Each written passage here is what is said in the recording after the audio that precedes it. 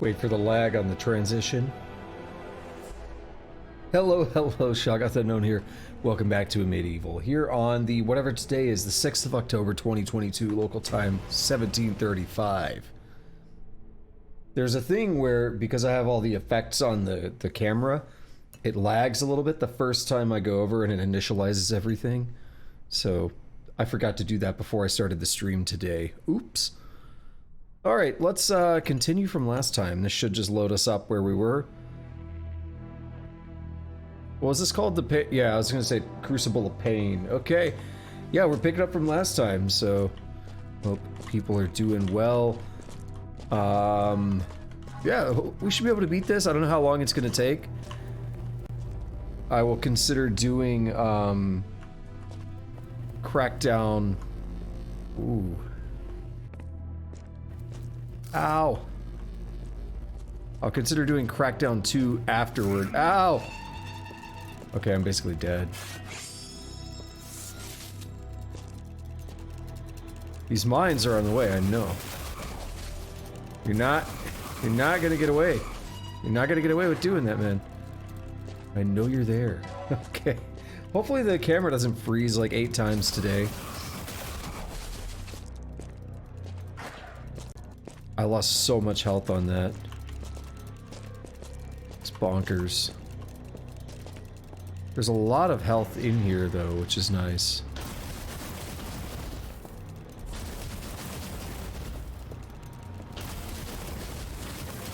Come on. Yeah, overkill.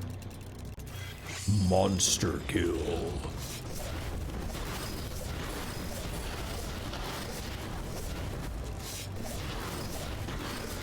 Nice. Alright. I hear those mines. Is that it? Yeah, I was about to say, I see something glowing there. Oh shit! Bro, he's like right up on me. He got here so quick. It's not even funny, man. I gotta go wipe now. Alright, let's stock up on this ammo here. This is the map I remember the most, I think, from just the other playthrough I did of this game. I seem to remember, I think. Shit. Okay. I seem to remember some specific things that are going to be happening here. We'll get to soon enough, I guess. And they caused me some grief. We'll leave it at that for now. Alright, so we got a little bit of health. I guess we gotta take that elevator down and not... I guess the ground doesn't hurt us, it's more of this ground. It looks more dangerous, I don't trust it.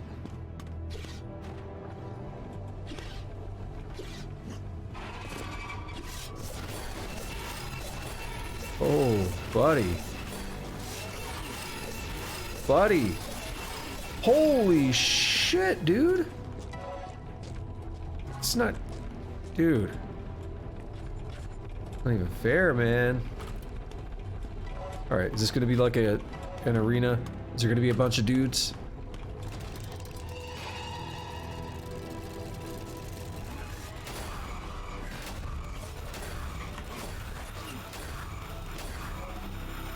Well, I survived. We need a key. Saving these souls and stuff.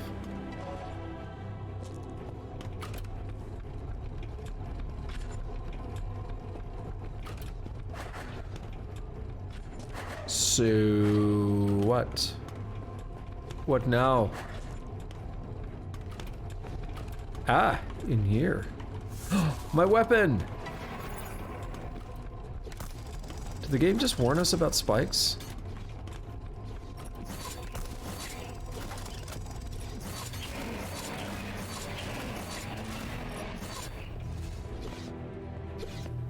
So we could drop down over there. I'm not sure if there's a good reason for it. There's spikes all over. Might have to... Ow, didn't mean to jump through it. Might have to be down here. What's this? Torch power up, okay. Ow.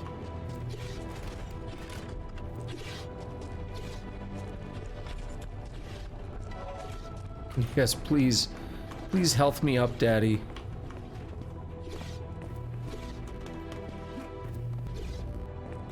Oh. I see. I didn't want to hit that. Ah. Alright, so what I want to do is hit this one, then this one. Whoa. What was that? That lag. Now I'm almost dead. Ah, I'm gonna fail. The game did just auto-save. Yeah, I did fail.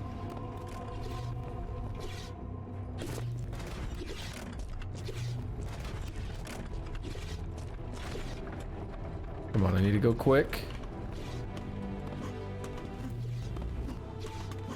Hey! I'm not dead yet.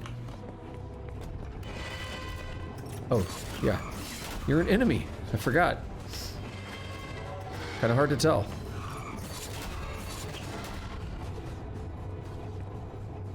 Why do I feel like this thing's gonna grind me?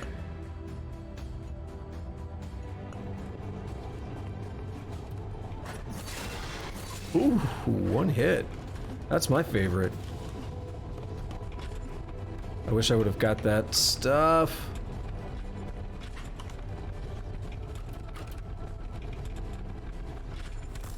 Whoa, that startled me. Oh my god, just fucking die. Really?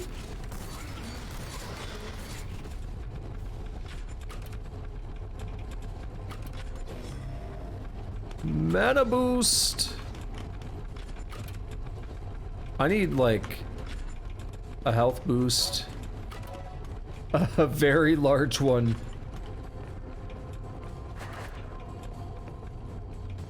Alright, well, we got a key. Do I want the orange? Kind of, but probably pass, I guess. What did that do? What did that do? Ah. I just gave him more spikes. I was trying to be helpful.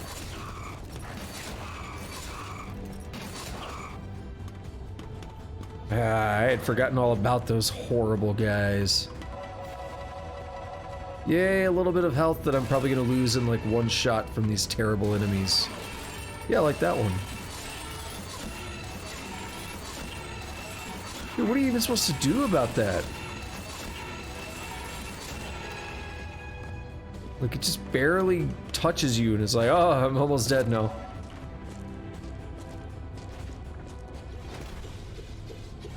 Oh, we're back where we were earlier. But there was another spot for the key.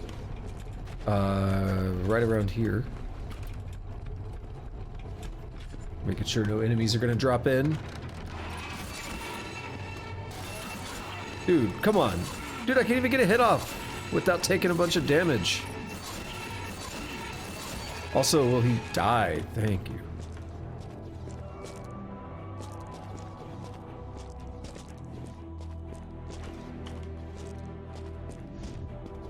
Game auto-saved. It's like I'm not feeling confident about it, but I made it. Whoa, ho, ho. Oh! There we go.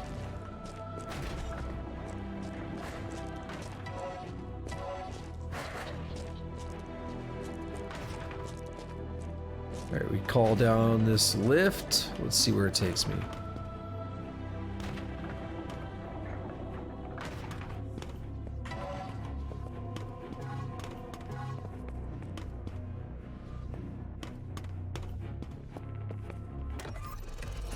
Whoa. Son of a bitch.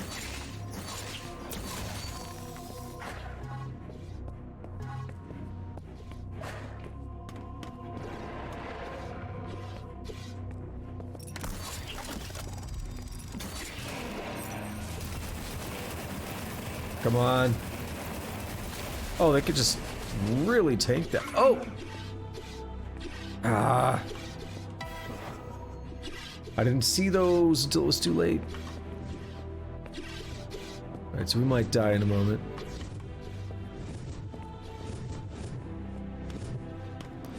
Game auto-saved.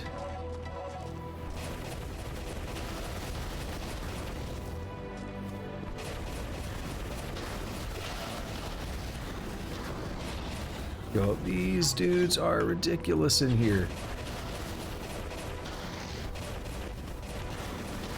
Yeah, this is definitely the map I was remembering, though. And I kind of described it as like a factory or something. I tried to describe it last time.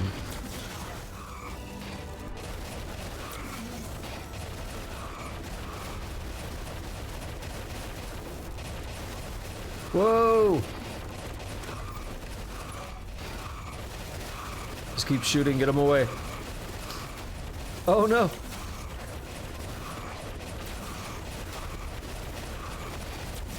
Ow! Okay, I'm basically dead again. I turned into Arnold. Oh no, I'm dead.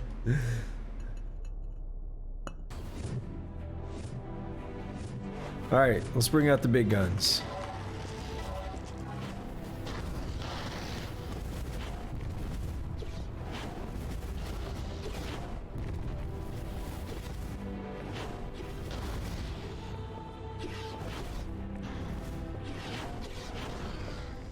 Alright, so we're through that. We still have health. Son of a bitch. Oh, coming this way. Where are the mines? Do I hear them?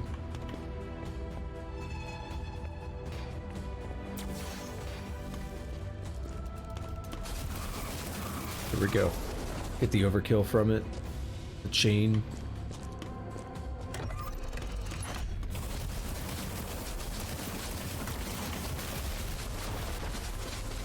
Sweet. I don't trust this. There were more mines last time.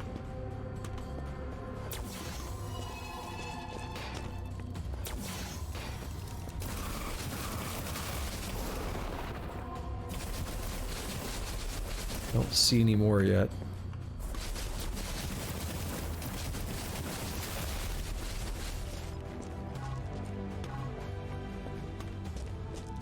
All right. We're kind of... Oh! Staying alive. It's bad green goop that hurts me. I don't like it.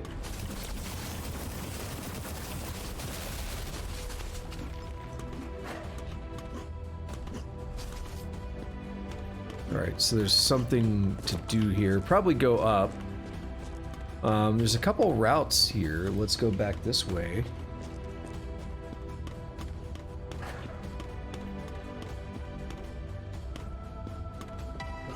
Say we're in the same place. 5 more to go. 4 more to go. 3 more to go. 2 more to go.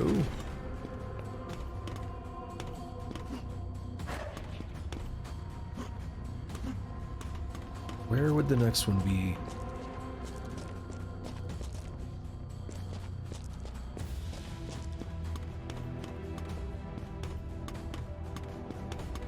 Wait, did I just see another one? 1 more? No more!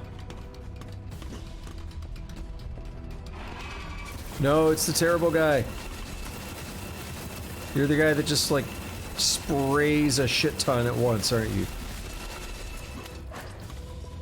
Not anymore, you're dead.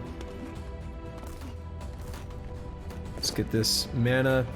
Let's move on with our life.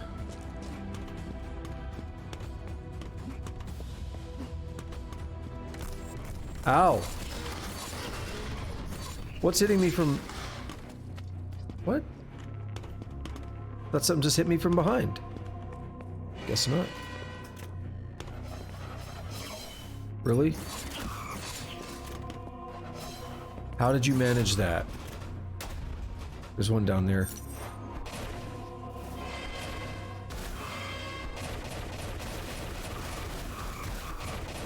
You know I'm gonna cheese that.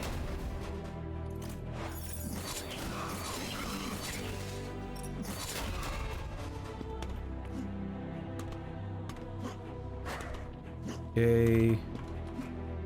What does this do? You? Well, what if I want to jump down here and get these?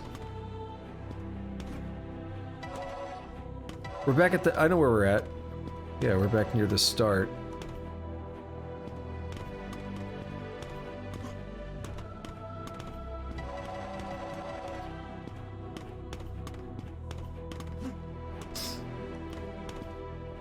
What does this do?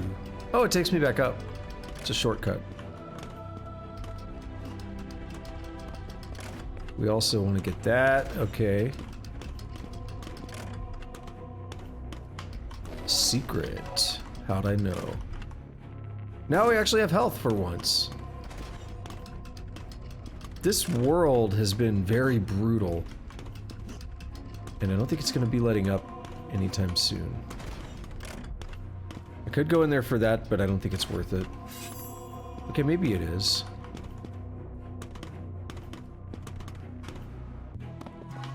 It's not considered a secret or anything.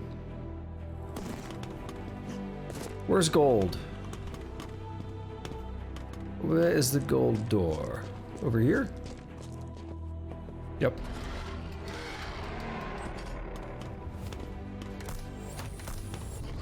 Son of a bitch, dude, really?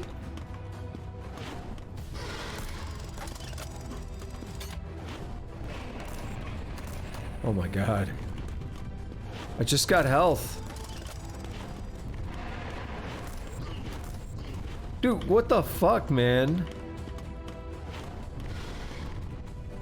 Wow.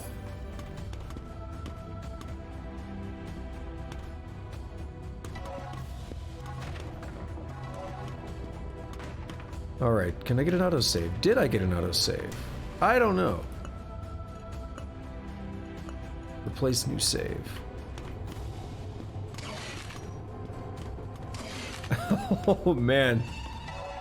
Well, the game saved at some point.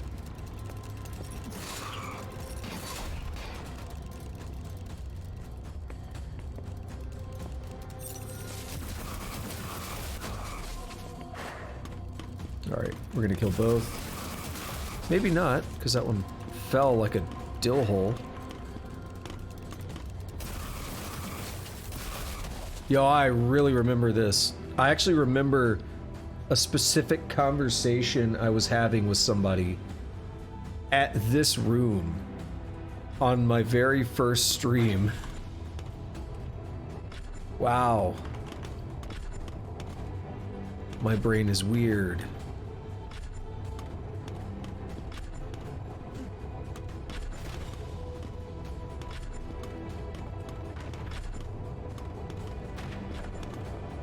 Okay.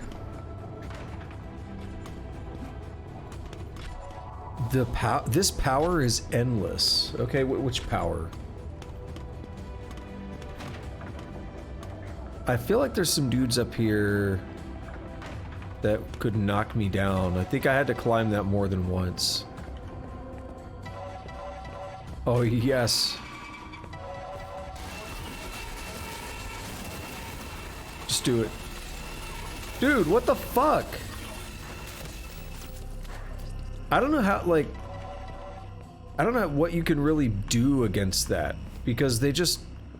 It's a constant barrage.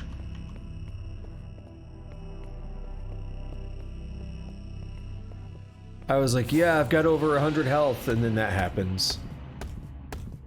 Alright, well, we're done with the Crucible of Pain, and that name is definitely apropos. It is a very accurate descriptor of that. Gauntlet of Torment. Oh, cool, more.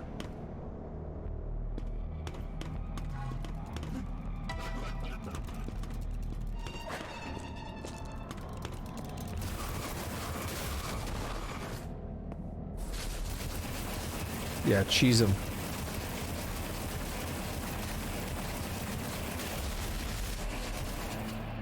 We're gonna take advantage of that. Damn right. Alright, let's get what we can here. Alright, we'll save the other one.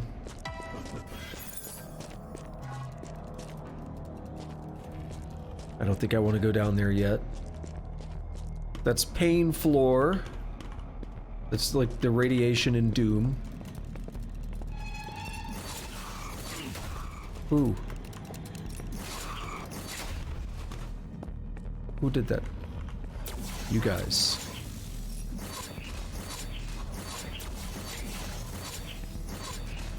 Jeez. Can you guys just not?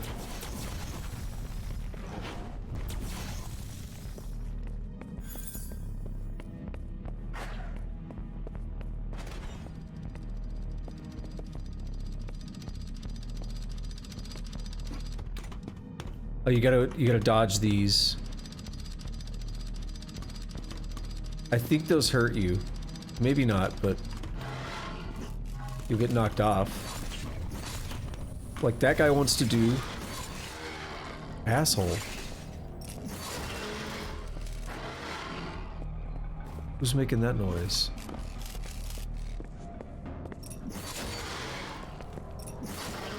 Ooh, that's spooky. They're just coming out of nowhere. Like, dude, where are you coming from?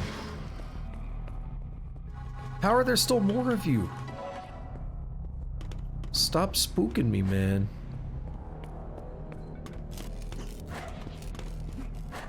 My heart's not equipped for it.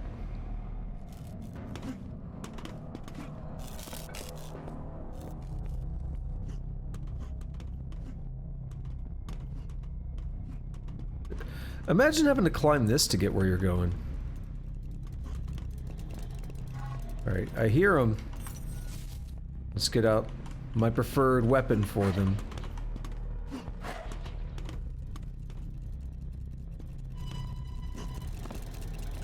Those are mines.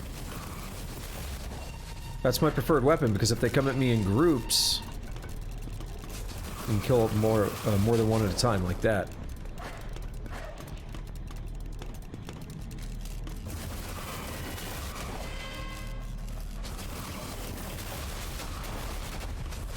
And that.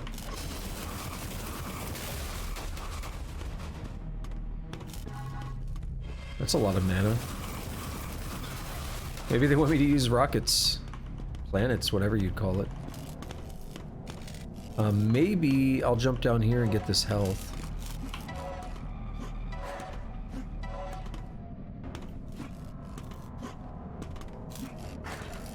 Don't really need the soul, but I'll take it.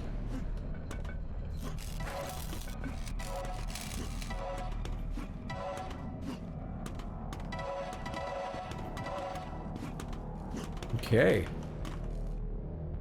That's good. A lot of easy health, but we gotta climb this stupid thing again. Why did I do that? Just go through there.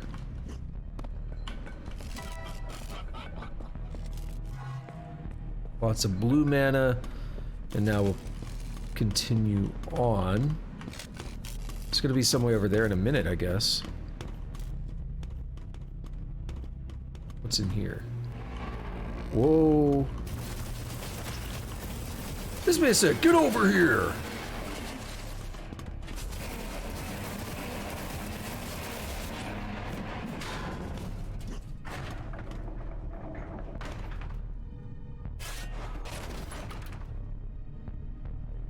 Okay, what if I don't? What if I go here? Not really excited. Okay. Why did that shut down? Makes me nervous, because it was active just a moment ago.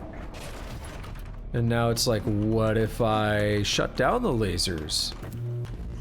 Whoa, whoa, whoa, whoa, whoa. I mean, I gotta do this without hitting them, okay. Well, let's make a save. Let's not die with our 10 health. Whee!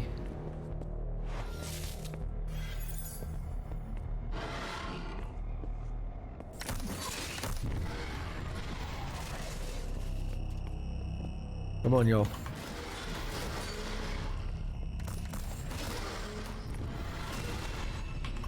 I was like, no, I know that's not it. Oh! Okay, no, he's done. Good. Took that slow despite having the soul thing on because I was super hurt, but it paid off. I killed everybody with relative ease. Fuck that spray dude. He's the worst.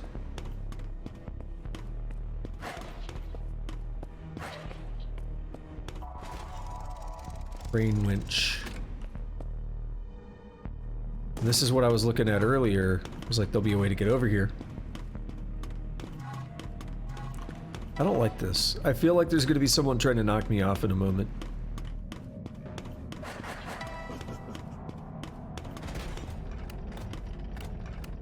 Tried. I see a switch we're gonna have to shoot.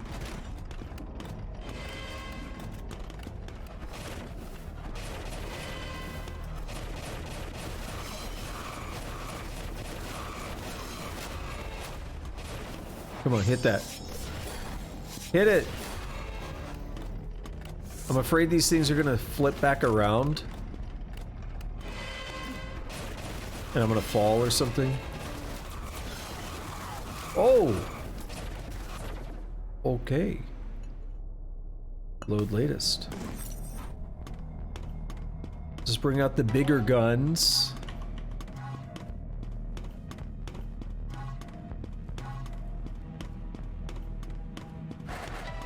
This might be easier to hit the target on that other one anyway.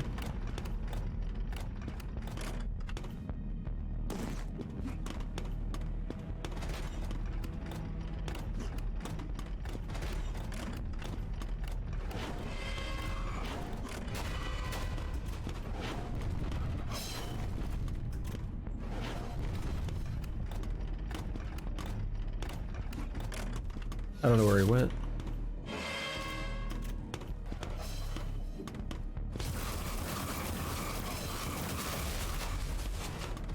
How did we hit that before? Did one of their deals bounce into it?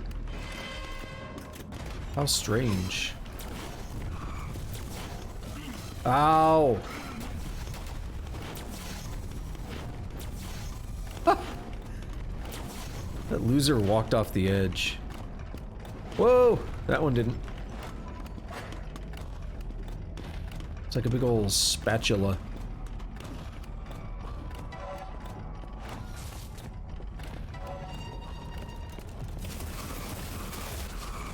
I don't trust this side.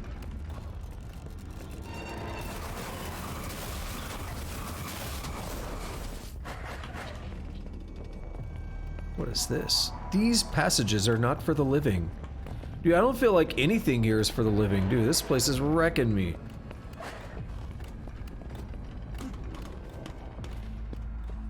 Right, I gotta go that way.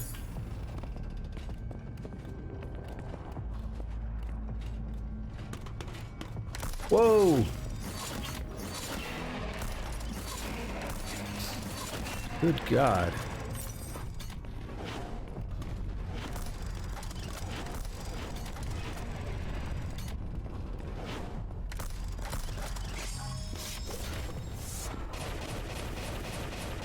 Come on, I need you. No! Son of a bitch. I'm dead. God, again? I mean, maybe I could do better. I thought about saving, but that's the reason I didn't. Because I still took more damage than I would have liked.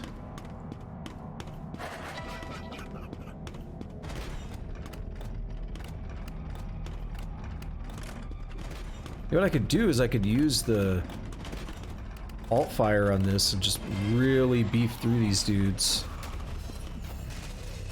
Come on, hit that.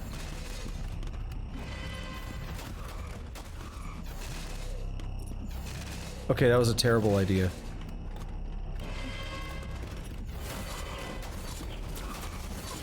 Yep, stupid laser guy still got me.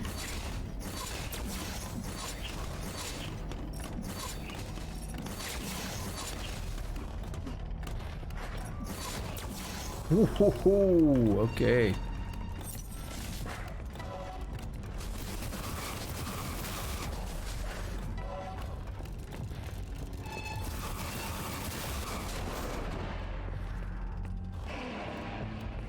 All right.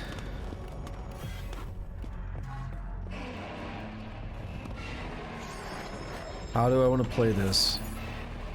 You can use this for the close guy.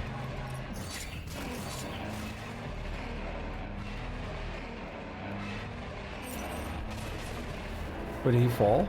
No, he's on that.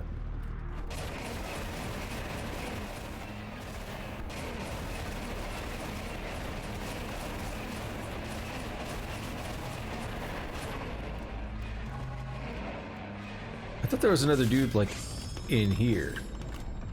Alright, we need a silver key. Where do you expect me to find that?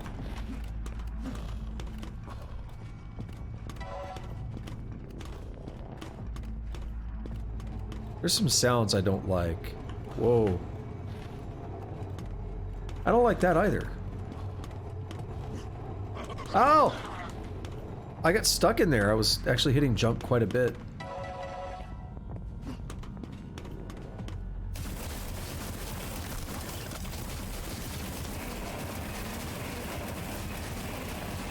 Die.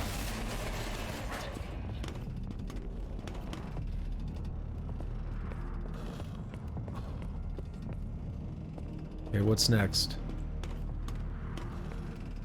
You have led me to this. What shall I do? Shall I go through that little tunnel? I mean, let's check it out. That seems like a terrible... Oh, it's back here. Oh, do I have to jump on that? Can I jump on that?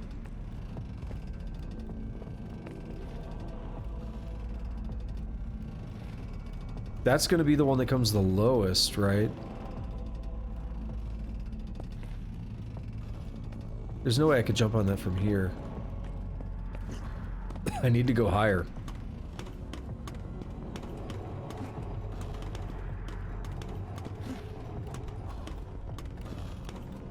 So I heard that stuff a minute ago. There's a lot of uncomfortable noise.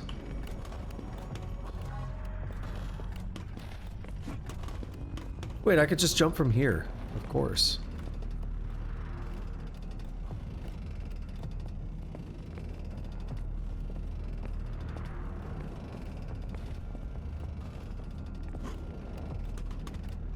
Okay, now what?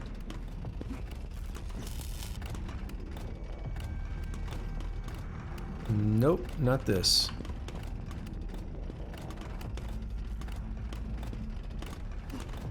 Actually, what I need to do is... Damn it. Okay, I could wait.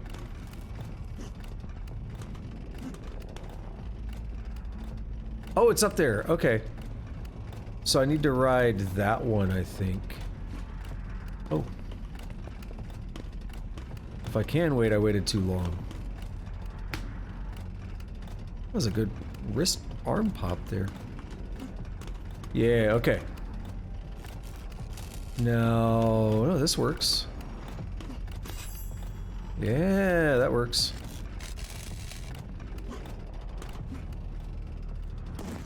Nice.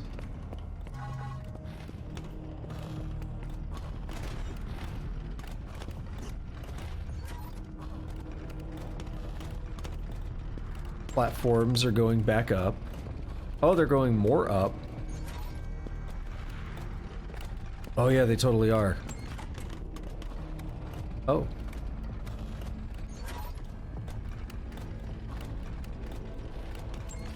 Alright, so we wait. We take this. We gotta, like, oscillate back and forth, don't we?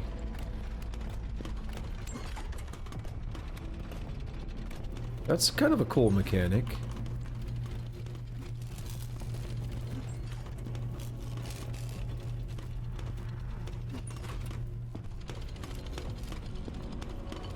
You know what? I won't take that. I was gonna say I'll take that. Guess I won't.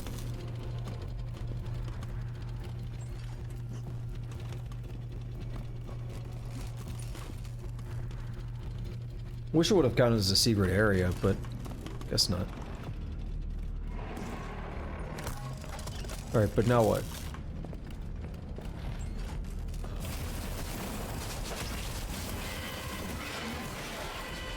Son of a bitch, where's my save? I considered saving and I was like, we'll wait. Okay, it's when I got the key. So I gotta redo the cool platforming, but I'd rather not. So we'll save next time.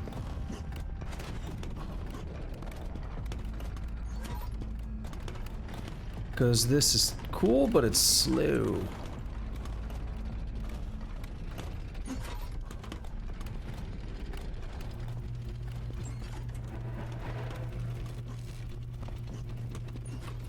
Right, we don't gotta go for the Eternum.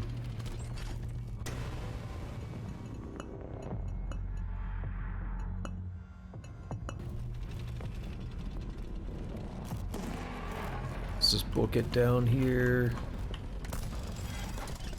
No, you don't.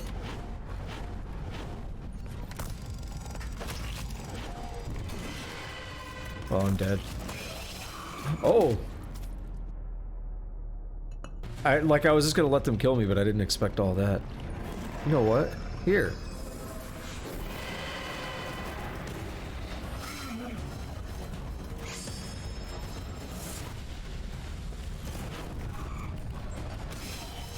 I shot the disc.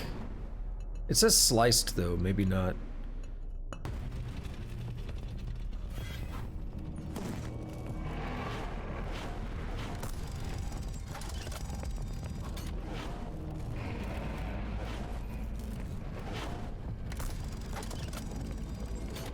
Come on. Can you not? Can you not, bro? Come on. Alright, I actually thought I had, I thought I had a soul thing ready, but I obviously did not.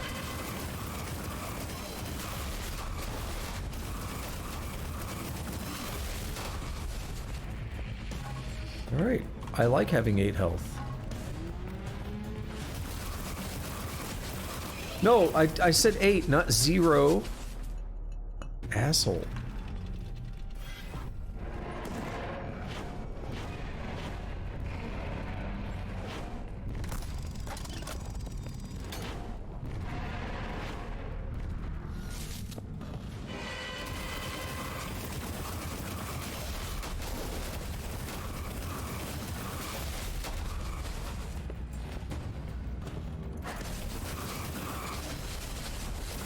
Come on. I'm pretty sure their discs can hurt them. It's like Frieza. Because I'm pretty sure some of them have died from their own discs. Yeah, not going down there. I'll do that. I'll save first. So I don't want to do this fight again.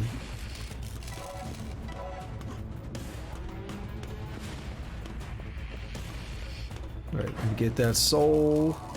Waste tunnels. No.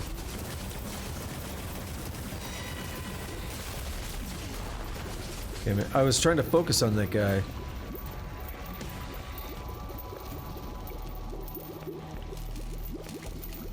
Who was that? Someone just woke up, I think.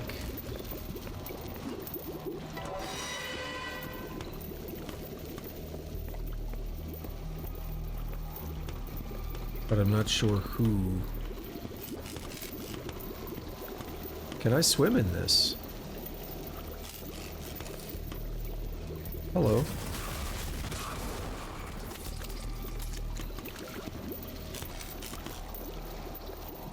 Maybe I can.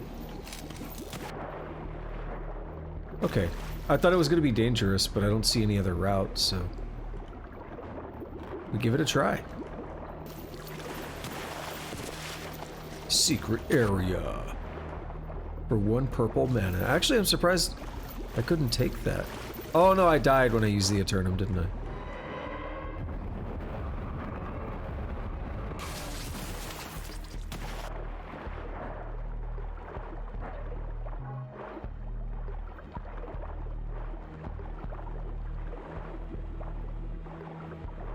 Alright, who's gonna ambush me? Come on, get out. Get out of the water!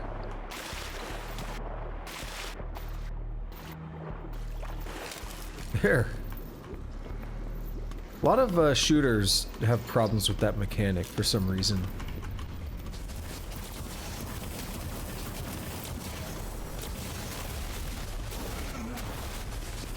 Whoa, no! Yeah. I was kind of cornered there. I'm back at that jump where I got the health, aren't... no? Oh. Yeah, I'm back at the jump where I got the health. Okay. I was like, wait, what? I hit the wrong button. So really we didn't do much.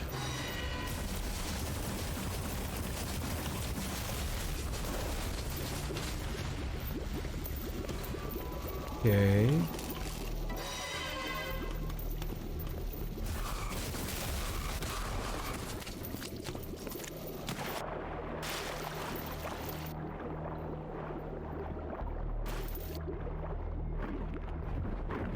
Get off me, bro.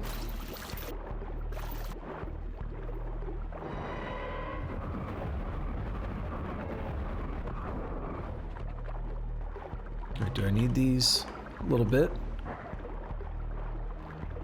And now...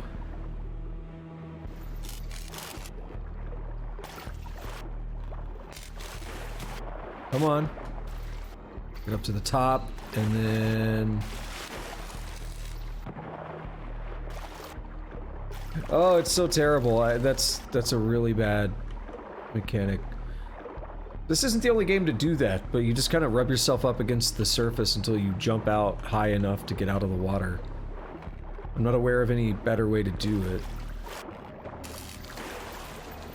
There we go. And like that time it yeeted me out really quickly. So I'll take it. So we're almost an hour in and I haven't even beat this world, but this world is what I expected was going to be the worst. I kind of forgot about this world until we started it. Because it had been 2 years. But I don't know if anything else is going to be this rough. The last boss might be a little bit crazy, I don't know.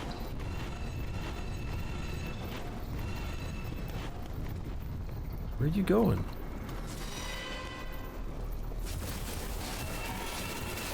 Okay, stop that. Where did he come from? Oh, I thought this also led up.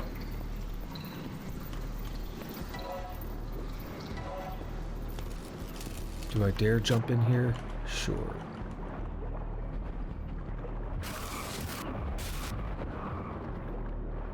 Where does this take me?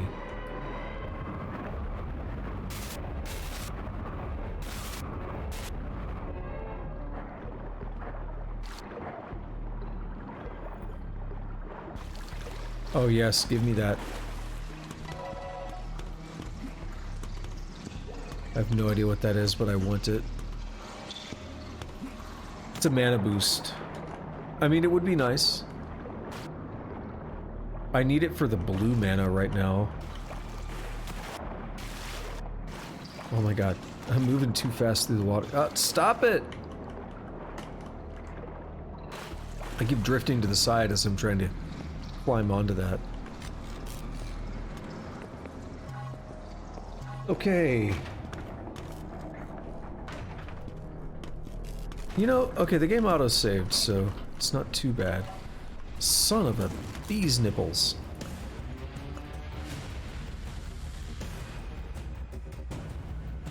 You know, I could have just went back up there, but okay, good.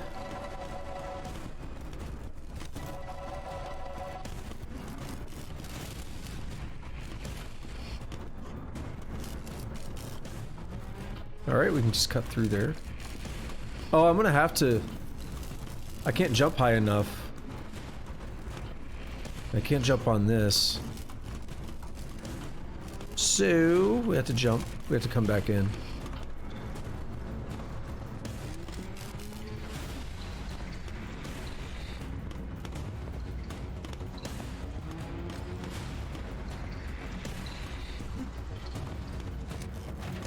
Oh, there it is. I feel a bad sneeze building. Give me a moment.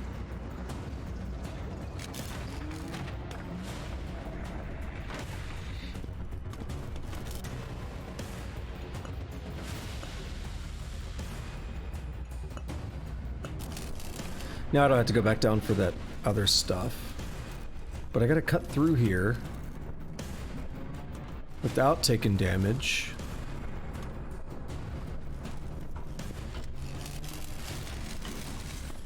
Need the gold key. Why would I want that?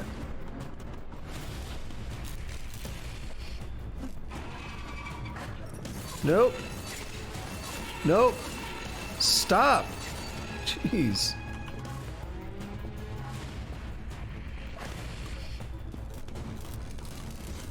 Gold key. It's the other side, huh? And I didn't really need it.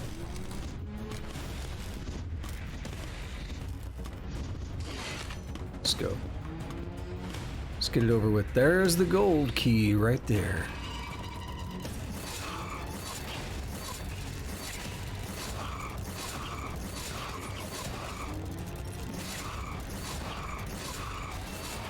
Ow. Stop, jeez. Like 4 hits point blank. And this is a strong weapon.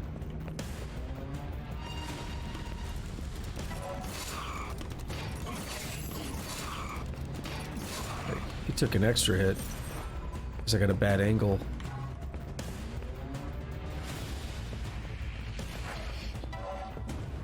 Is this where I could drop? Okay, yeah. I can get some health here.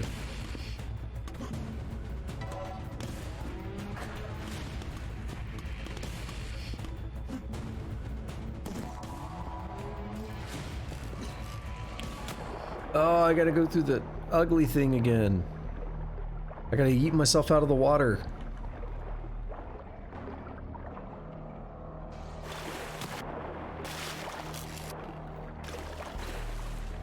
There we go.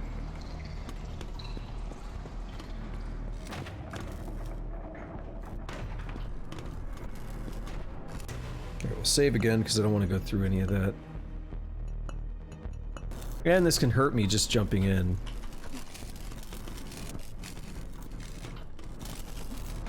Alright, so... Oh, this is where I was at, yes, but on a different floor. Okay.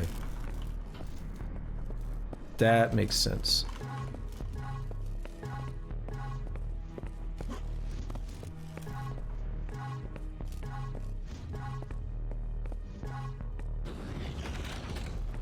Hey!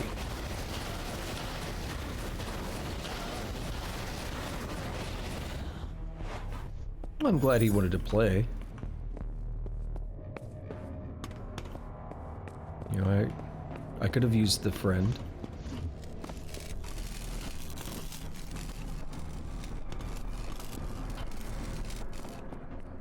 So this is the other gold door. Oh, no, we do want to take this. Because we now go to things up here.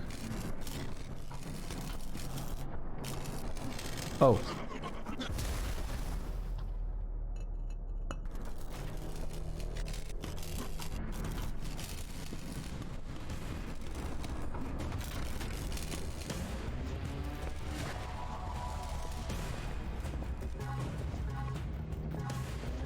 It said look up.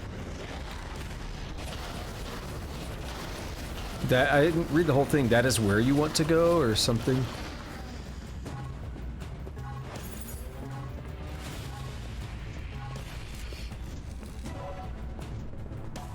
That's where you must go.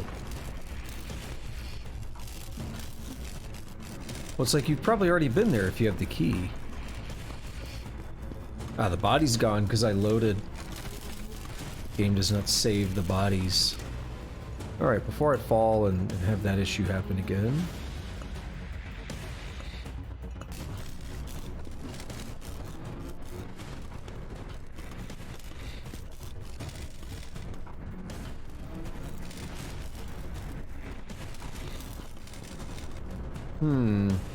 Oh, that wall means nothing.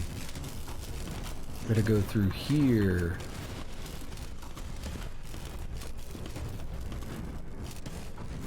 We're only on the second map today, right? This has been going for like 20 minutes. And that's only the time that's been counted. 'Cause loads aren't factored in. Oh, I could do it again. Or not. I'm not going back up.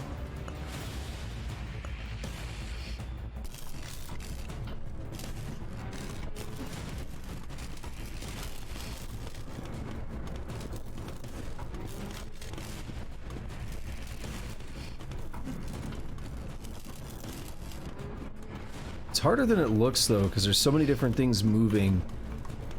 So many different components moving. That thing's just there to knock you off. But you also have to use it.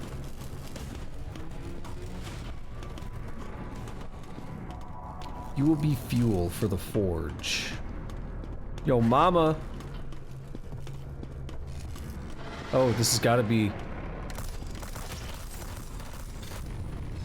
Okay.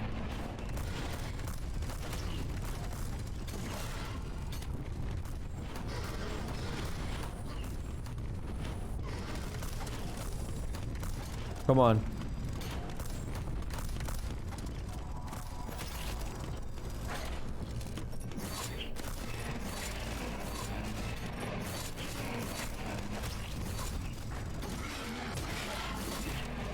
Son of a bitch. That's terrible. You know what I need? I need this bad boy.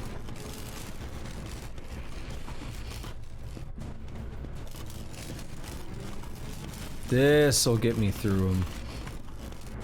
I should really use it more often. That was almost a fall. So you barely make those jumps. And I think it has something to do with the way they move towards you.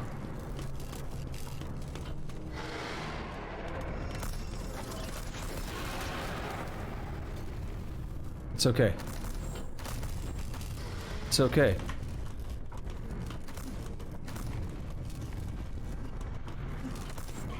Son of a fucking bitch. Dude, stop! Jeez. Oh my god. Dude, it's so frustrating. Now I gotta do this again.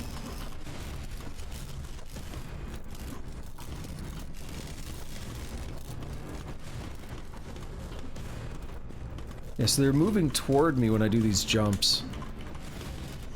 So it's like, you notice I hit it and I almost just lose momentum immediately. It's very odd.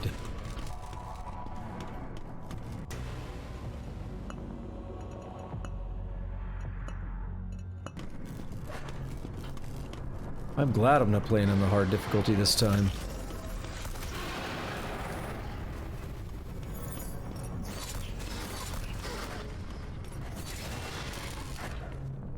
Alright, that's it. Probably could have just ran past him. Finally. Official time, 20 minutes and 18 seconds. I think that's a, yeah, that's a 2. Okay. And we're over an hour in. We beat 2. We beat 2 of them. I say over an hour in, not really. Stream says an hour and 56 seconds. But I didn't start for like over 5 minutes. Forsaken Sanctuary. Please be the boss, please be the boss, please be the boss. Looks a bit like it might be a boss. I think it is. Yeah, I think I recognize this.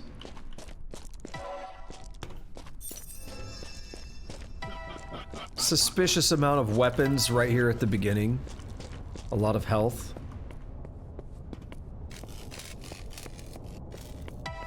Another Eternum. A full health up there. A mana boost. And now we free the boss.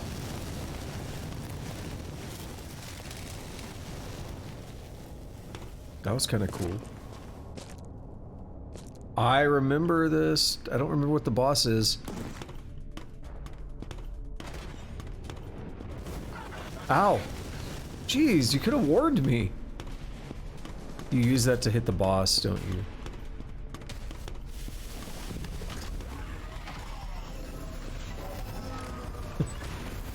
I'm gonna black hole yo ass.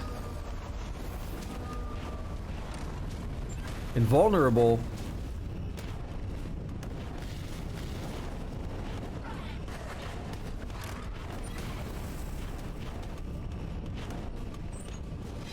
Oh.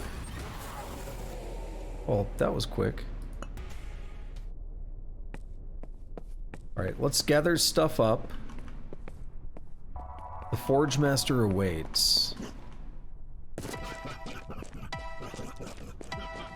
I can't come back up here, so just grab the health.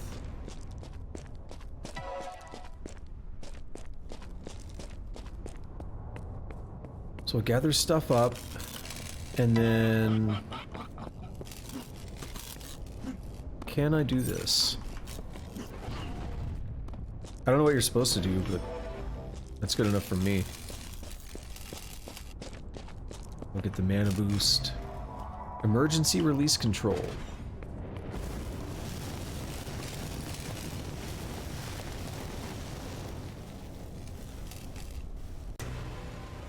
Alright, let's make a save before I go down there now. And I think we've got to pour this stuff on the boss.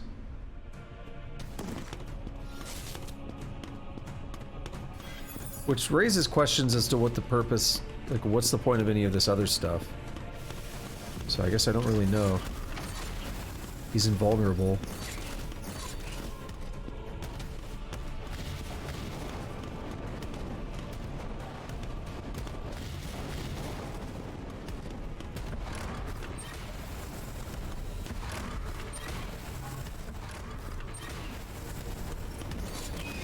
Yeah. Get wrecked, son. He's invulnerable again.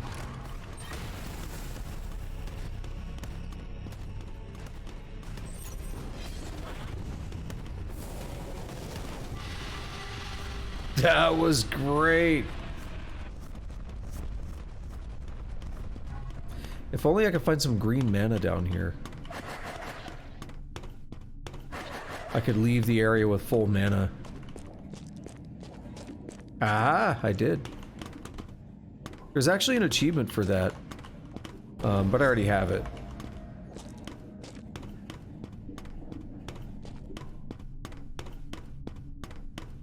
That was cool. We have more than full health, we got a soul thing, we got full mana on everything. Great way to end the area. Forsaken Sanctuary. Oh, I almost had part-time. If I had not, like, walked around as much, I would have had part-time.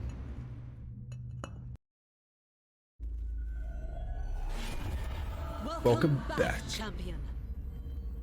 Okay, so what do we have? Sacred Path, Arcane Expanse. Well, I don't really have a preference either way. What's this? Knowledge is power. Read the codex in the menu. It's like, oh, story so far. Eons past, an unknown evil force spread its malice and corruption to the known realms and lands. No one knows where it came from or why it came. However, it is most apparent that it means to corrupt the inhabitants of our once sacred lands. Many heroes, champions, and warriors have tried to aid us, All have been defeated. No one has successfully purged the lands of the seemingly limitless evil force. The Ancients. The champion, having overcome the trial of the Black Labyrinth and retrieving its holy treasure, the Axe, a symbol of and key of power, was granted passage to the higher planes, the only mortal in 1,000 years to cross the gateway. As the champion traveled to the gateway, they heard the voice of the ancient creators, warning of the strength of the evil force. If the hero were to defeat the force, the ancients would be eternally grateful. Alright, well, let's go for the Sacred Path, I guess. Or the Arcane Expanse. Let's take a look over here. I don't know. That looks sick. I remember that. We'll save that for next. Do Sacred Path first. Yeah, so I don't think there's going to be any Crackdown today. I think it's going to be just this. Slightly disappointed, but I'm okay with it because I do like this game.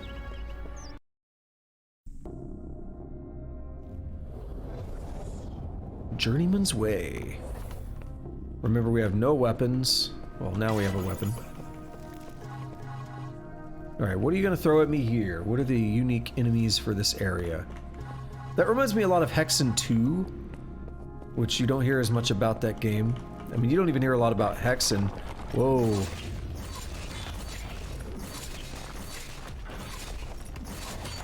Yeah, you don't really hear a lot about Hexen for the most part, but Hexen 2 has separate worlds for... Oh, I remember this now.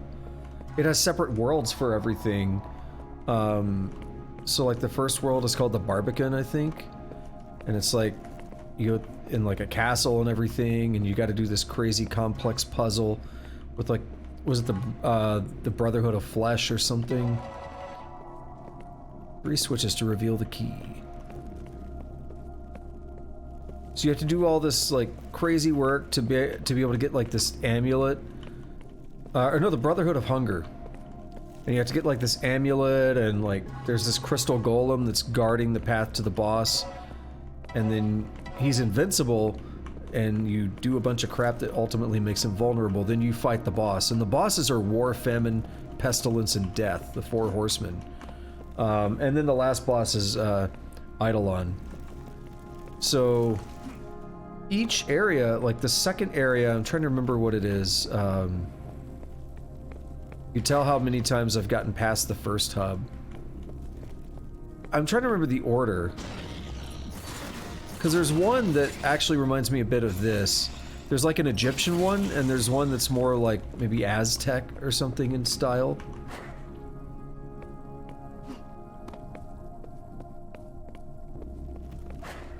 Dude, my contact is really screwing with me. I hate that.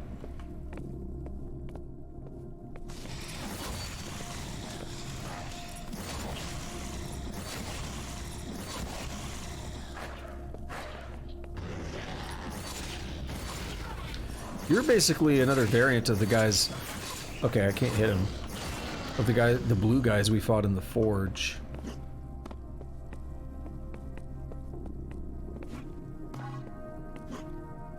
I like that. I like that little jump. Yeah, I super remember this. What I actually remember the most right here is talking to Captain Copperbeard while I was playing. Find the gold key to ascend. Give me that purple mana. There's a switch. But it's not Nintendo.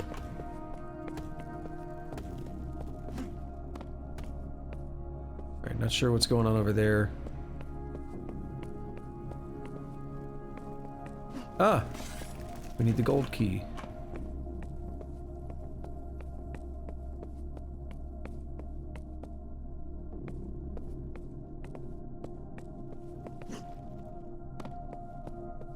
What is this one? The Journeyman's Way leads to the Apostle's Shrine.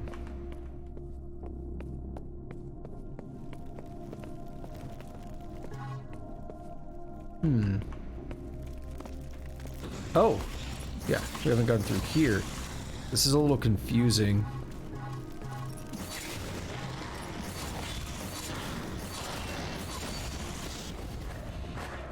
But I like it.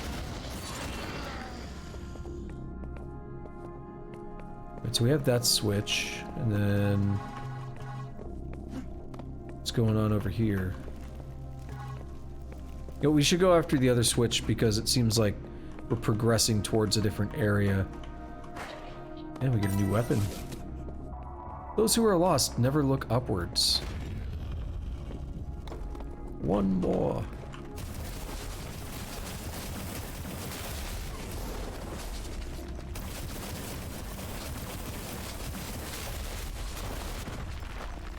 Double kill.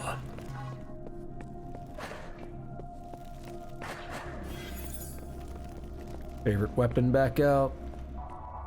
3 switches to reveal the key. What about that one? 3 switches to reveal the switch that reveals the key, yeah? Right, where the hell do I go? Those who are lost never look upwards. Yeah, but where's the exit?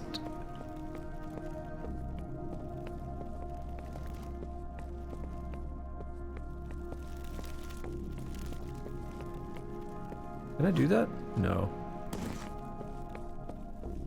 Like, you could jump pretty well on this game, but it's also easy to, like, overestimate. Oh, look, it's like a little face or something. Look at that. Little dick nose or something.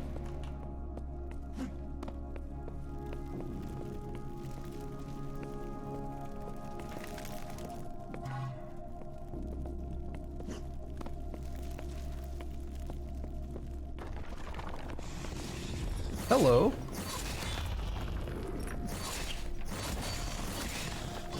Oh. You guys don't always die.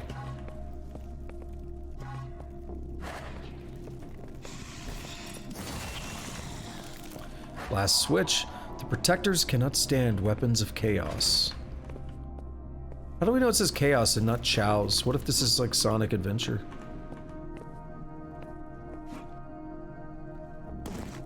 Damn. It's okay though.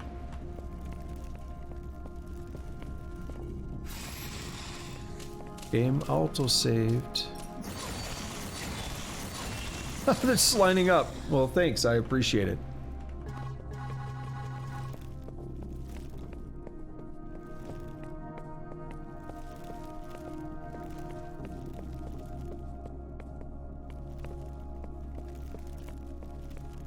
All right. We're done there, so we can go back this way, yeah?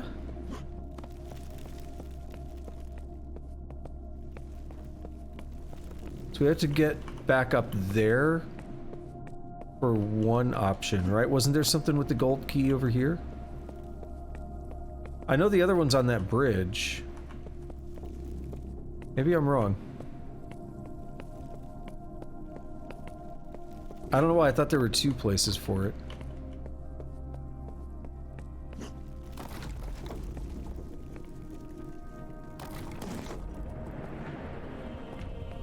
You know I like my sword. I mean, I much prefer the weapon I had in my hand. The bomb-ass mace.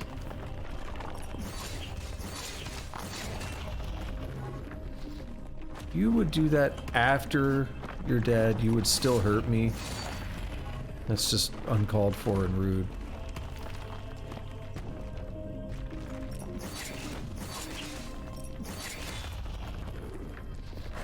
For some reason, I'm having a lot of flashbacks, not just to this game, but to other things I've played since I've started this channel. Something about this is making me just really reminisce.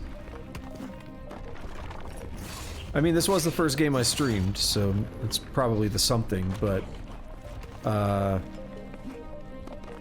it's making me want to play certain games.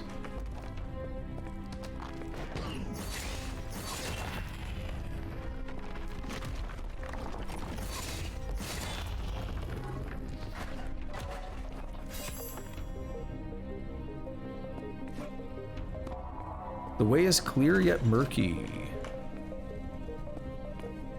Okay, that's back on the bridge. Got it. I can drop down and get mana, perhaps? Yeah, we'll try to do that on the way down. Oh, or there's another route here. We'll take the other route. Fire makes the vine creatures stronger. Do I have a fire weapon? I mean, the celestial claw, I guess.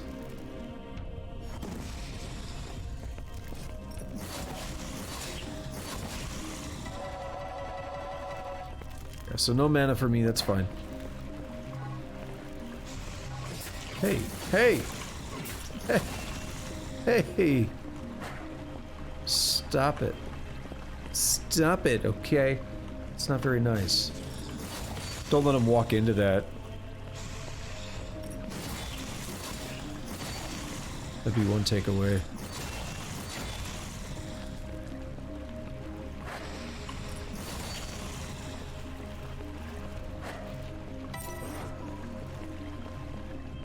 We'll use this for a bit. It's terrible!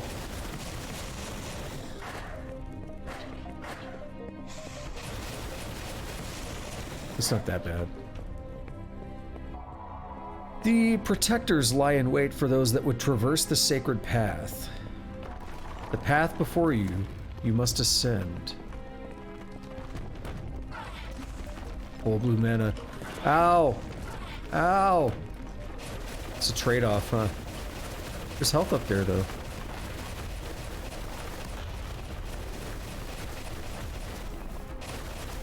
I'll actually say one of the games, something about this is making me want to play it, is Dyson Sphere Program.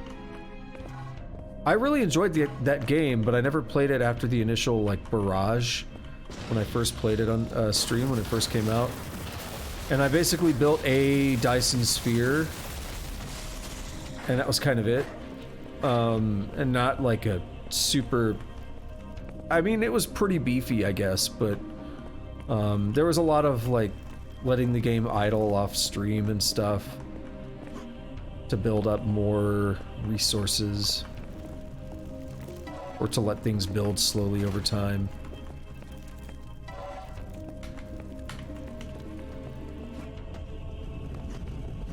So it'd be cool to do like a better run. And I know they added like blueprints and stuff. Well, at least I know they were working on it. I'm assuming they've added them since it's been over a year since I last played. It's been like a year and a half.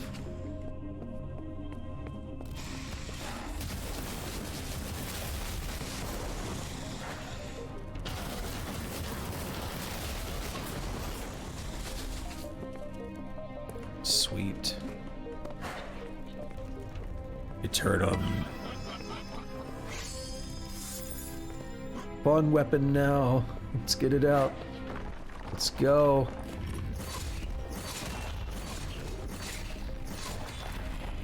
Don't even ask how that one missed.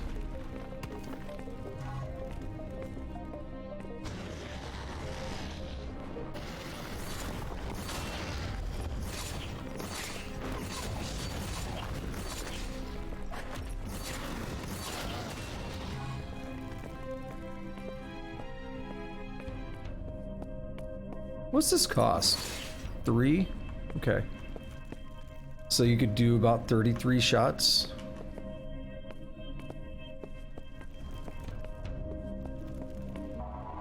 Something protects the way. We gotta read the other sign. The giant protects the way. Is it gonna be like a sub-boss? A mini-boss kind of dude? Oh, this is sick. This is gonna be a bunch of these. They gave me an Eternum.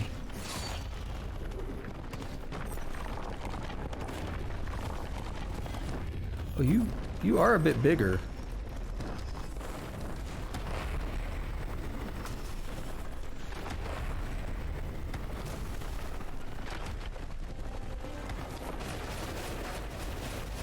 I mean, if you ask me, that was worth it. You know, save that for big things.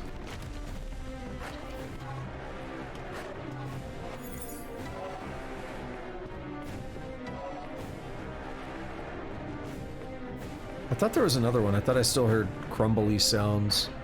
Oh, it was probably him dying. He probably takes a while to die.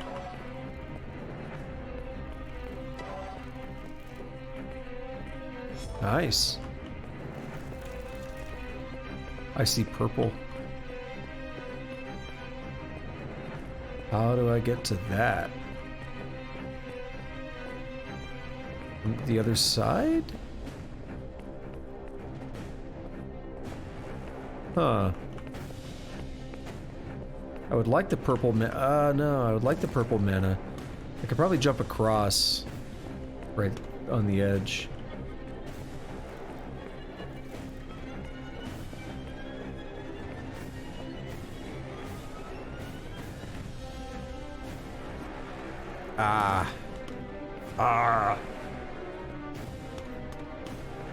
No. Alright, we gotta do this. I was thinking maybe go across here. Yeah. But I don't think I can jump up there. Like, I can land here, but I can't jump up there.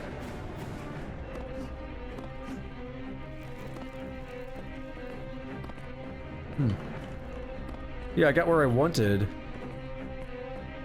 But there's nowhere to get where... Well, I got partially where I wanted to be, but there's nowhere to get where I actually want to be.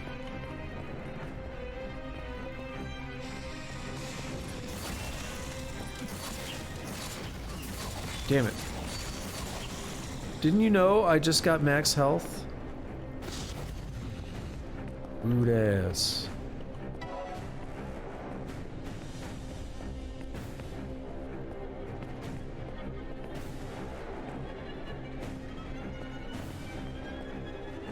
Is there a way to get up top and then drop down? Maybe.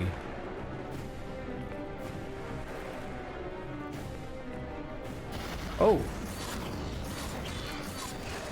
Slightly startled me.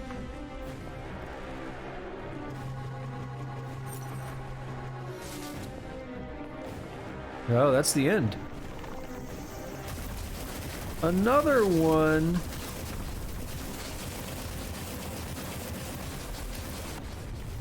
One more to go. For what? What are we one-moring about?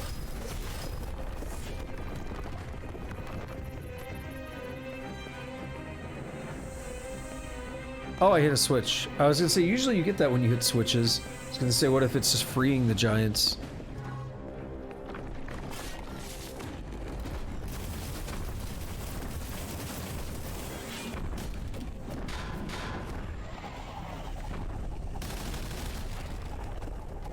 That killed him quick. Okay. I don't want to walk too close to that because that might end it. No souls of any note to get there. So it opened up like a... Yeah, it opened up a section down here.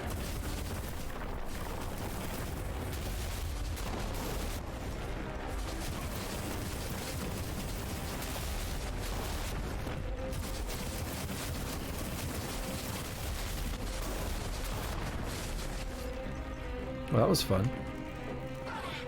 Ow. Who put torches in such an easy place to get hurt by them? The other question, I guess, would be why would someone just willingly walk into torches? But don't ask that kind of question. It makes me self-conscious. Oh, did we have to do that? Oh, we actually did. Okay. We couldn't beat the level until we did that. I thought I was looking for, like, a secret. 6 minutes? It took me 18.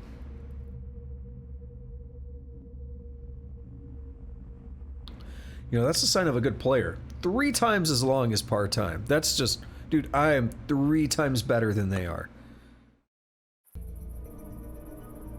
Apostle's Shrine.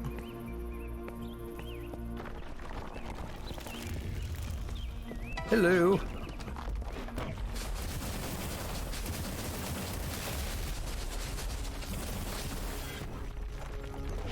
I like these guys. This is my kind of enemy. They're pretty chill, pretty slow, they telegraph their attacks. The Apostle's Shrine is a test of skill.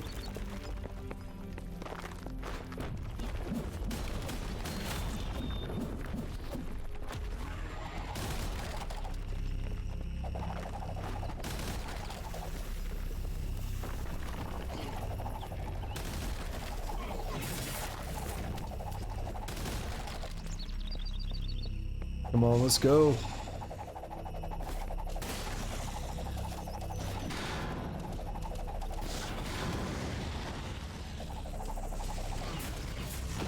Where?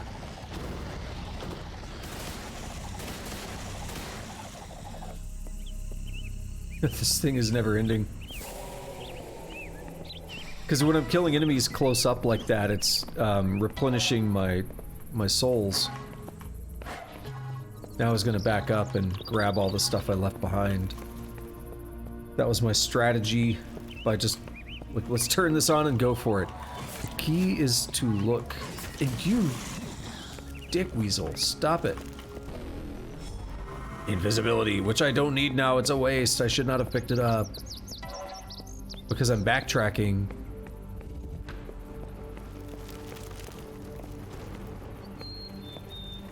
Oh, I thought I was actually going through there. Damn. Invisibility is already halfway gone.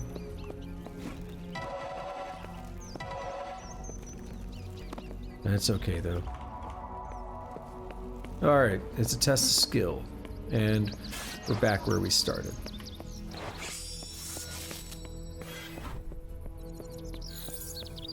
Don't mind if I do.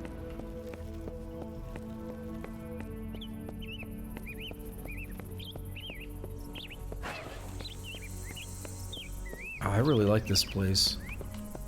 It's nice.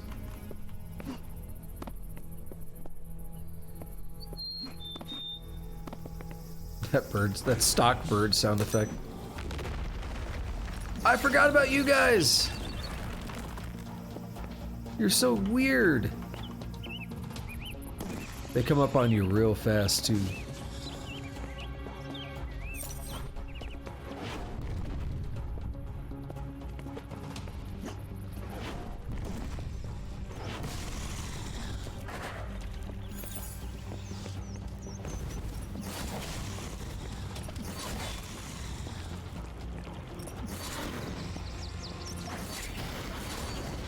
Hey, you stop it.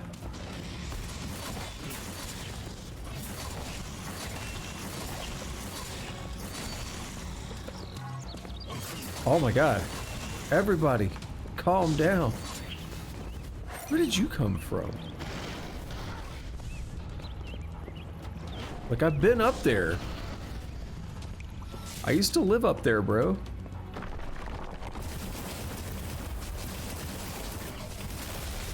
That was my house. Should really have gotten a big health pickup first. Because then these could go further.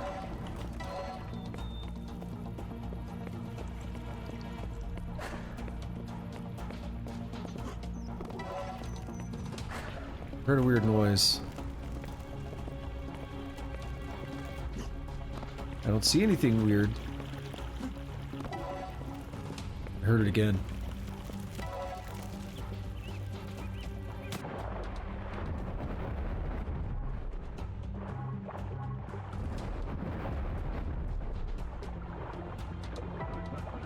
Damn right I wanted that.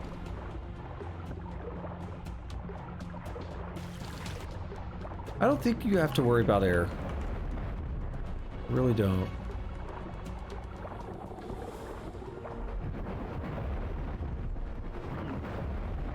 Does it not do the overkill thing?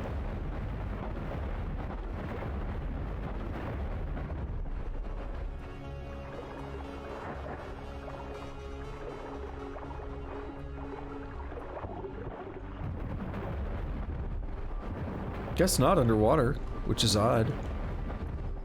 Actually, water is not a conductor of electricity. Did you know that?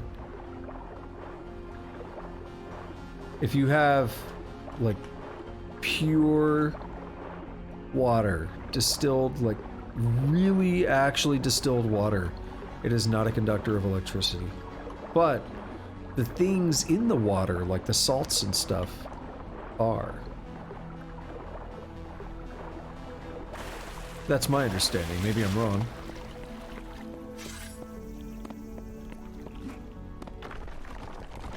Whoa.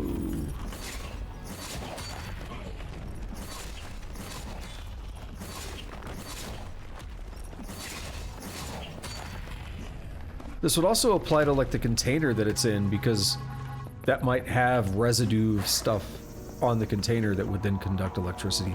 The reflection of water only shows the surface. Yeah, it's a hint for me to go under.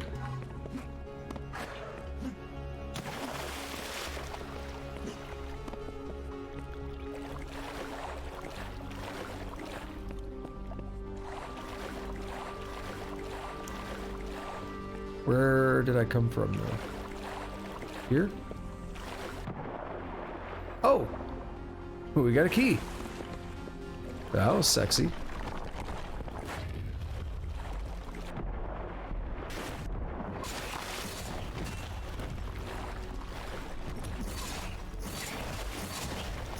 Alright, so the way I came from is face the gold door, it's on the left. Okay.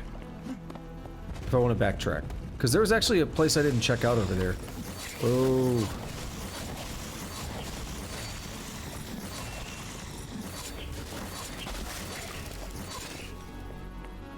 Yeah, there's a place I didn't check out over there.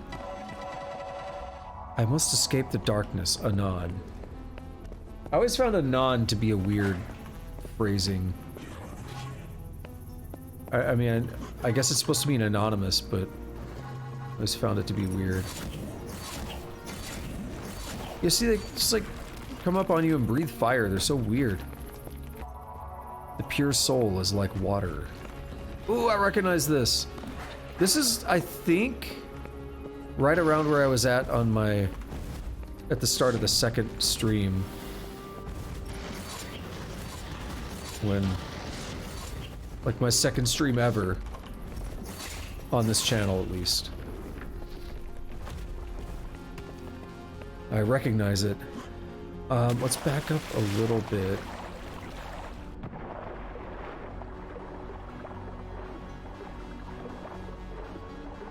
So when we come through here, we go left-ish. Get back to that. What I want to check is the other route.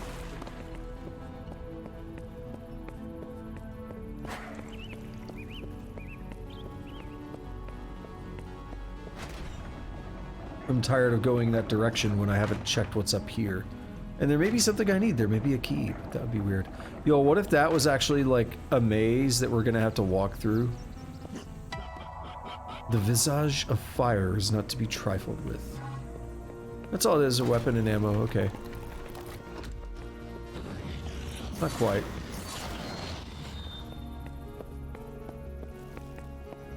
Leave that for... oh no, we'll pick it up. There's more mana. Alright, what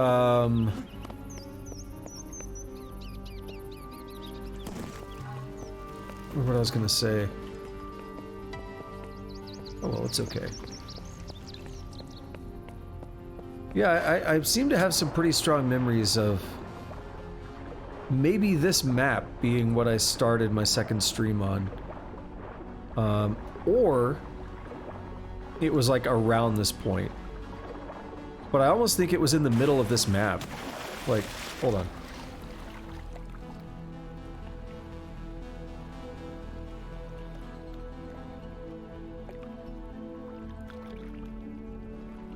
Alright.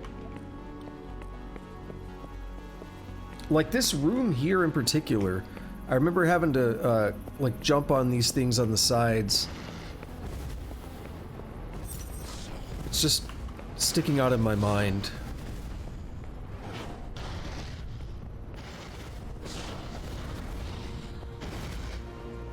Overkill.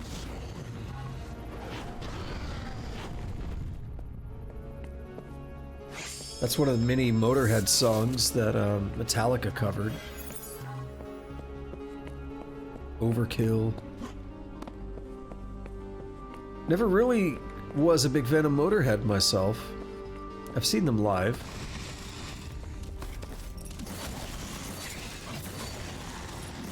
I would say they put on a great show. I think that they did put on a great show, but I have no memory of it.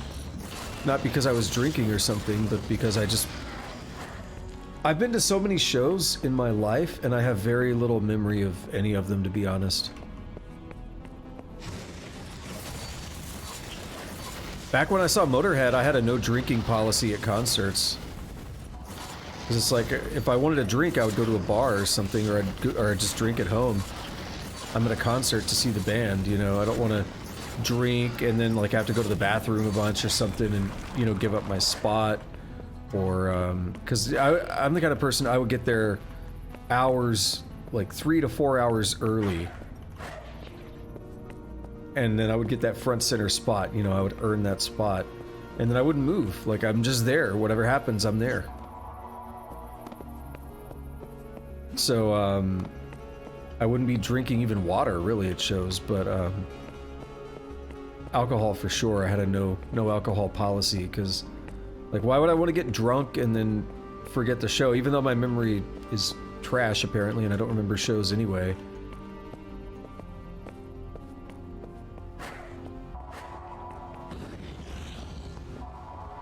Where? Who's making the noise? Alright, whatever, we'll just go down here.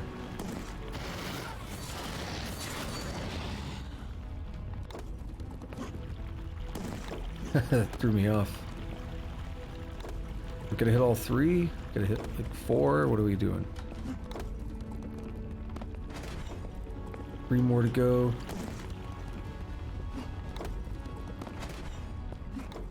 2, 1. Off blast. 5, 4, 3, 1. Off blast.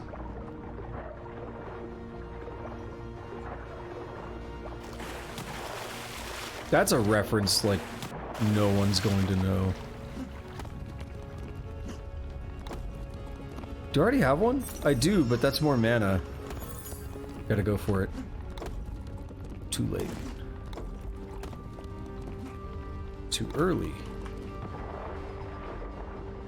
And these are 2 things you never want to do. Finish too early and finish too late.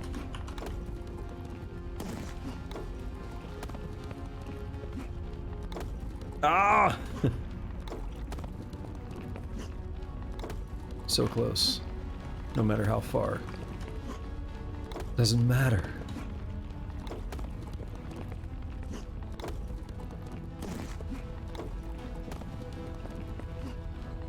Oh, I thought that was it. I was a little bit higher than I am on most of these. Ah, it was bad. No!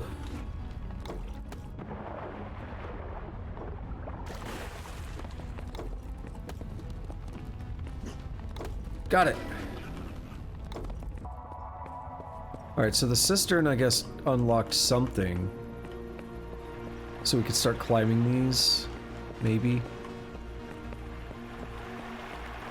What's this about? Don't know, but it looks cool.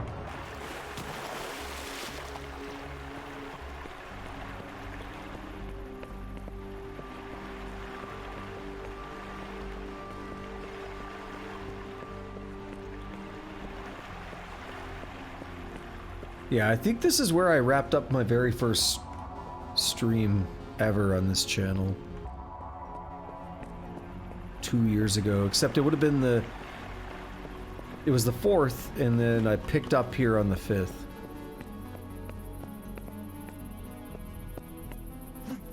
But what I'm remembering is basically getting confused or, you know, not seeing where to go. Very similar to what you're seeing right now.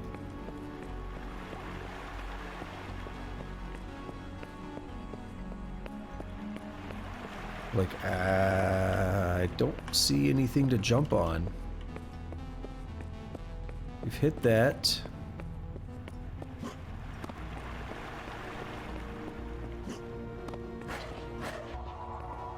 What did this do? Did we open something down here that I didn't notice? No.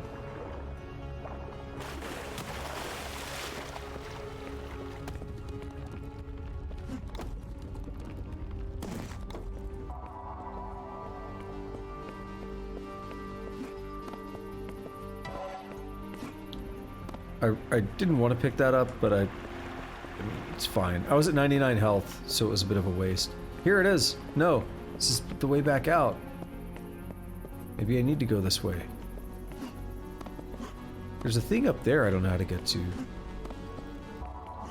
I must escape the darkness. I could basically rocket jump up there. That's one way.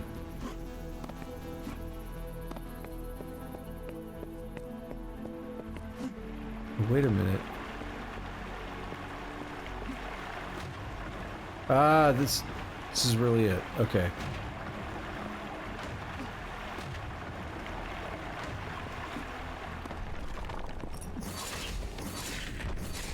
Oh, you're a big boy. They're not that bad. They're not that bad, are they?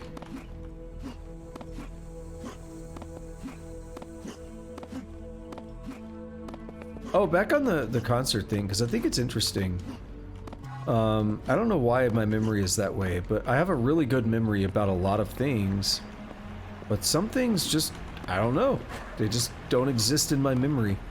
I'll remember very specific conversations, and you've heard me talk about that on this stream, where it's like, I remember talking to this specific person in this room, and I'll remember details like that.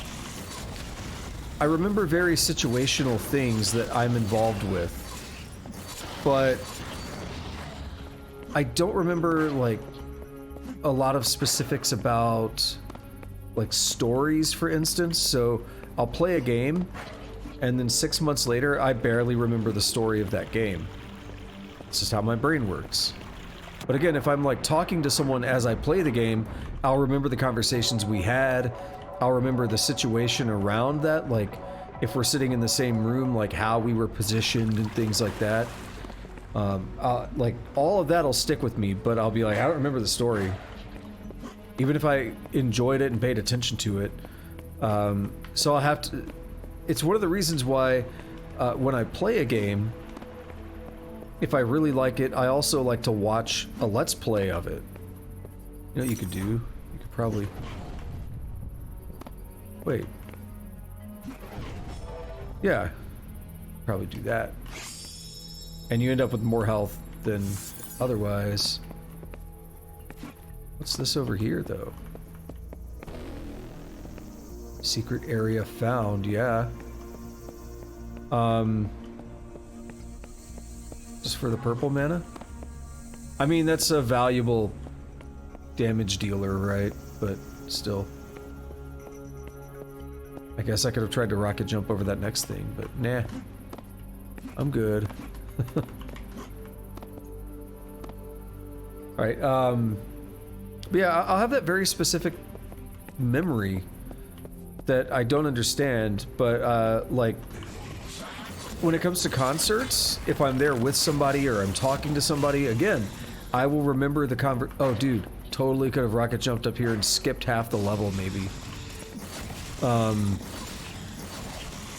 But I'll remember, like, maybe what we talked about at the show, like, other things like that. But then, when it comes to, like, the bands and stuff, I'll have a hard time remembering the lineup. I definitely won't really remember the actual performances or anything, with some exception, but, I mean, for the most part, that's just how it is for me. It's been like that for a very long time. It's weird because I know, like, I do remember some because I would tell the story over and over, and I remember telling the story, but I don't remember the actual show, right? So it's like, oh, I went to this show and saw these bands, and I would tell someone that, and then you tell them again and again and again and again, and it, like, solidifies in my brain that I did this thing, but I don't actually have memory of doing the thing. So one of the ones was this tour, I think it was called, like, Monsters of Metal or Masters of Metal or something. And I think Testament was the opener, and then I think it was Motorhead? I'm missing one band. Oh, yeah, no, it was Testament, Motorhead, and then Heaven and Hell, which was Black Sabbath with Dio. and then Judas Priest. And one of the, like, I have no memory of most of the show at all, like, or really any of the show. But one thing I know is that Judas Priest played one of my favorite songs, Angel. And, you know, this was like 2009 or something, so I had a crappy flip phone. But I actually recorded some of the song on it. And, like, for years, I had that video still. I've lost it since then. I might still have that phone, but I don't know if it would work. If I'd be able to get the video off of it or anything. But it was terrible quality, right? I mean, it was a flip phone in 2009. It was terrible quality. But I had that recorded, and that was like the only way I could even remember the song. Even though it's one of my favorite songs by them, and the fact they played it, I was really happy. Long ago the apostle lived here. He studied the heavens and was worried. He left this place for the haven. Okay, good for him.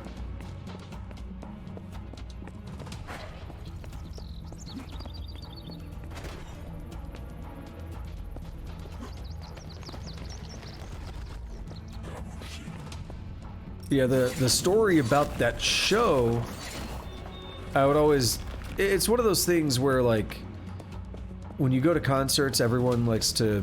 I don't know if brag is the word, but people like to talk about, oh yeah, I saw this band, or I saw that band, and they were with so-and-so, and, like, it's just what people do when you know, when you do a lot of music-related stuff. That's just how it is. I guess it's a bit like bragging, like showing off your it's like a badge of honor, right? And there's some bonding too, because it's like, oh yeah, I saw Opeth with Enslaved opening up, and that was a great show. And here's the thing, I know it was a great show, but I basically don't remember any of it. So it's weird, like I'll have those conversations with people, but hell if I can actually... I'm just saying it was a great show because I remember the idea that it was a great show more than the memory of the show itself. It's bizarre. I don't like it because it does suck, because music has been such a big part of my life, and it's strange and unfortunate and probably other things that something that is such a big part of my life can kind of be not wasted, but that I can lose access to those memories and everything. You know, I got a friend on Facebook. Well, I mean, I know him in real life, but haven't seen him in a long time. But he goes to a lot of shows. He's like I used to be. He's kept track. He's gone to like 50 or so this year so far. Does do anything? No. He's gone to like 50 or so shows this year, and he after the show he'll be like, you know, so and so, it was great. That's another one for the memory banks or whatever. It's like, dude, he's not saying that, like, I don't think he even knows like my deal, but it's like the way he just happens to say it, it's like, dude, cannot relate, do not understand.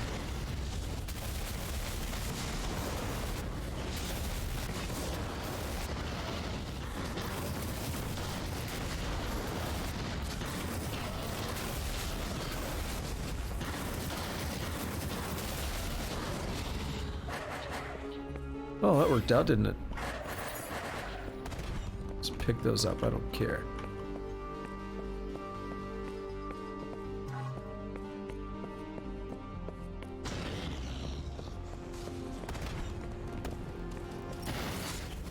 Are those timed?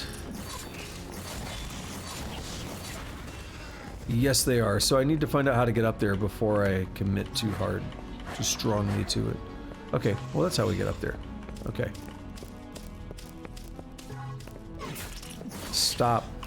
Stop! So what I need to do is hit the furthest one first.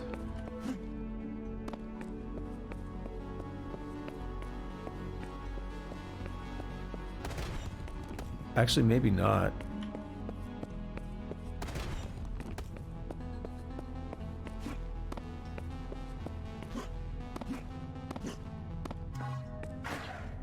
We made it. Just in time, I heard it moving.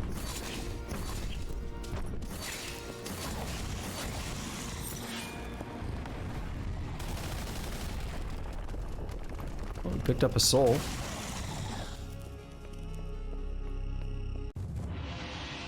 Cool. Apostle Shrines. This is level 2 of this world. Dude, are you serious? Part-time 8:30. It took me 26:22. Yeah, there's not going to be any crackdown at this point.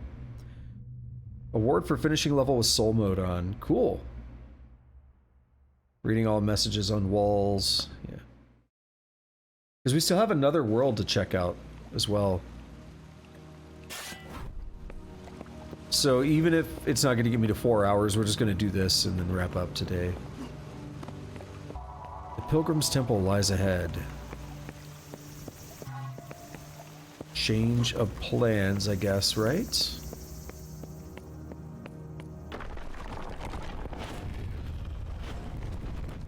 Oh, I remember this. Hey, Bish. Stop that.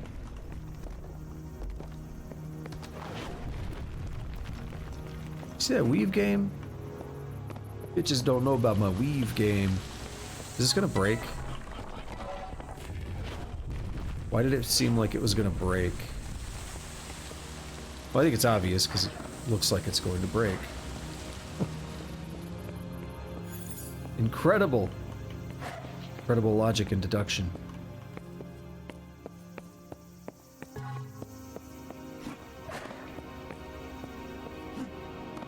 Notice how much better this world is than the Forge, though. The Forge was like, every enemy you see, you know, they have lasers and that stupid spike thing that just shreds your health away.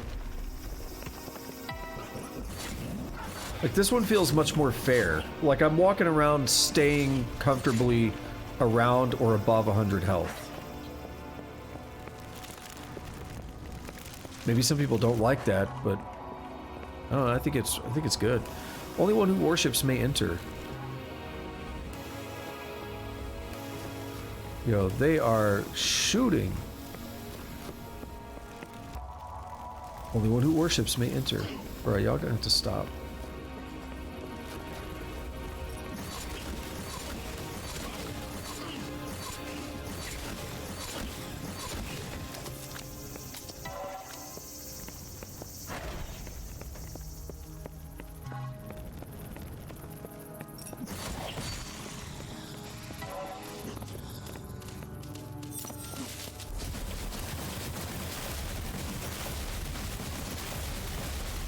That didn't work out, did it?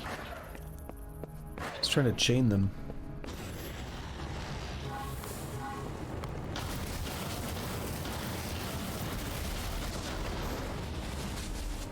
Like that.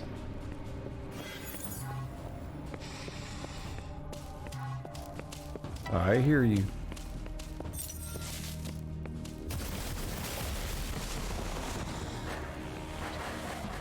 Alright, sure, I needed all those souls. Not really a good way to get around them. Another full heal. Damn it.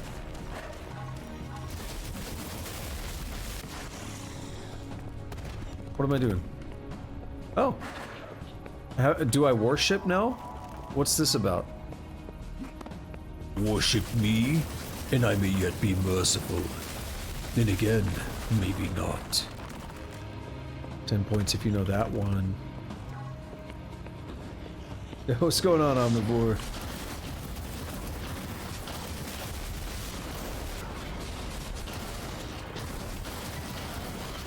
No!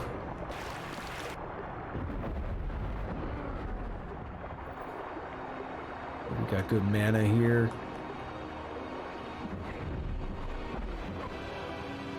Any excuse to use my favorite weapon.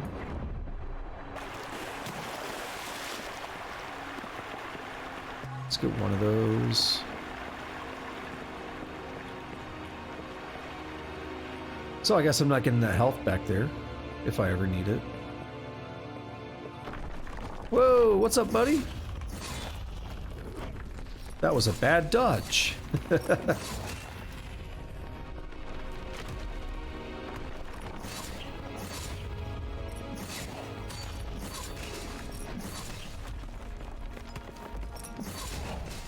Yo, he went flying. The Pilgrim's Story, a tale foreshadowing the dark times.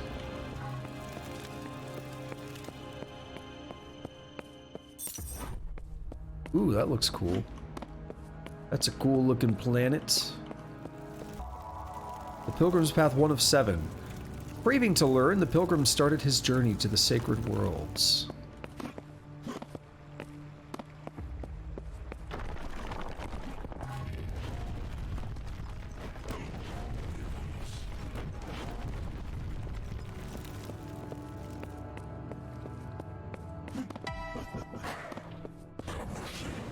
Oh, get bruh. Get away. Yo, I straight up remember this.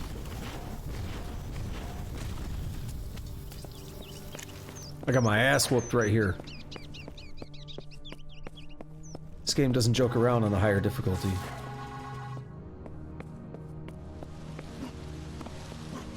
I don't know how I ever beat the Forge on that difficulty, because I had a hard enough time on this difficulty.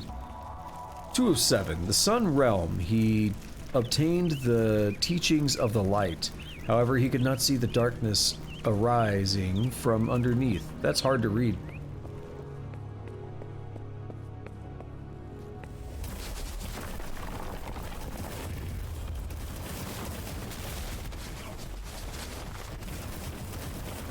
Alright.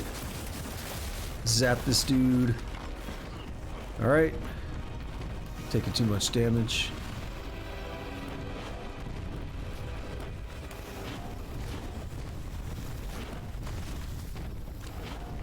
Oh, you want me to use soul? Alright, I will.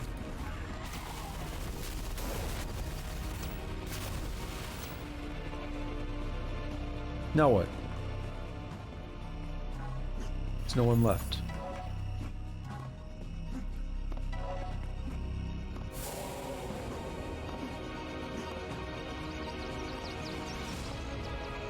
Okay, let's grab more souls. That's another thing I actually like about this area is the dudes all drop medium souls. So you got a lot of chances to use your soul power thing. Like I already have it back, and here's a big beefy one ready for me.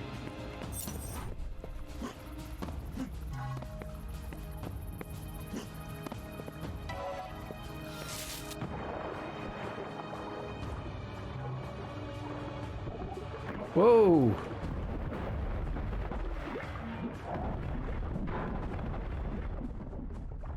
Ah, we got buttons. Ooh, what does this button do?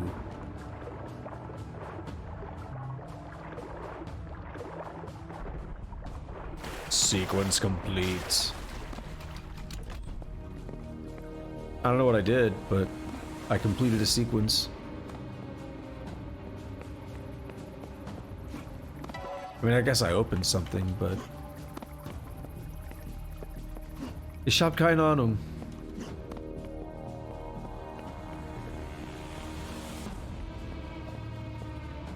I have no... Oh, is it this? No, wait. What made the sound? Also, are these readable? No.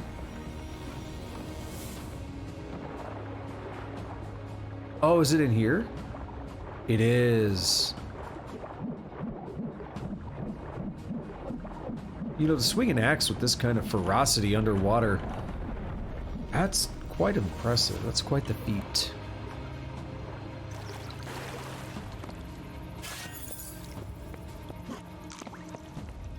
Not really a foot person though, if I'm being honest.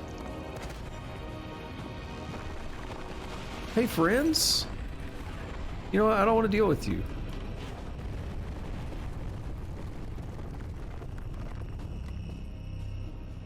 I didn't deal with them.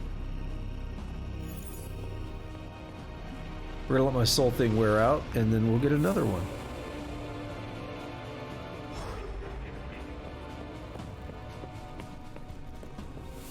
Because why not?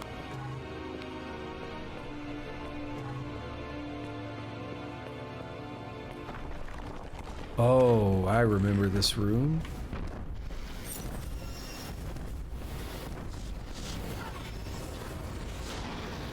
BFG up in here.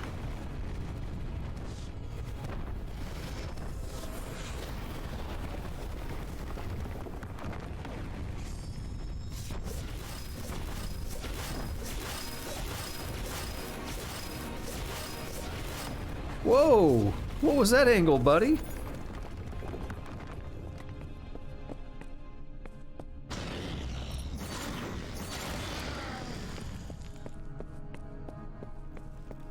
That was a weird angle. It wasn't just any angle, it was the Kurt angle.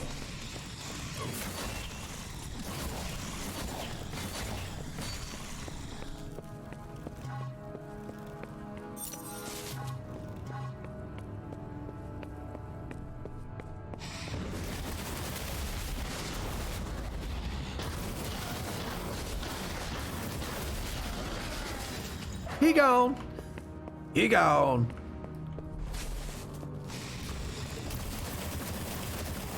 Okay, you know, this guy could also be gone. That would make my day. Dude, stop blocking. Oh my god.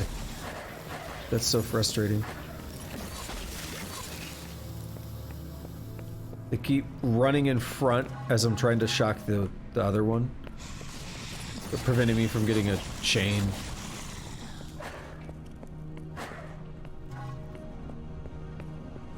Right back at the entrance. That's good.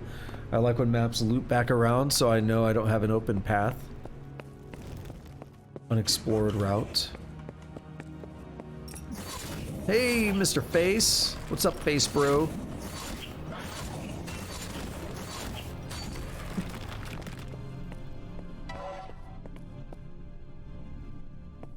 I don't know if I want to go down there or not.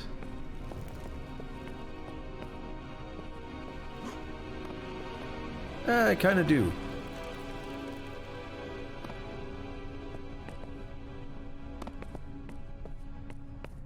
Just see what it has. Oh, okay. I think I could have done this already.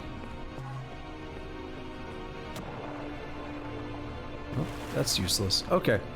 Let's climb back up.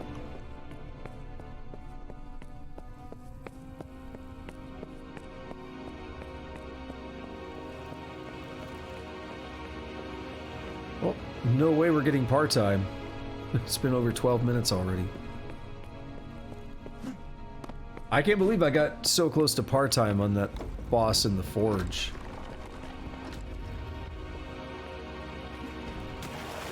What is this one?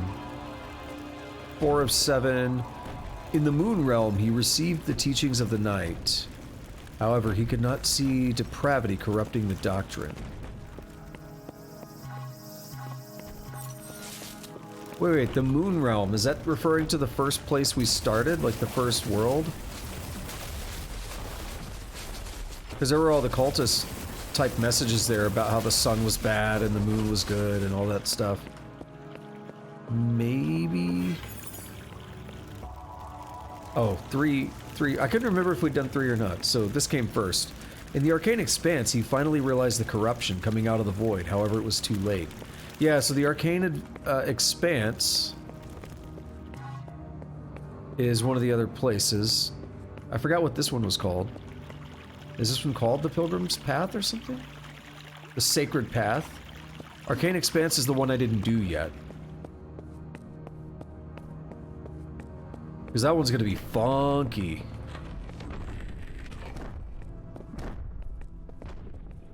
Give me that purple mana. Give me that purple mana. We could use some BFGs on the boss. Dude, can you stop making that noise?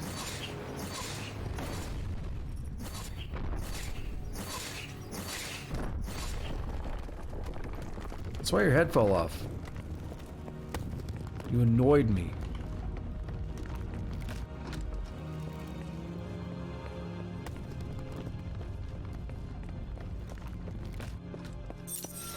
Got a lot of blue mana here, so let's use it.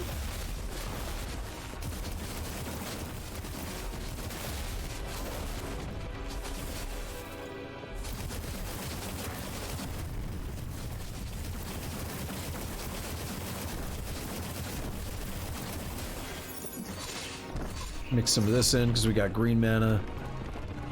Let's go.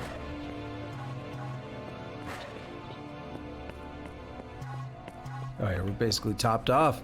I like it. Okay, number 5. His spirit twisted by the void, and the pilgrim a mere dust of dreams. His evil knowledge sustained, the fallen pilgrim's soul will never find peace.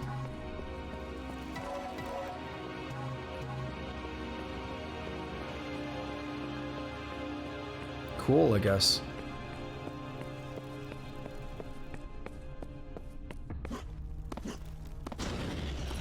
Hello. Ow.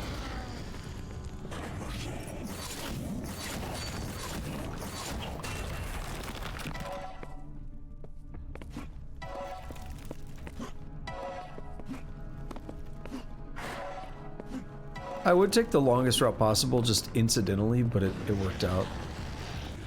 Because I wanted to loot everything.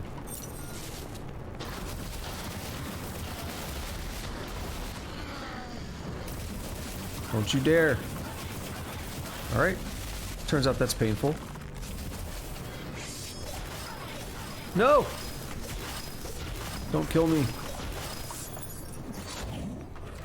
It's really hard to switch weapons in time when you're being bomb rushed like that.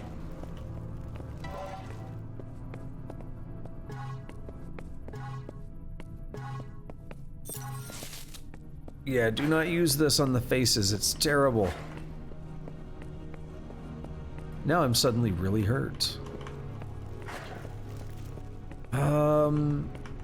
I think there's health to go back for. There's health down here.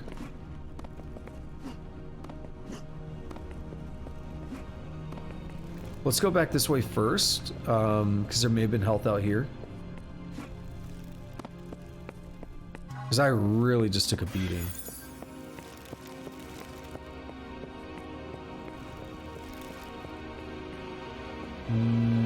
No, yes, okay.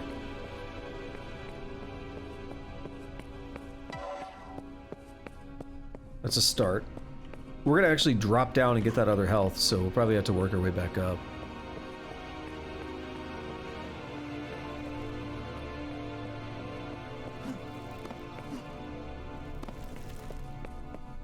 How do I get it? Well, first we drop here. Oh no, we're good. Okay. I guess this opens the gate.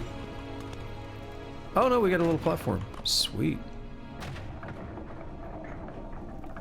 There's like no reason not to do that then. Now we're suddenly back at almost full health.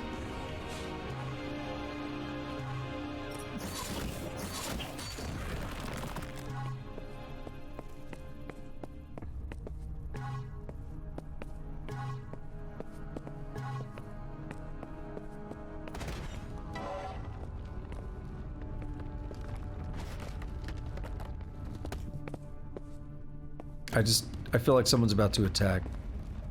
Ambush me. They can try.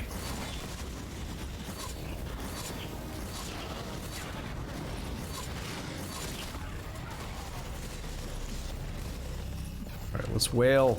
Let's wail on them.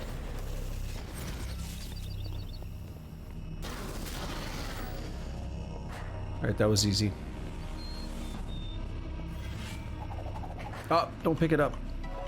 Actually, no, there's a full soul over there.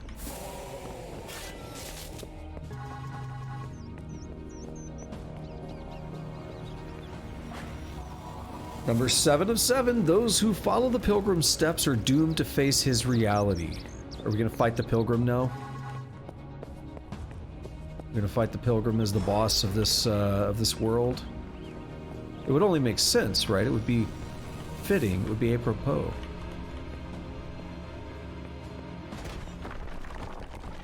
Hey guys. Oh, I totally remember, like, when I played this before, I had to, like, I don't know, cheese them is the word, but basically just, like, hit that button and get out of there because they were killing me. Like, I do remember that being more difficult.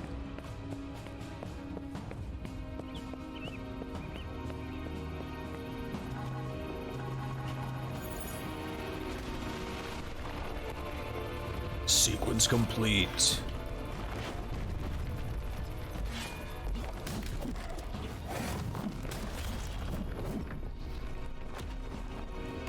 What did it do? Open the way out. No?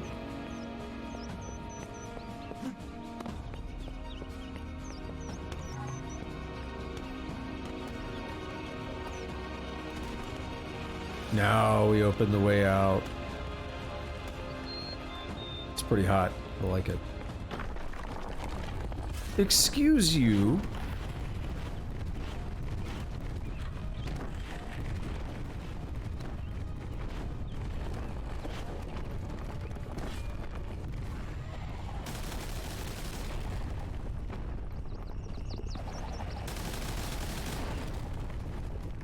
There we go. Slightly injured. I'm gonna go grab these souls once the thing wears off. Couple decent souls here. And we already got another one ready to go. Oh yeah, we're actually back up to full health as well. Hey. I said hey.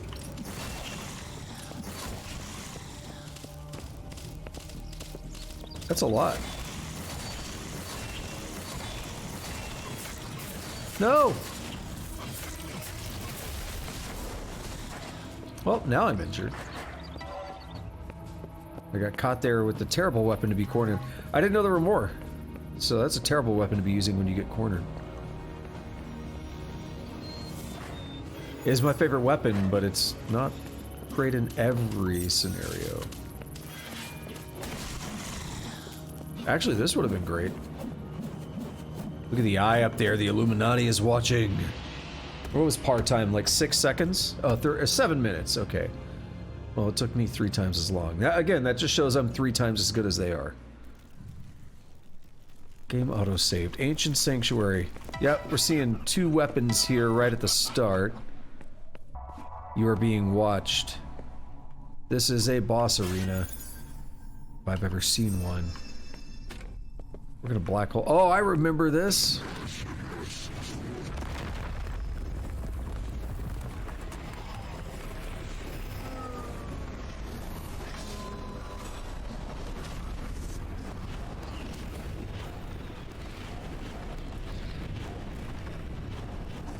Ow.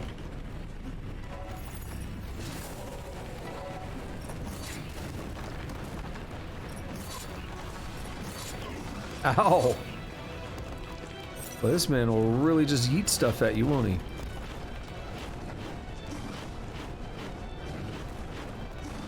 Pearl planets, go!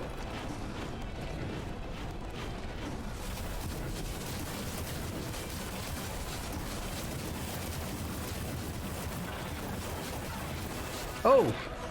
Don't do that. That hurts.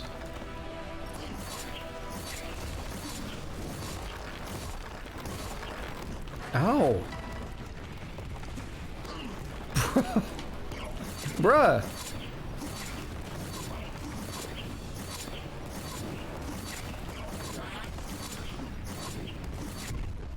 Okay, I'm just not getting out of the corner, am I?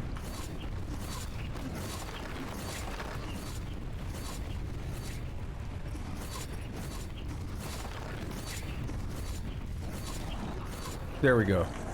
That was actually toughest boss so far.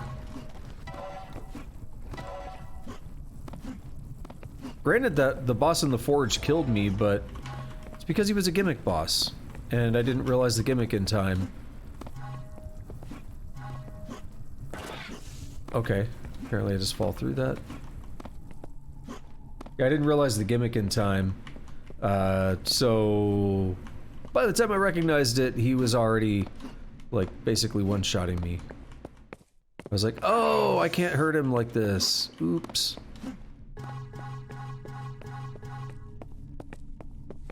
Yeah, this weapon is just ridiculously good, Omnivore. It's so good.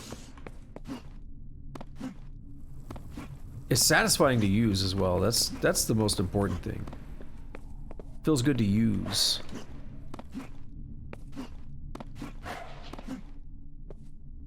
Oh, we had a celestial claw there. No real reason for me to explore and grab items, but it's fun. Quite enjoy watching it. That's good.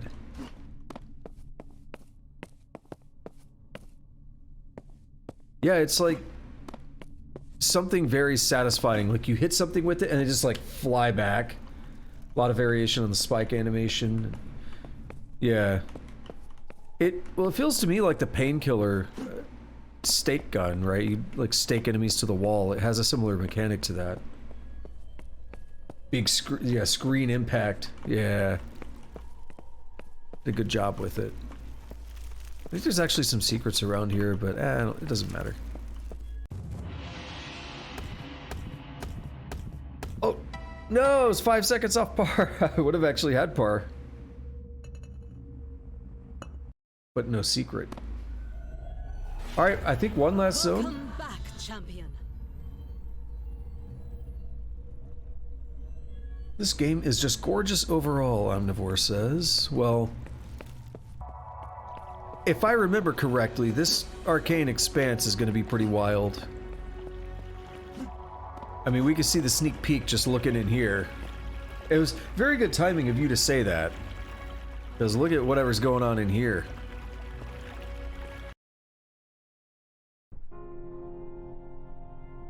Arkland Verge.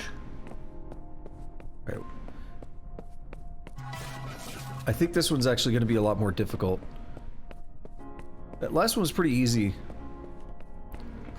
But I don't mind that.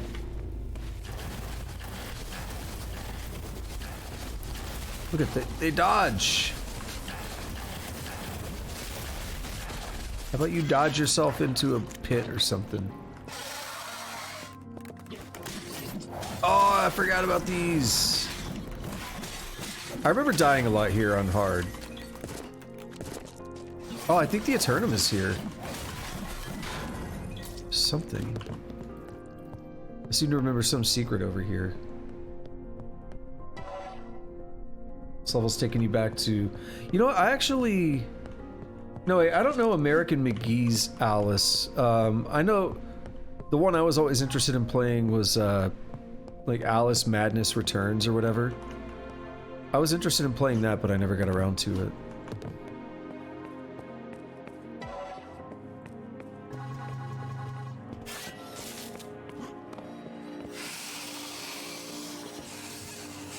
Let them come out here and then...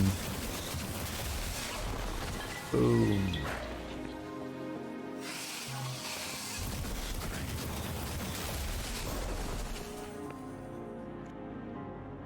So Madness Returns is the sequel to... Okay. I thought they were maybe related, but I thought the first game actually had Madness in its name as well.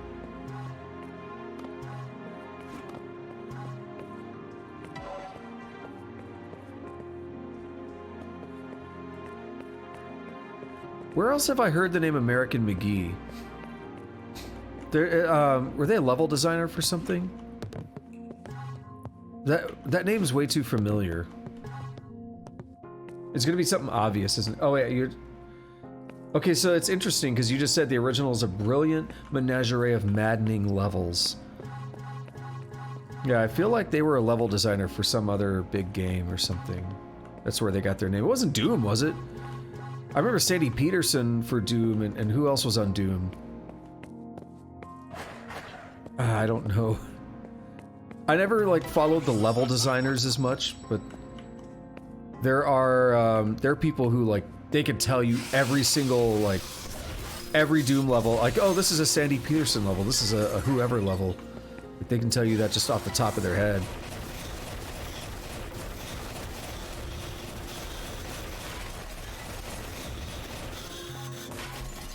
best known as a designer of American Meets Alice.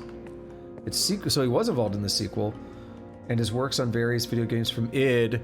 Maybe Doom. Maybe actually he is involved with Doom, because that would line up.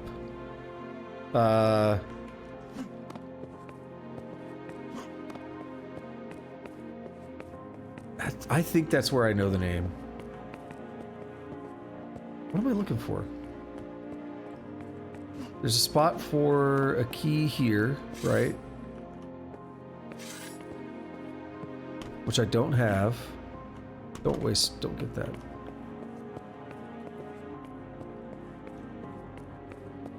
Oh, I didn't go out here. Oh no, that's the entrance. I went the wrong way.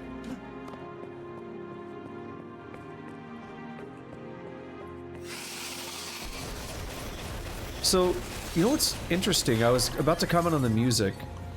There's actually something interesting I forgot. I don't think I mentioned it the other day when I was talking about Doom 2016 and the soundtrack and stuff. The guy who did this soundtrack, I can't remember, it's Andrew something. He's done a handful of, like, you know, if you want to call this a boomer shooter or whatever, like kind of old school style shooters. He's done a handful of those soundtracks. He actually did, I didn't realize it was him at first, but he actually did a cover of the Doom soundtrack, like Doom, not Doom 2016, Doom. And to me, that's what I wanted out of Doom 2016. It's like an amazing job that he did with it. And like I just kind of go listen to that occasionally, and like, yeah, this is good stuff. And I was like, oh, he did a Medieval and like all these other games. That's cool. It turns out he actually did. I didn't realize it, but there's an expansion for Doom Eternal, and I guess they tapped him for the soundtrack for that. But I checked it out, and it's very much like the I forgot his name. It's very much like the dubstep, industrial, gent mashup of Doom 2016 and Doom Eternal, though. So he didn't do it in like the classic style. But just, you know, worth mentioning, guy who did the soundtrack in this game has been around quite a bit. Also, those guys are like Dark Bishops from Hexen.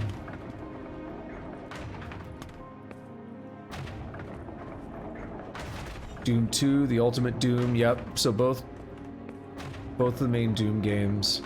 Quake 2, American Meets Alice, Bad Day LA, Alice Madness Return. Okay. And then, hold on, what'd you say again? I have to scroll up, or I'll look at my phone.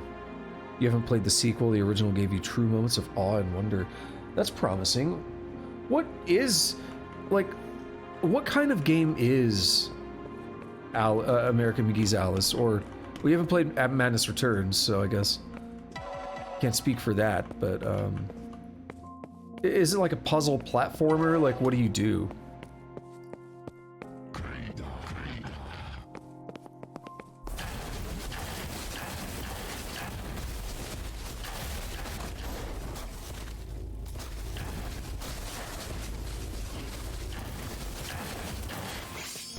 Because I've seen footage and stuff.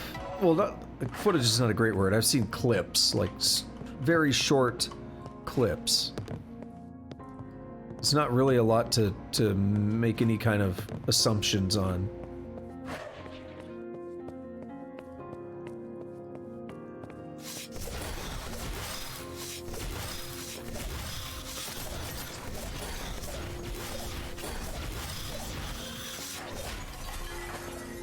Mostly has some decent action elements, almost shooter moments.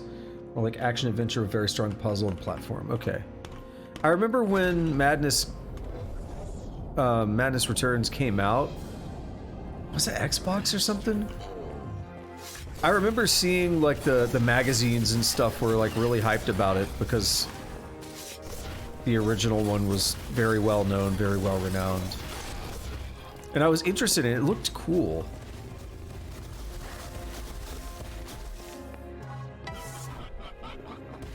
But it's just one of many things that I never got around to. Artistic style and storytelling, scene setting, and level design. So damn amazing. The rest could have been trash, but actually that's... But you're saying, but it is decent, yeah, but that's... There's stuff like that that I really appreciate when something is so strong on one thing that you don't care about anything else. And it's not like... It's not in a bad way, right? It's just like, wow, they did this so well, like, yeah, everything else could be terrible and I would still enjoy this. And that's where, like, a lot of games can get by on story alone, where if they have a good enough story, you know, poor game design in some ways, you can let it go if the story is captivating enough or good enough. I don't want to be on that and fall. Yo, these guys are moving! Stop it, I'm wasting all my mana.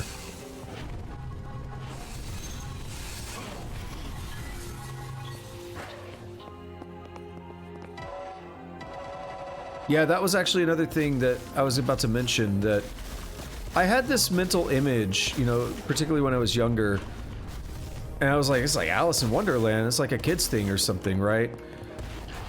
And so when I saw Madness Returns, I was like, oh wait, this is definitely something different. It's not, you know, the connotation I had in my mind was not what I was seeing with like the images and little clips that I saw of that game. And that's part of what it made me interested in it. Because back then, the only thing I'd ever heard of with Alice in Wonderland was like, you know, kid-friendly stuff. It was like, no, it can definitely get a little more crazy than that. You just gotta, you know what to look for.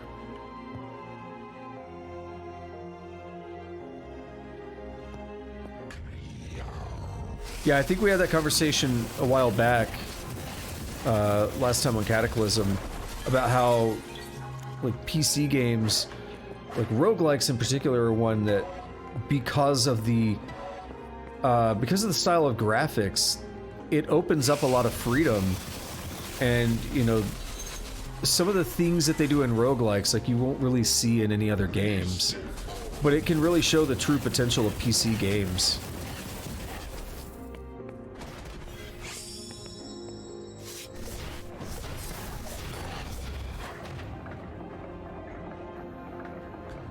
Yeah, the original Lewis Carroll text is definitely... That's what I was saying, you gotta know where to look. Like, if you watch the Disney, it's like, whatever, right? But even, like, just Lewis Carroll, it's like, okay, this is a bit more strange. There's a bit more going on here.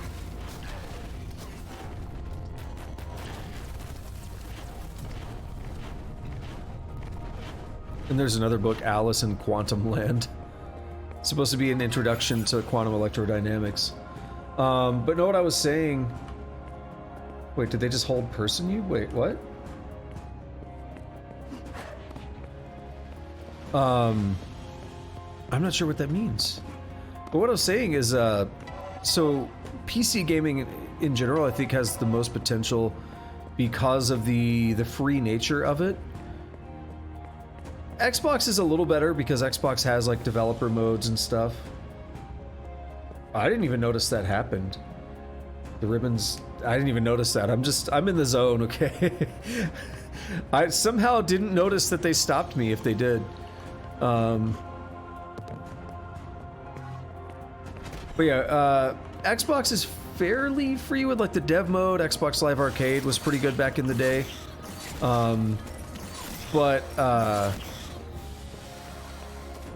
Like PC gaming is like super open, you know, people can kind of make whatever you want. You can just go to GitHub and like, it's like, you know, we don't have like an installer or whatever, but if you compile it, you can play, you know, you can play your game. It could be a bit of a barrier to entry, but that's also part of what opens up like the possibilities in PC gaming. Is you could find some true gems where people really pour their heart and soul, as it were, into those games. And you can see some incredible stuff. Like, so Cataclysm, you don't have to go straight up compile it or anything yourself, but it's a great example of that, right? Where the game is so incredibly detailed. And, like, when are you going to see anything like that on console, right? It's not to say anything bad. It's like, unless they're gonna, you know, unless people are gonna start hooking up their keyboard and mouse to consoles just to play games, which they technically support them these days, but like, it's not really something people want to do if they're playing on console. So you're not really gonna see those kind of games with that kind of potential showing up. And the other thing that you have going is the graphics. Like, because it's very simple in terms of graphics and there's basically nothing in the way of animations, they can get away with these complex scenarios that you would never be able to do without some advanced procedural animations and really complex systems at play, right? But because it's just text-based or using tile sets, we can then let our brain fill in the rest and get these very rich and complex and dynamic scenarios. And again, that to me is like some of the real potential that we're seeing realized in what games can be. But I mentioned the other day, Elder Scrolls 3 for me was a big eye-opener. I grew up, you know, in the 90s I discovered like Final Fantasy. Okay, we'll see if this guy tries to stop me or something. If he does, okay, well he's dead. I was playing like Final Fantasy in the 90s, and I guess Pokemon or whatever, but the idea of being able to walk into a house and just attack somebody, that was mind-blowing to me. You can't do that in a traditional RPG, right? You can't do, well, what is traditional? You can't do that in a JRPG, typically. The idea that like every item in the world was like an item for the most part. I mean, I guess there's some like baked in lights, like candles and stuff you can't pick up, but a lot of them you actually can pick up. A fork on the table is like an item you can pick up. Like, that to me was mind-blowing. And that was Elder Scrolls 3, you know, 20 years ago.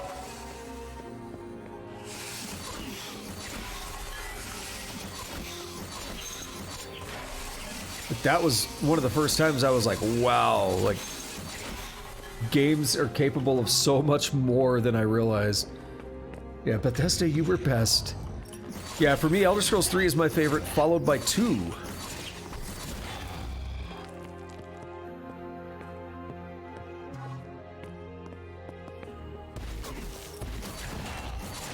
I love 3, then 2, then 4, then I'd probably say 5 by a small margin, and then Arena in last place. But I would love to give Arena a better go. I've never actually beaten Arena. But it's like, Daggerfall Unity makes Daggerfall really accessible these days. Like, it's so well done. The mod support is there. Like, it is a great way to play Daggerfall. There is a project for Arena in the works. It's something similar, but it's being done in, I think, a custom engine in C++. And last time I looked at it, probably about 7 months ago or so, it is not ready for like a playthrough. It was still not even like feature complete to get through the starting dungeon.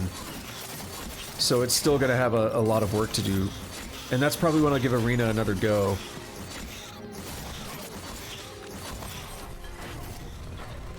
How many are there? Why?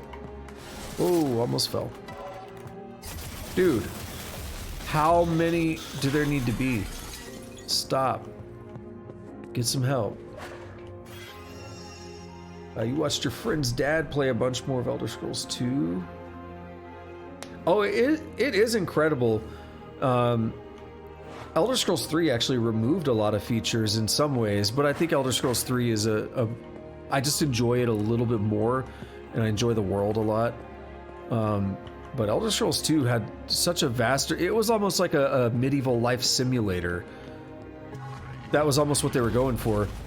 And like Julian LeFay, like the godfather of Elder Scrolls, they wanted to keep going down that procedural path and get even more advanced. And then Todd Howard took over with Elder Scrolls 3, and they said, no, we're not doing procedural. We're gonna like dial it in and make more like custom, what's the word?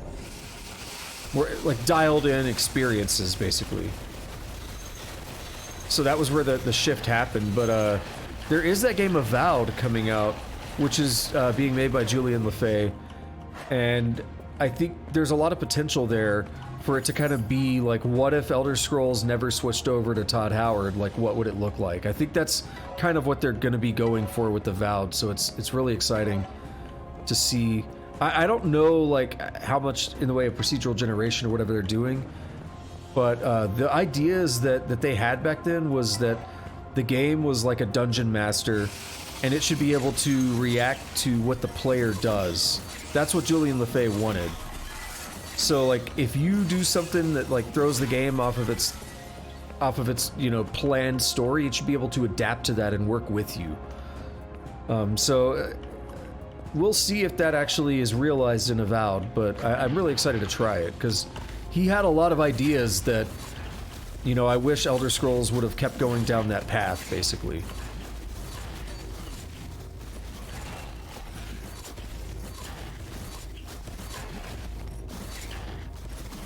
There's actually a really good interview with him, with Julian LeFay a couple of years ago.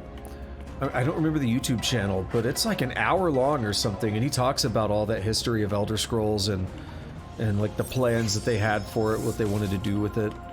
Very interesting.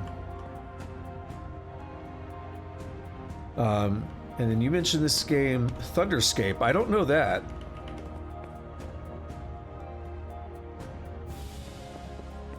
I never did Baldur's Gate and stuff. Yeah, so actually that's the thing.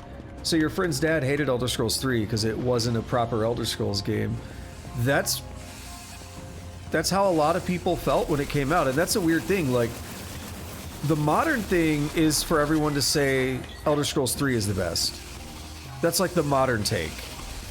Because there are a lot of people like me that, you know, we're growing up, that was the first one we were exposed to. And so there's a lot of people that's like, this is the best one. And then when Elder Scrolls 4 comes out, they're like, that's not as good as 3. 5 comes out, they're like, nah, it's not as good as 3. Well, a lot of people were already like that with Elder Scrolls 2, right? Because you lose all the procedural generation going into Morrowind. You lose a lot of features like house ownership and like the horses and carts and everything to like haul your loot around it. Like, they liked that more of a simulator feel to it. Like in Elder Scrolls 2, you've got like language skills, right? Which are, you know, they don't do all that much in reality, but it's a cool concept. You know, so you've got like language skills and you've got, you know, climbing. So you can like climb walls and stuff as a way to like kind of break into places or, you know, sneak around or whatever. So there's like all these cool things you could do that were removed from Elder Scrolls 3. So there's a lot of people that when they get to Elder Scrolls 3, they're like, what is this? Why this isn't proper? This isn't an Elder Scrolls game. But then it's funny because like everyone else started doing that from 3 to 4, right? It's like 4 removed even more from the game.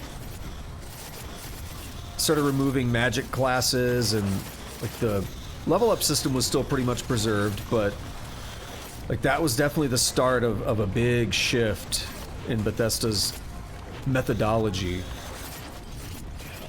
Ow. Well, I'm glad I just saved. You know what? Let's use something a little bit beefier.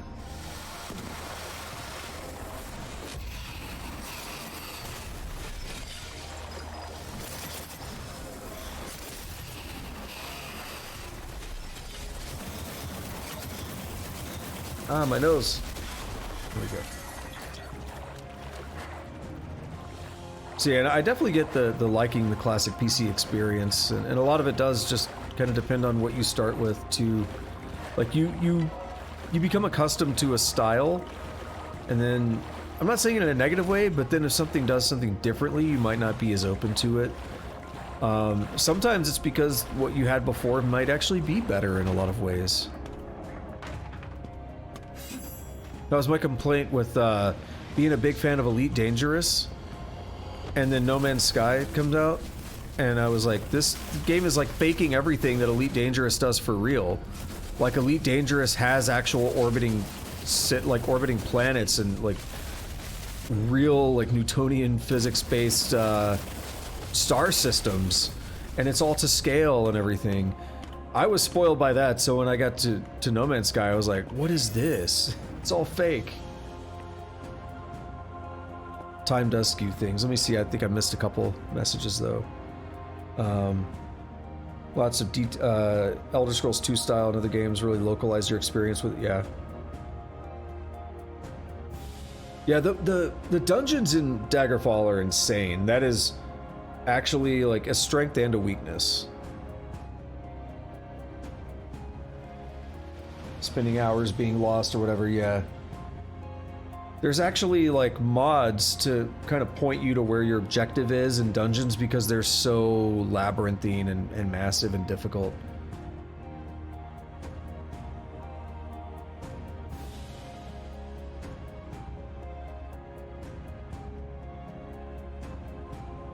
Yeah, I missed out on Elder Scrolls somehow. I played a lot of PC gaming in the 90s, but, you know, because like, I started with Sega Genesis, and then just a couple of years later, I'm on PC.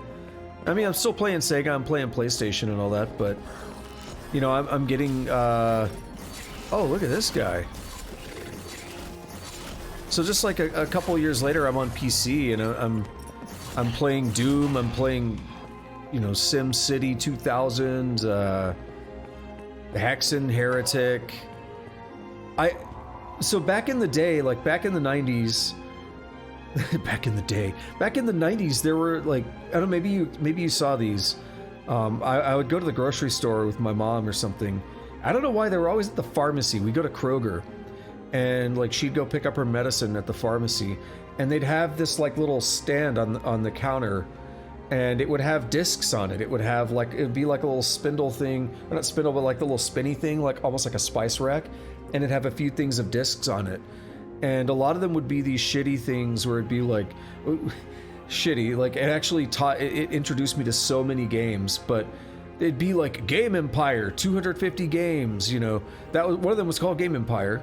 I think I still have that disc somewhere. We had another one called Galaxy of Games, and it would promise like hundreds of games or whatever. What it really was a disc where they just put a bunch of like freeware and shareware games on it. A lot of shareware.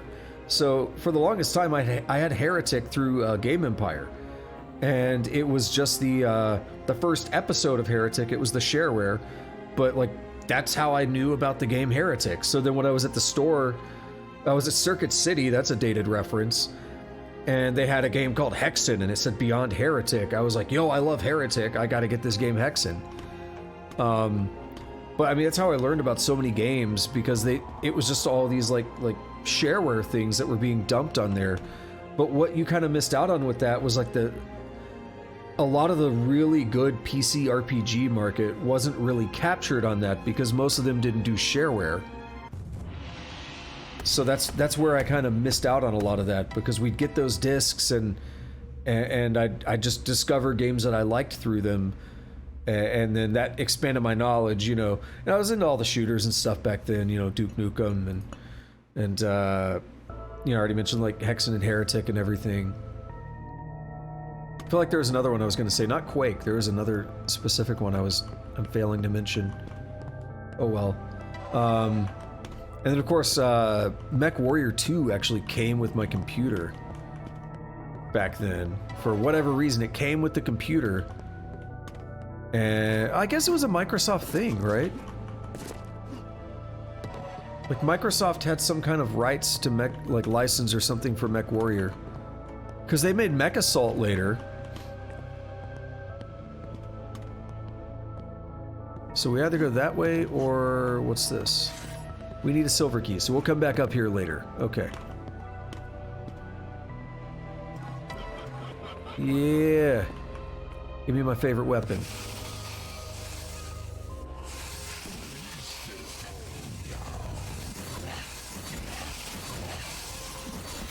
Ooh. That was a good hit. That was a really good hit.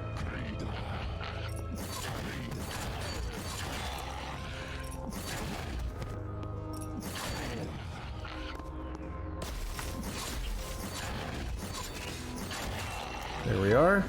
What time do we have? Oh yeah, we're almost 3 hours into this stream. Yeah, there's no crackdown today. I severely underestimated how long this would take to beat. That's okay, I'm not complaining. I don't want it to sound like I'm complaining, it's just... for some reason I thought I was much closer to the end, and I didn't remember how lengthy some of these later sections were going to be. Get hit. Get hit, son! Alright, where do I want to go? There's a couple... Oh no, there's no route here. There's no route here! This is not the route you're looking for.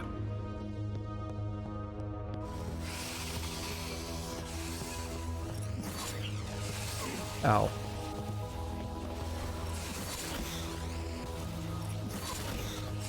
Yo, that man went flying through there.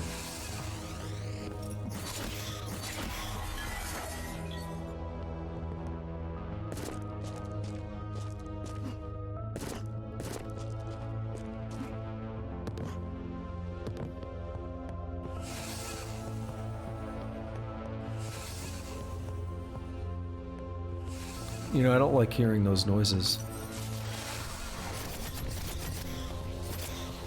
Oh, they fell. They just went slinging themselves off the edge. I feel like I almost did too. Oh my god. It's harder than it looks.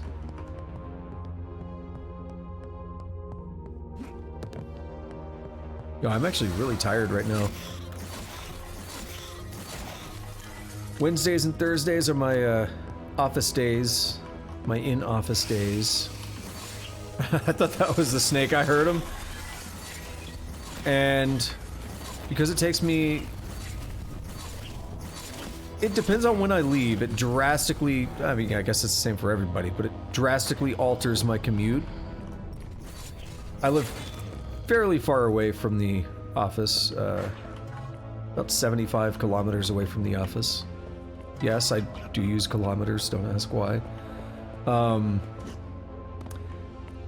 In the morning, I'll leave pretty early, and it's about a 40-minute drive. In the afternoon, like, I'm lucky if it's only 50 minutes. It's often a decent bit longer than that.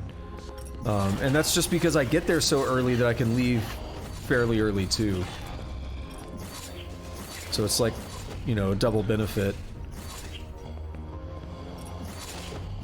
Like, if I were to wait even an extra 20 minutes from when I leave the office in the afternoon, it adds like 30 minutes to my drive. It's ridiculous.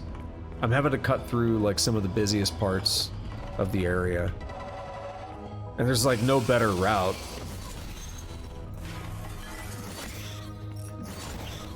And I'm taking the express lanes and toll roads. So the point is, I get up hella early on Wednesdays and Thursdays. I was up at like 5:15 this morning. And I was like, I just basically brush my teeth, have a quick shower, and then I'm out the door.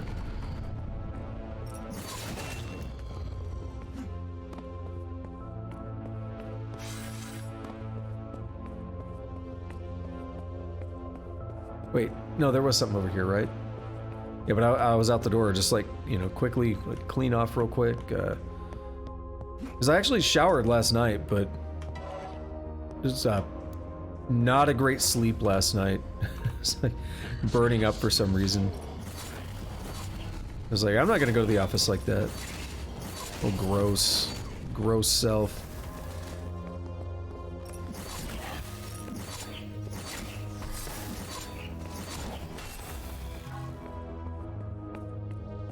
Yeah, I was like on the road before. It was probably like 5:45.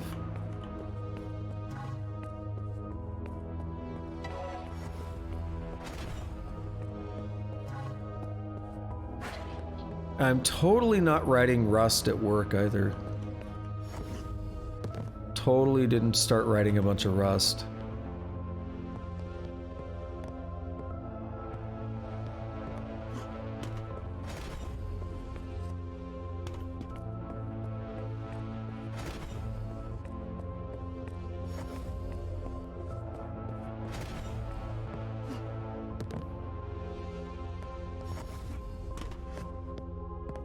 What do I do?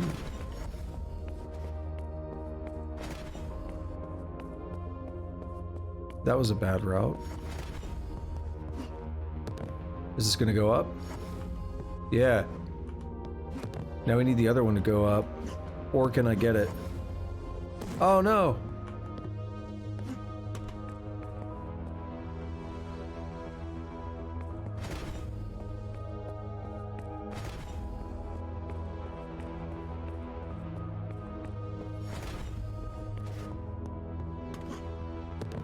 Alright, so I wait.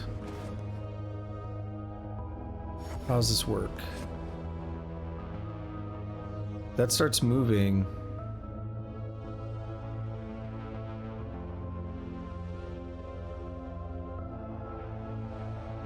This one's gonna go down, isn't it? No.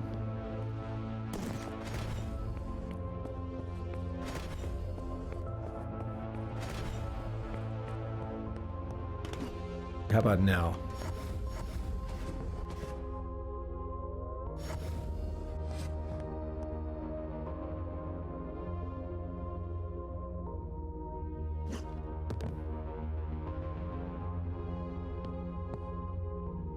So what about this way first?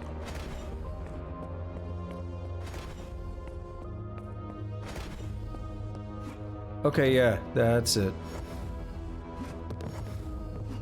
Okay, yeah, screw that one. You don't need it. Oh, boy. It came to play.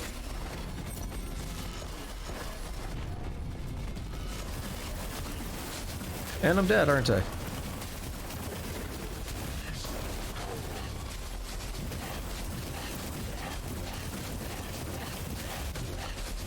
No, not quite. Almost. Almost might as well have been dead. Alright, where's this take us? Health? Yeah. Give me that health. Oh no, I hear that.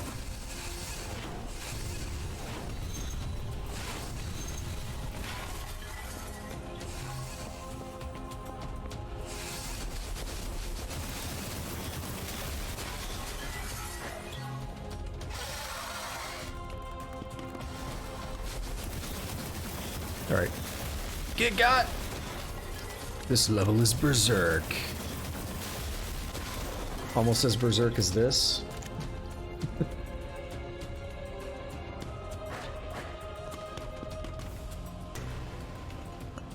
Yeah, these levels have gotten... I don't know if you were here earlier for the Forge. The Forge is... That was brutal. That was the worst.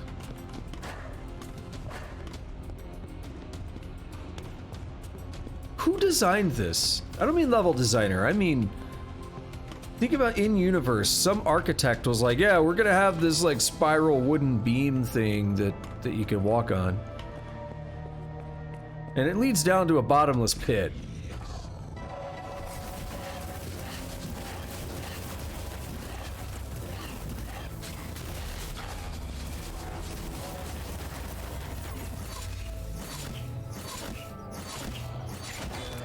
Nice, pin him to the wall.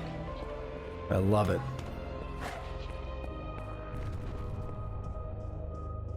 Is this the key I needed for the top?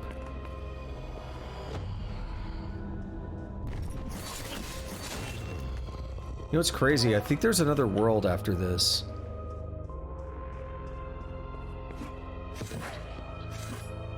I need the silver key. No, I don't. Who told you that? They lied.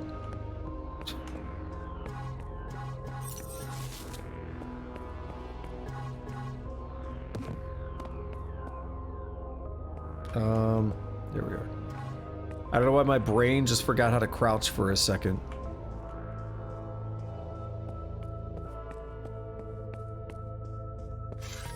Another oh, is that where we come out of with the silver key?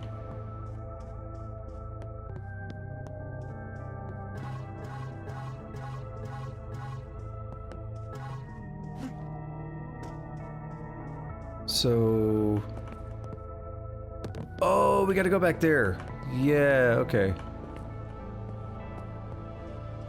So I go here and it'll lead me there. Because there was the door in that other section.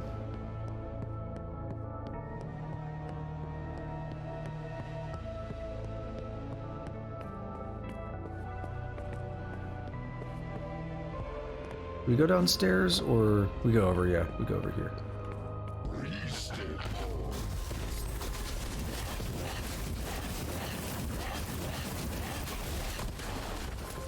There we go. Worth it. Took a little bit of damage, but it probably worked out better. Look at that. We got... Yeah, look at this. This is so cool. This is so sick. We have dudes swimming above us.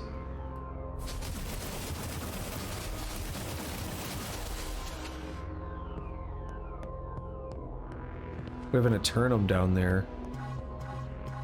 I'm assuming I can just jump on it.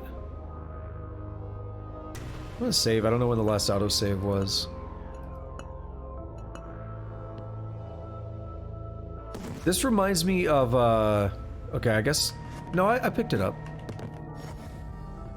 This reminds me of Final Fantasy 15. There's a section in that game where there's something a little bit like this.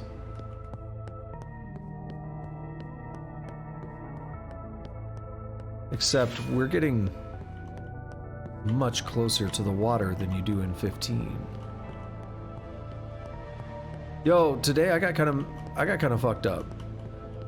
I saw an article about like veteran Final Fantasy 14 player discovers something, and it was like they discovered you could rent chocobo mounts or something. But what tripped me out about it was that it was like it had been in the game since 2010 or 2011. I think 2011. And I was like, 2011? That game didn't come out in 2011? What? I thought, dude, I thought Final Fantasy 14 came out in like 2015, and then it bombed, and then they re-released it in like 2016. Yeah, that shit came out in 2010. What kind of like Mandela effect, missing time alien abduction bullshit is that? I could swear this shit came... I could swear it came out in like 2015. What happened to those 5 years?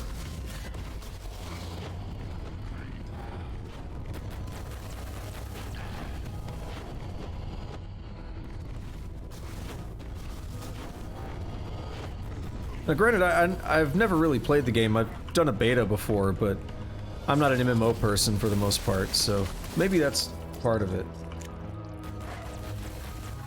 Maybe if I'd been playing it, it would be more solidified. Alright, can I not die?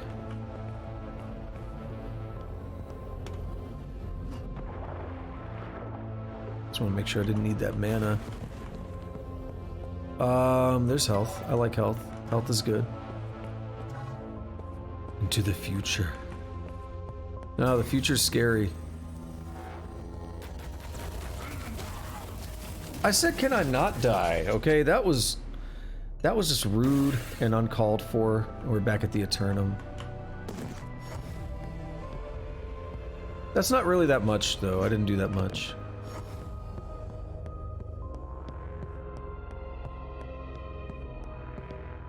I'm scared of the future. I don't want to go to the future.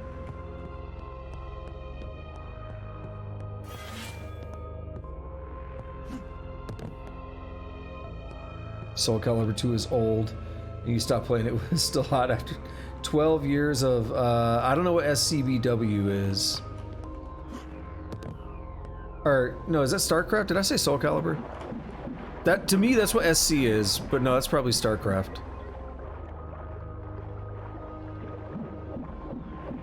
I'm not even like a fighting game person, that's just what SC... I don't really do abbreviations. I don't do acronyms very well.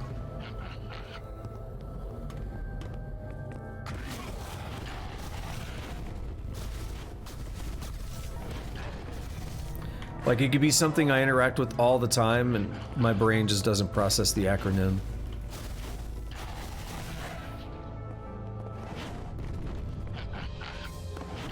That was a good jump, I'll give you that.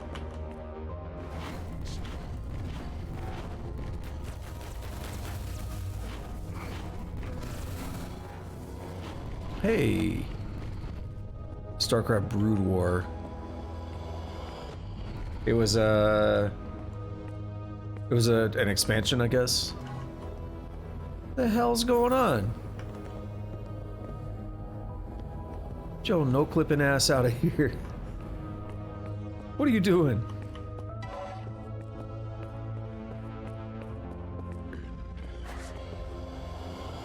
No, you ain't gotta be, like, making those weird voices and stuff in my ears like that. If I wanted someone to do that, I'd pay extra.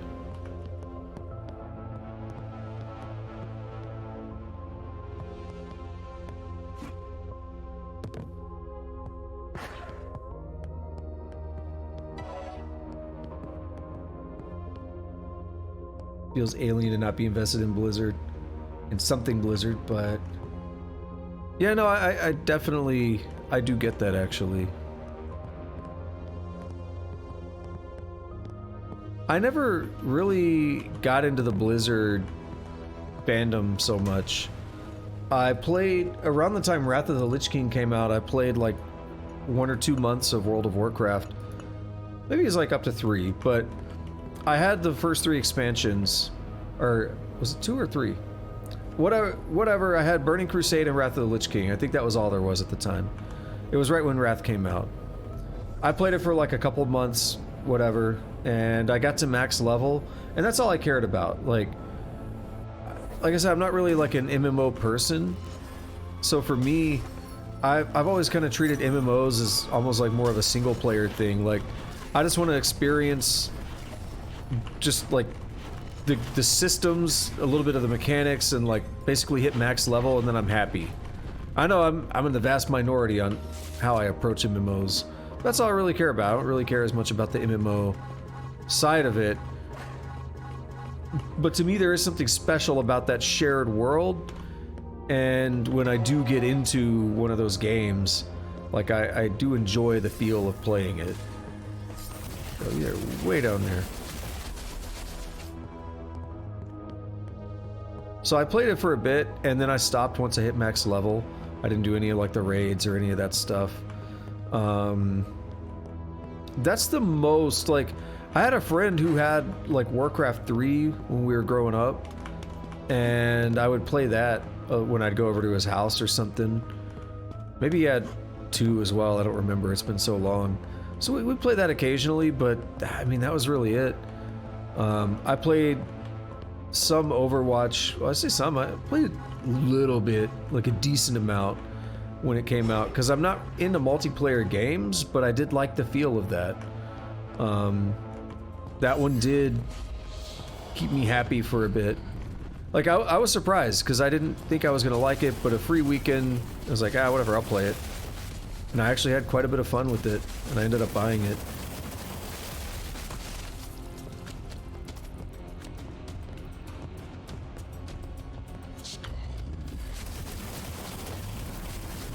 You had the same kind of approach with World of Warcraft, or something else, or just in general with like MMOs, or...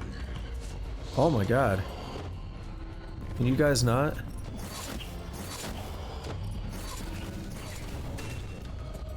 Overkill.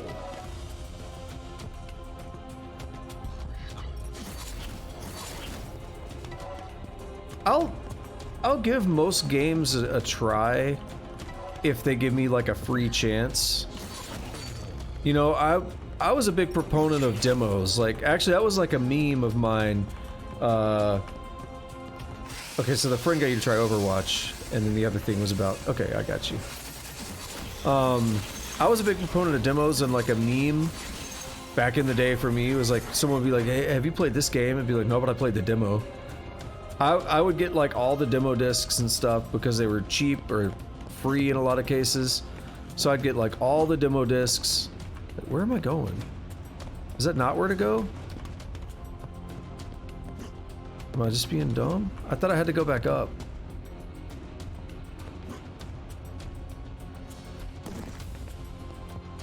Apparently not. We go down? Maybe. Alright, someone is spitting and that's just gross. No, that's where the key was at, right? So anyway, hell, I remember back in the 90s when Pizza Hut had a deal with, I guess with Konami, where for whatever reason you get pizza, you get a Metal Gear Solid demo disc, and I wanted that so bad. We didn't really eat a lot of pizza when I was a kid, but I was like begging to get pizza. Eventually, you know, my parents gave in, and I got that demo disc. And dude, I swear I wore that Metal Gear Solid demo disc out. I played that demo so many times, but it was like years later. It was, okay, so here's the deal. I never actually beat Metal Gear Solid back then. What happened was, my friend had a PlayStation 2, and he ended up renting Metal Gear Solid 2 one time when I went over to his house. And we played that, and I was like, oh, that's Colonel, I know that guy, and I know this, and I know that character. But I had never actually beaten the original game, but I still, like, knew all these characters and stuff because I'd played that demo so many times. Yeah, it was a weird partnership. But like, since then I've beaten that game many times. I've beaten all of the Metal Gear Solids, except 3. I've only beaten it like once.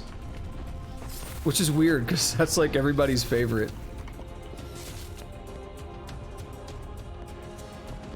Yo, because Pizza Hut used to be a lot more legit. Like, I'm not saying they're bad now. I mean, whatever you think about them is like fine, but they used to be like more legit, if you know what I mean. Ah, this is how we get back up.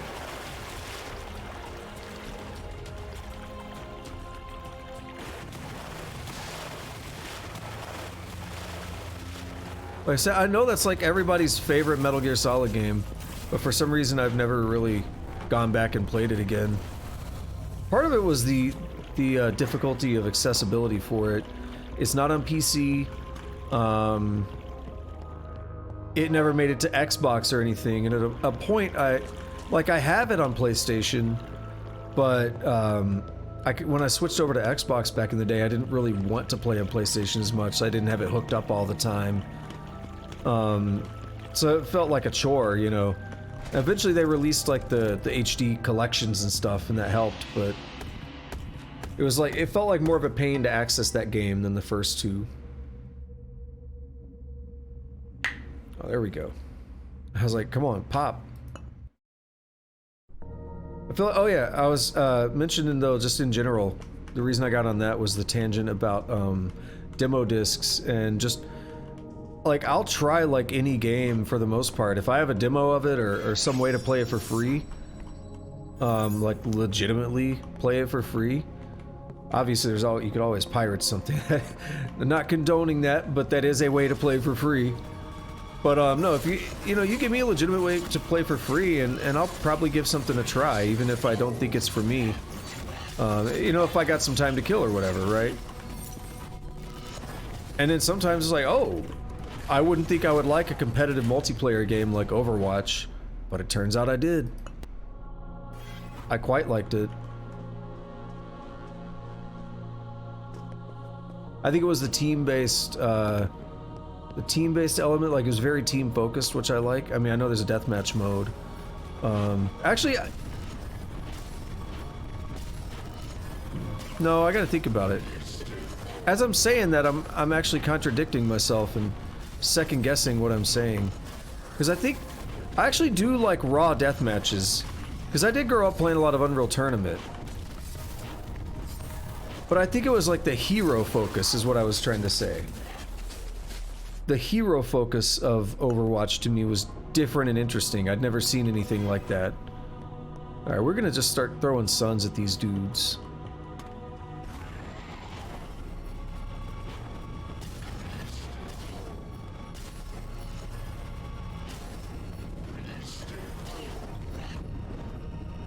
There.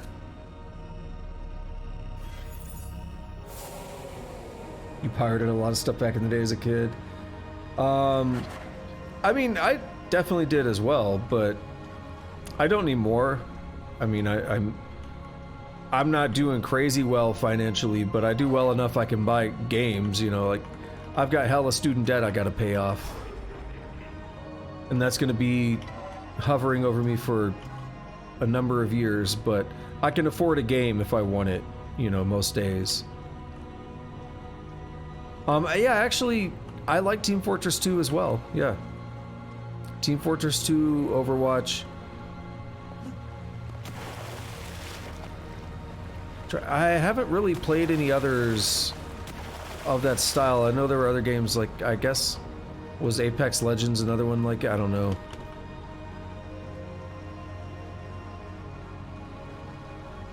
Yeah, exactly. Well, first of all, when you're a kid too, like, I can let that fly. Not because it necessarily makes it right, but because it's like a kid and you don't understand the moral, not moral, but like, you don't understand the impact that it has as much. So I don't judge a kid as harshly for pirating games or something.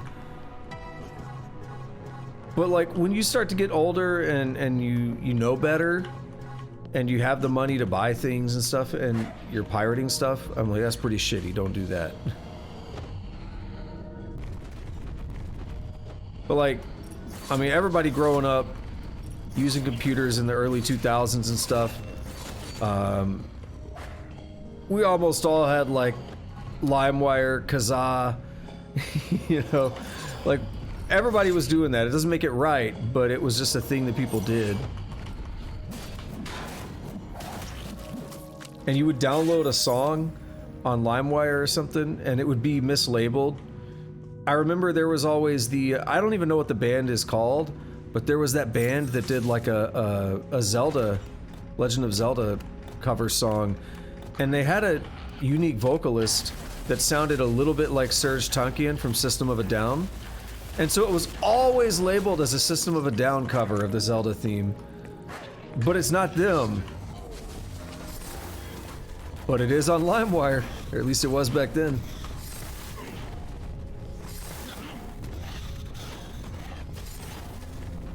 Do not use my own weapons against me. That is just not right, okay? Can't do that. There was a lot of stuff like that on there back in the day. A lot of mislabeled videos. Whether you were looking for something innocent or not, you were probably gonna find porn.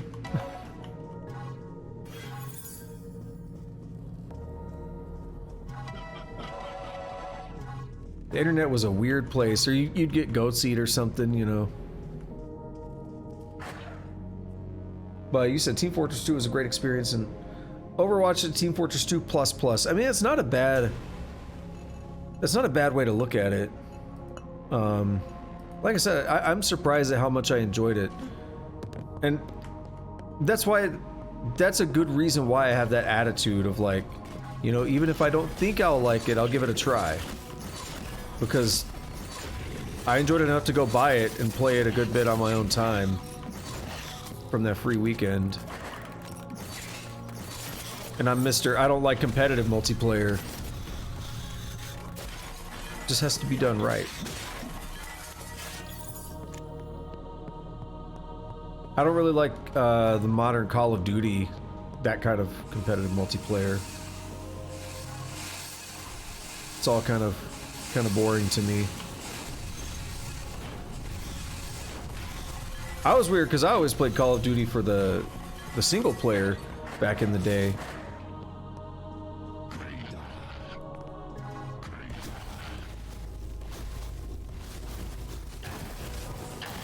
I still remember when Call of Duty 2 was like a launch title for the 360.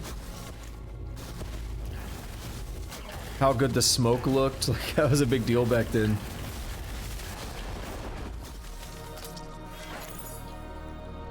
But I mean, I loved that game. And I kind of hate that they turned it into a yearly franchise. I think they kind of ruined it.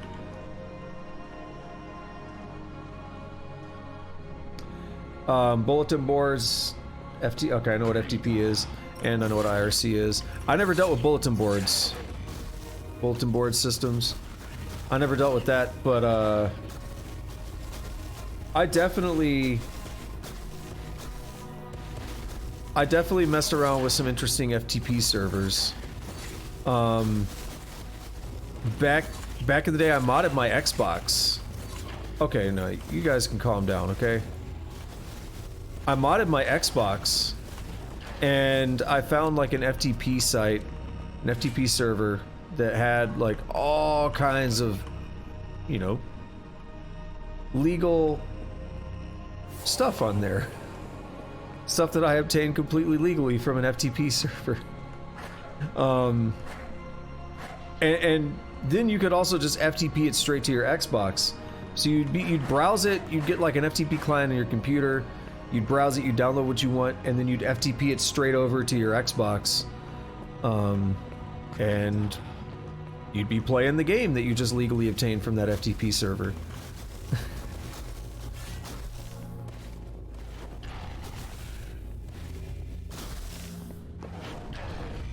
Or you could get like mods and stuff there. I remember modding Halo, that was fun. Like I actually did some basic Halo mods myself, and they were simple. Like I had the assault rifle shooting the rockets that the Scorpion tank normally shoots, but it would shoot it at the rate of the assault rifle. I had the pistol shooting Spartans, like it would shoot out an actual Spartan. I had the plasma pistol shooting out like, oh no, I had the plasma rifle shooting out rapid fire plasma grenades. Like I did some goofy stuff, and I would have a friend come over and I wouldn't tell him, and I'd be like, yo, let's 1v1 some Halo. And then I would just put them in the modded game with me, and like they had no idea what was going on. Cause like I kinda knew how everything was modded, so I knew what I was gonna do to cheese them and just have some fun with it. Dude, I am basically dead. Again.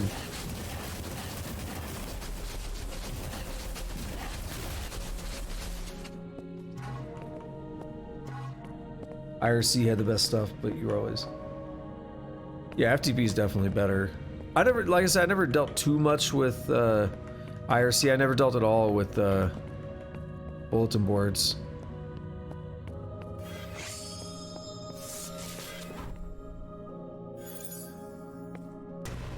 I remember, damn, like AOL and stuff in the 90s.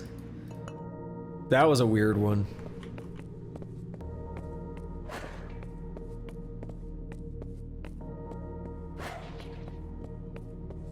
Internet was a bit of a rough time for me in the early 2000s, because in 2000 we moved. Oh, in 2000 we moved to an area which was a little bit like outside of the, you know, more populated areas. It was on like a small town, and then we're on the outskirts of that small town, so you couldn't really get a lot in the way of good internet. Oh, I forgot about this stuff. You couldn't get a lot in the way of good internet. So what we had was these like wireless radio-based internet, and they had this antenna thing on a water tower that was just off the edge of our property. It was like really close, and I think that we were actually not in a good spot for the antenna to, you know, like to give us a proper signal.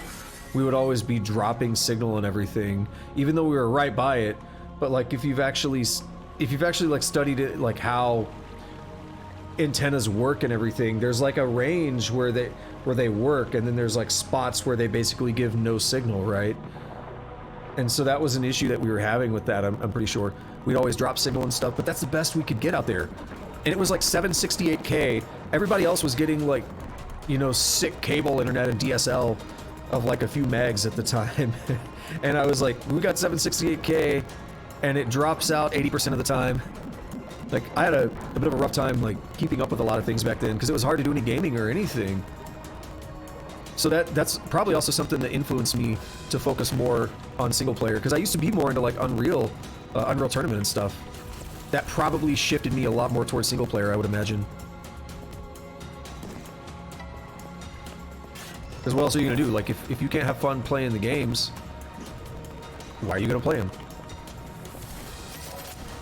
Oh, you just mentioned a mud. I haven't read the full message yet, but you just mentioned a mud.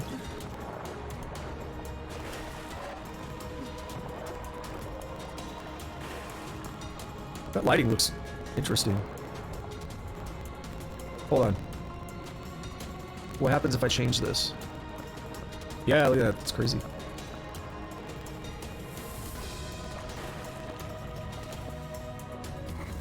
Uh-oh.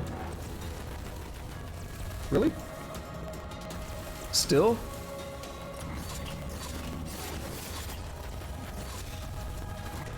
Is it still happening? I'll pause it here.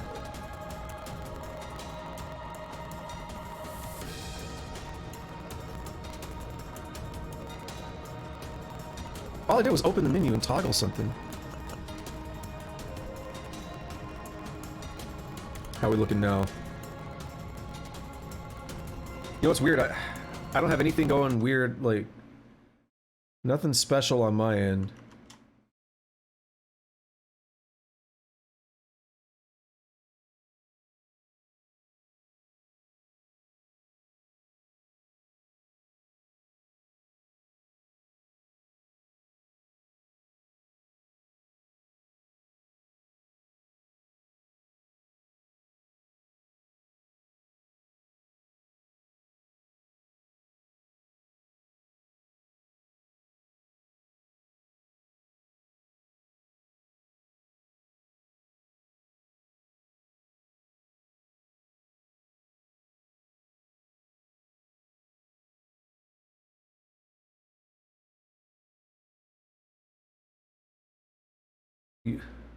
Hmm.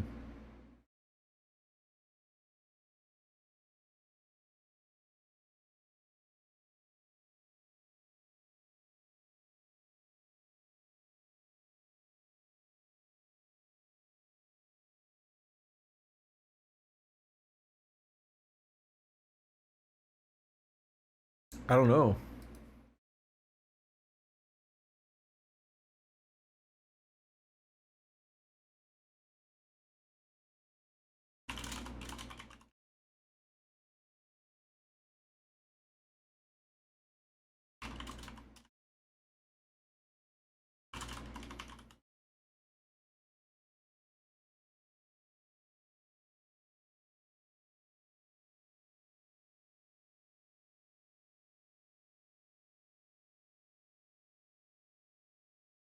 Yeah, so apparently freezing up, stream cutting out, but I'm not seeing anything on my end showing that. I have no drop frames. My total CPU is like 8%, 10%-ish. OBS is saying it's using 1% of my CPU, like 1.8 actually. So OBS is barely touching my CPU. My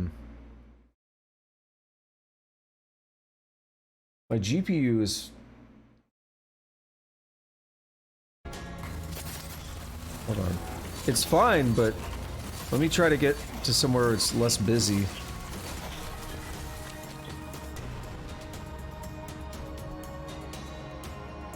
The encoding on my GPU is in the 40s. The 3D rendering is in the 70s. And that was acceptable the other day.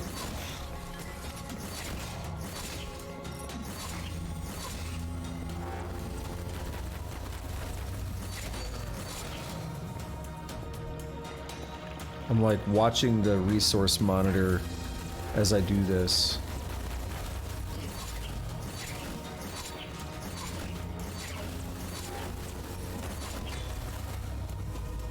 Is it still dropping out on the other end? Still getting issues? Oh, I remember this room.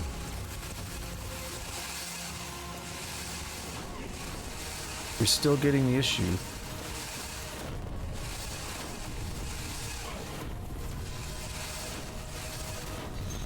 I don't know what's going on. Basically frozen video. Hold on. Let me look at it on my end on my phone.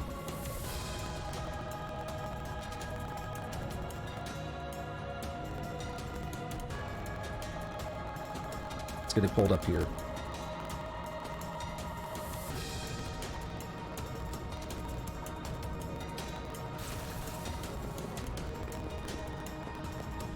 That could be helpful to see what's going on. Like, watch it on my phone. Okay, I'm seeing, yeah. Okay, yeah, something weird is definitely going on.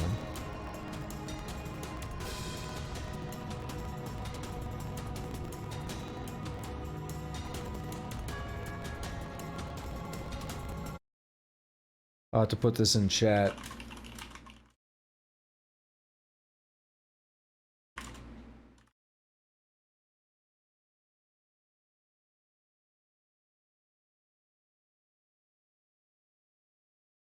So the only weird thing I'm seeing is the bitrate is fluctuating wildly at times. Twitch has a limit of 6,000. But I've seen it spiking to like 10K.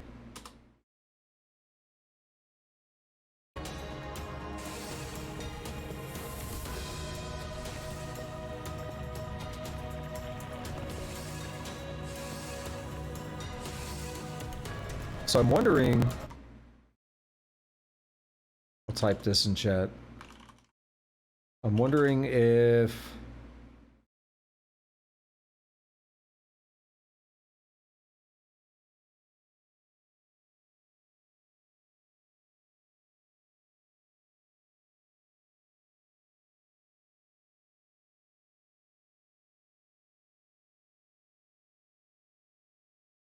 no, yeah, so these are the settings I've always used, so it's not an issue with that.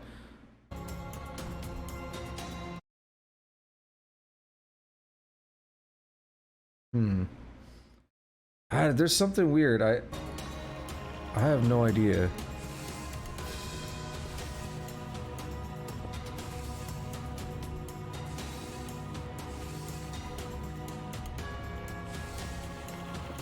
The weird thing is I'm recording and everything just fine.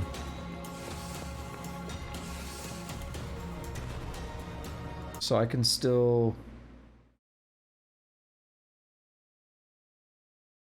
record.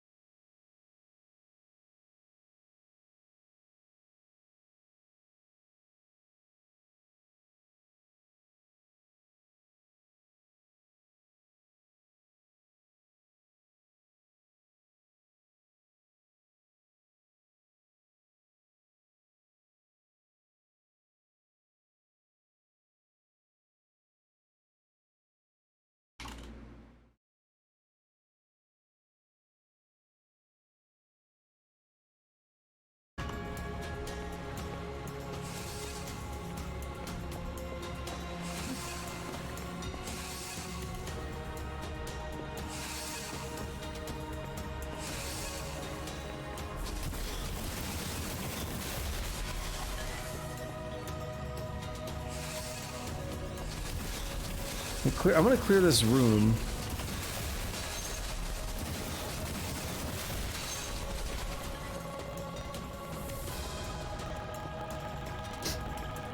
I gotta sneeze anyway, give me a second.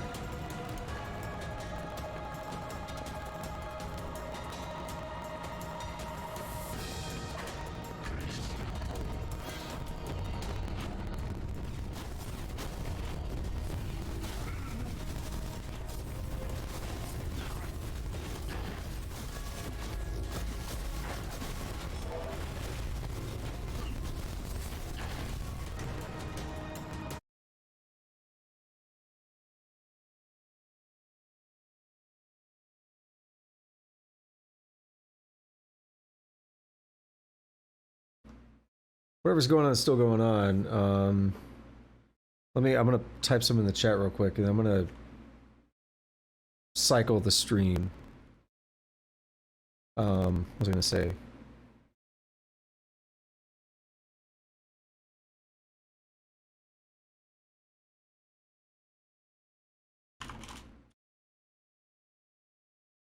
We're just gonna stop streaming.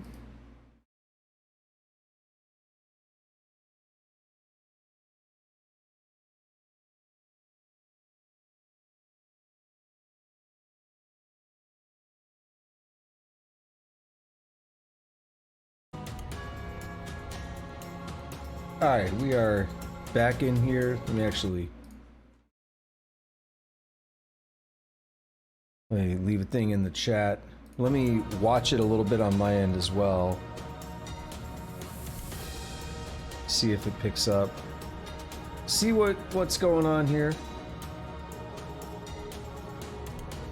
Recycled things. Just waiting on ads and we'll see what happens. I'm not even getting that yet. Let me switch, reload.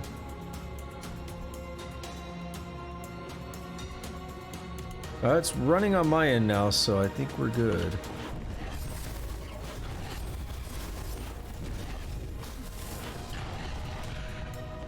Jeez, go away! Alright. Actually, it looks like it's still giving me some issues. Also, my eye is giving me some issues. Yeah, it's looking bad. I mean, I could go in here and drop settings, but that shouldn't matter, because it was working before.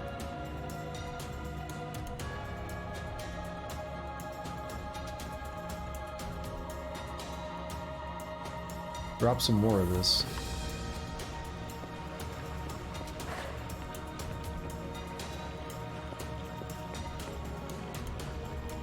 Yeah, I'm seeing it. I don't know if you can hear me. I don't know how clear it's coming through. But I'm seeing it on my end as well right now.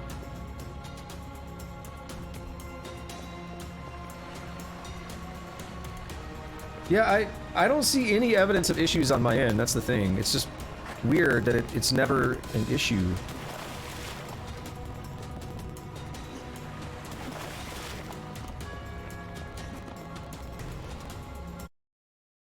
Well, I don't know if you can hear me, so...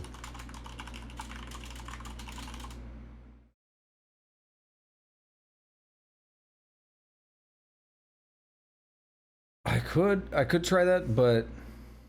yeah. I don't know. Are you catching, like, anything from me right now? Like...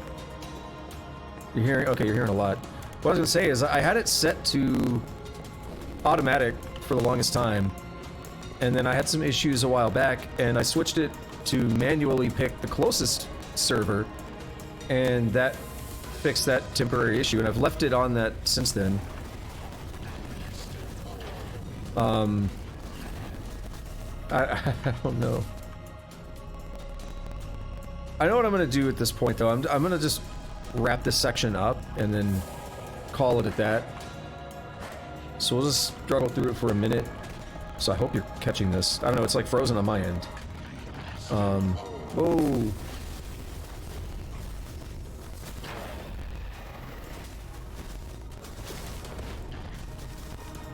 I gotta check what it's like on the video, because last time when you were having the issues, I looked at the video and it looked pretty much fine on my end. So I'd like to see what was happening this time, if I could see any evidence of it on the video, or if it's just on the Twitch side. As for my end, I've got the bandwidth and everything for it.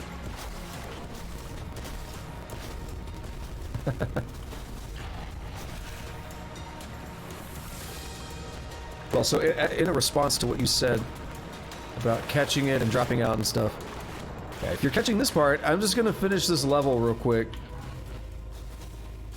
That way I can be at a decent stopping point, and I'll stop. I think we're pretty much at the end of this level, or very close.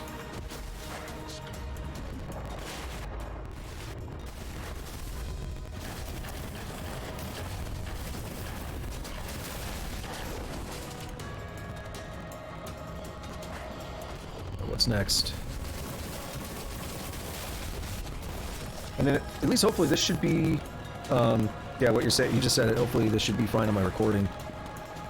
But it's something interesting to look at, figure out.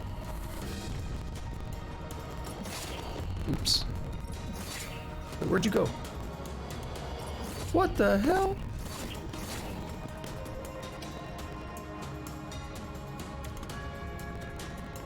Yeah, that's weird.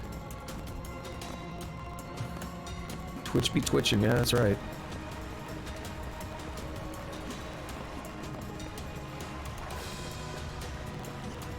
Alright, let's grab some goodies from here. I lost my bearings a little bit on what's going on. But yeah, I can definitely see on my phone how choppy it's gotten. It's so bizarre. It's so weird to think that it could be that broken on someone else's end, like everything's fine on my end, right? Like CPU and GPU, bandwidth, like everything. Critical Role is happening. Well, see, here's the deal though, that's never been an issue. Like, there's something specific right now, this week, that's going on, I think. There's something new going on, because, like, I have not had issues. I had one, like, weird one-off stream where it gave me some issues, and I manually set it to the closest ingress, and I haven't had another issue since then. And that's, like, the only time I've had an issue in 2 years of this that wasn't, I should be clear, that wasn't related to my old internet connection. So, that doesn't make sense that it would be related to Critical Role, because I've streamed for years without that being an issue. It would, like, I don't understand why it would just happen now. Like, there's something new about it, is what I'm saying. Damn it, again. I didn't want to fall. I want to jump. Like, I find it hard to believe that if they're, you know, pushing bandwidth to big streams like that, that it never would have affected me before.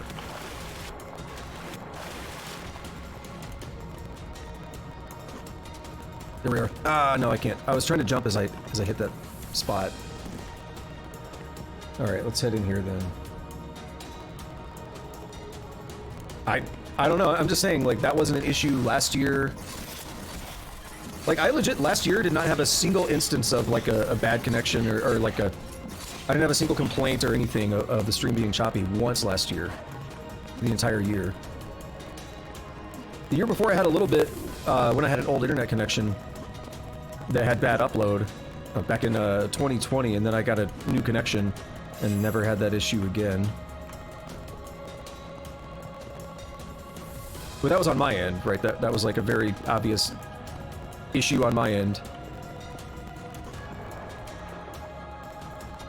You know, I know, I'm just saying... I just have a hard time to believe, or I have a hard time believing that if it were related to something like that, that it wouldn't have happened to me before.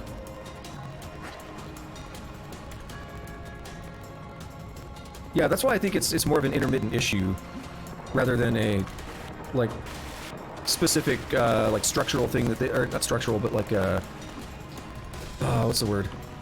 One more to go. Yeah, so I need to go in here again? Oh, that's the gold key, okay. Damn it. Yeah, not structural, procedural. If we're like a procedural issue where they always, you know, they say, oh, we're going to, you know, shuffle bandwidth around, I think that would have affected me a long time ago. Unless they just started doing it like this week, but I don't know. They said there was a larger streamer that was having issues the other day, so yeah, I think it's intermittent. It'll work itself out over time, hopefully. If I can ever beat this level, then we won't worry about it. I'll just wrap up. We'll come back later.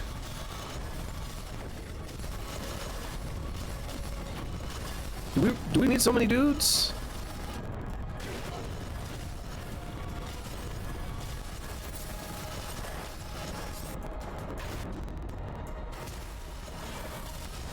Okay, what? Are you serious?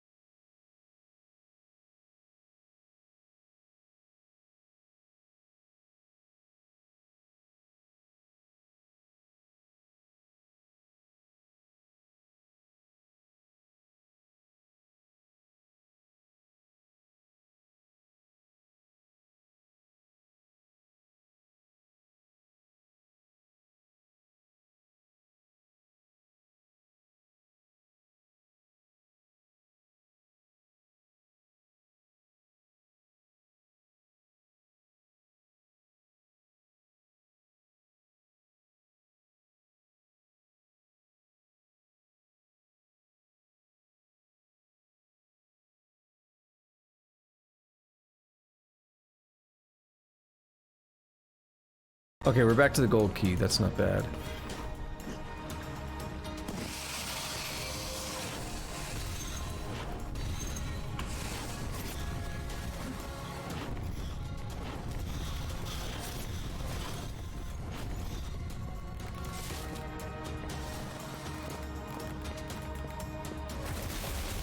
Well, I mean, infrastructure issues don't always resolve quickly, right?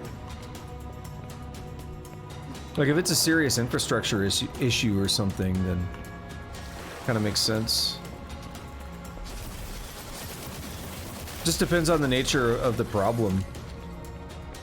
We would need to know more about it. I mean, there's some days where, you know, people will be like, they can't even log into Twitch, you know? It's like, I wanted to stream, but Twitch doesn't let me log in. And it's down for like half the world.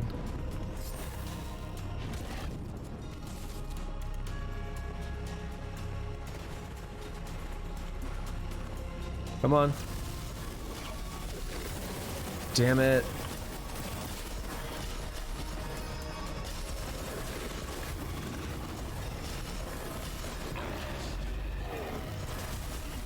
Ow! No. Oh, that's pretty much the end of me. Again. Why do I keep going back here? Why do I not finish this proper, or save after I finish this?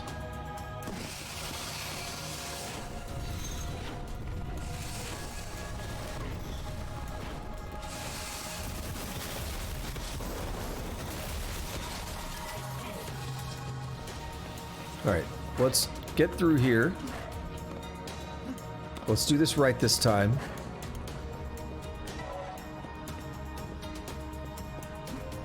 There's a couple dudes up here, we'll kill them, then we'll save.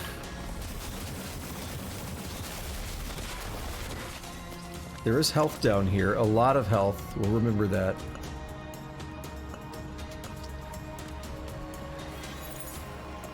And then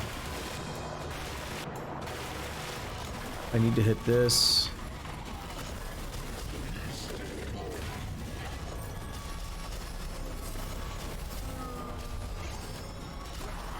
Oh, I still died.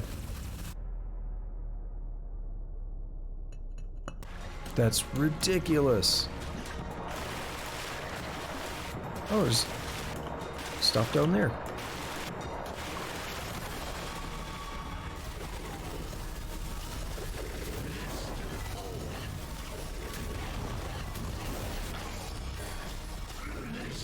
Oh, I got backed into the corner. Am I making this more difficult than it needs to be?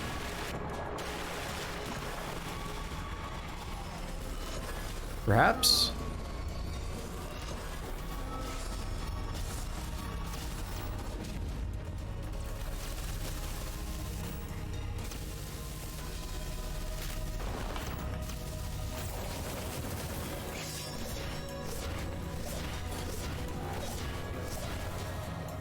All right, we're alive. Actually took no damage that time. So strange. All the struggles, and now no damage.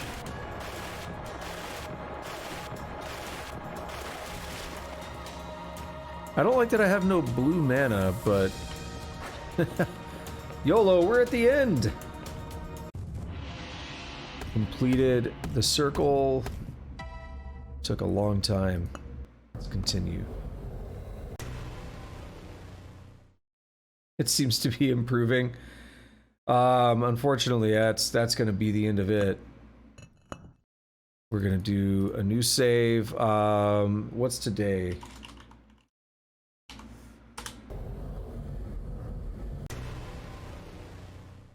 You're not losing audio.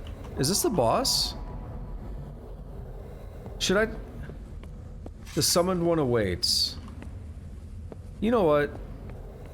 I know I said I was gonna stop, but this is the boss. Let's just fight the boss. I know, I'm sorry that, like, it's not a great quality. But let's just fight the boss and get it over with. The summoned ones await.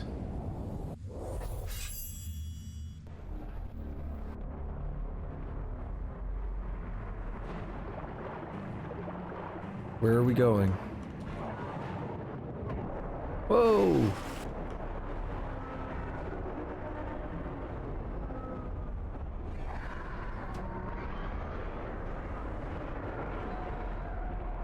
Okay, who's next?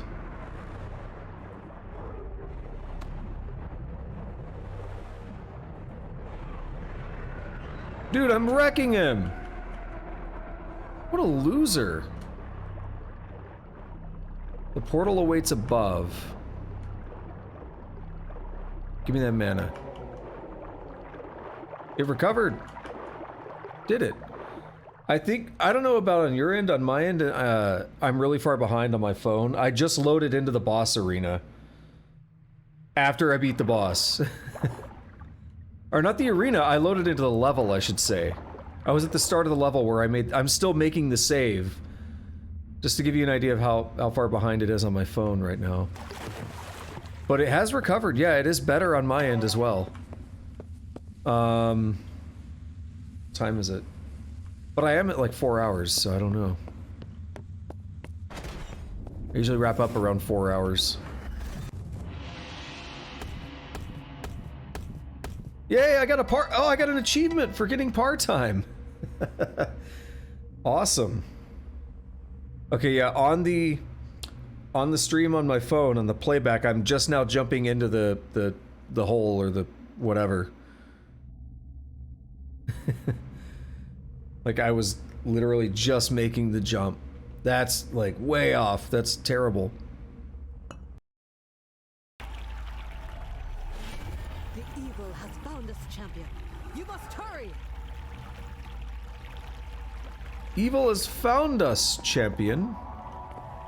So now... Yo, what's going on? Ice? Ice the Unknown Ranger?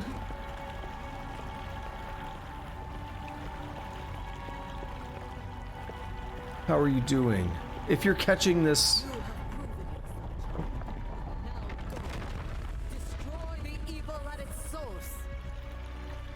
If you're actually catching this as I say it. Oh, there's Omnivore seeing me beat the boss. Yeah. Yeah, so, things might be delayed right now. We've had some weird intermittent issues tonight, Ice. But... Seems like they've recovered. Unfortunately, I'm about to wrap up, though.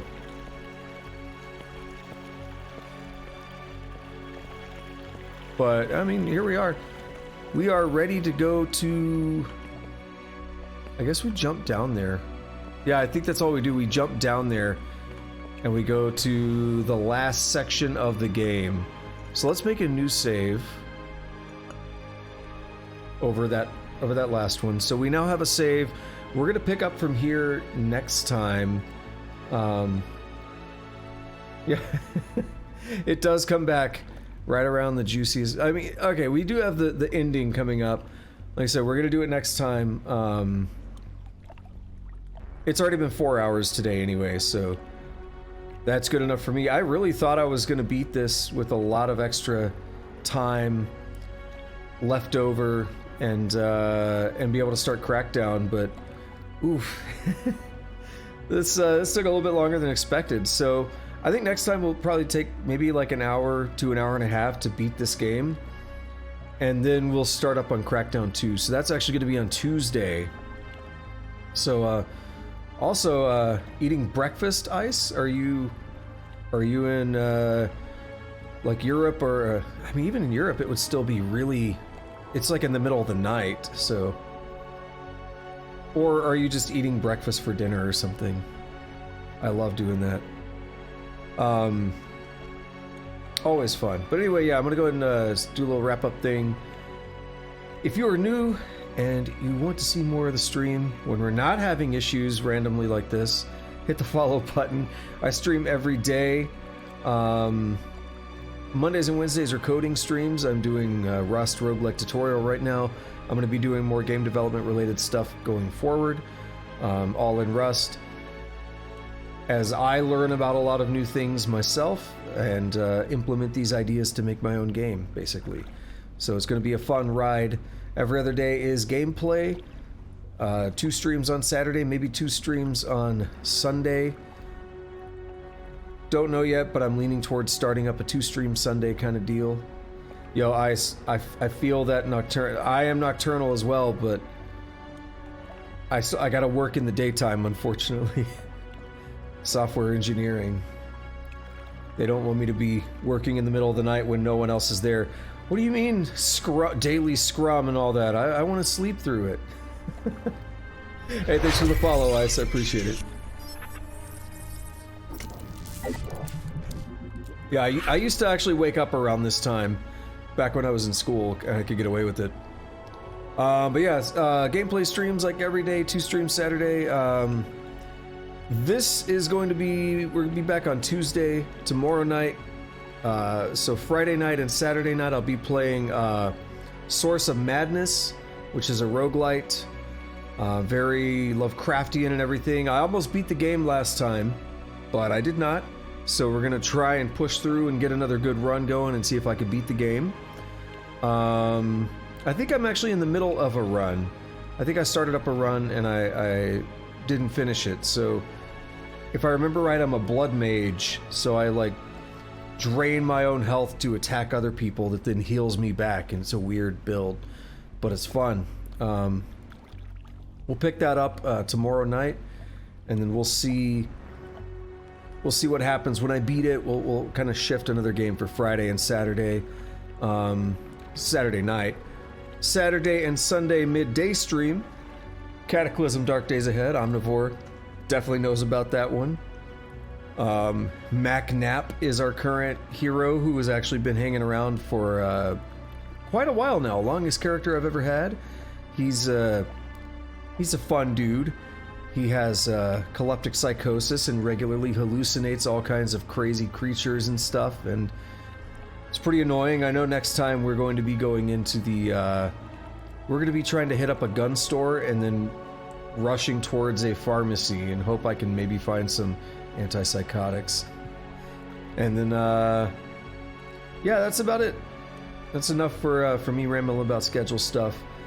Working the graveyard shift, I personally wouldn't want to do that.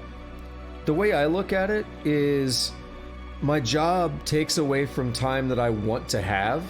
It's like a distraction. It's in the way of the life that I want to live.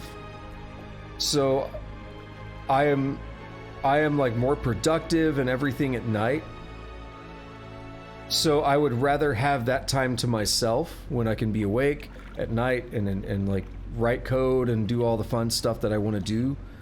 I'd rather have that time to myself than spend it on a job. But that's just me. And Omnivore is like, I get the most work done before and after office hours. I don't work when I'm not like, I don't work when I'm not working. Like, I don't know if that's what you mean, but I start my day, I go through all the time that I have to do, and then I'm done. I don't think about it. I don't touch it after that. So, like, that's the end for me. Unless you mean like personal work or something, because then I agree with that. Ooh, what's this here? We'll look at this real quick. Our once sacred lands are now beacons of hate and darkness. No, I've cleaned them all out. We're good.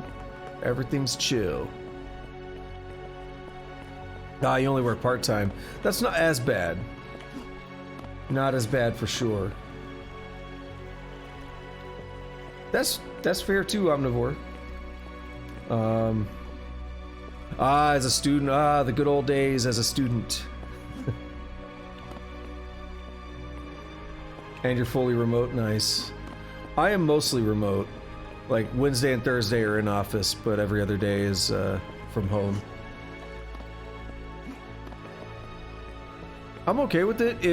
If I live closer to the office, I wouldn't mind going every day.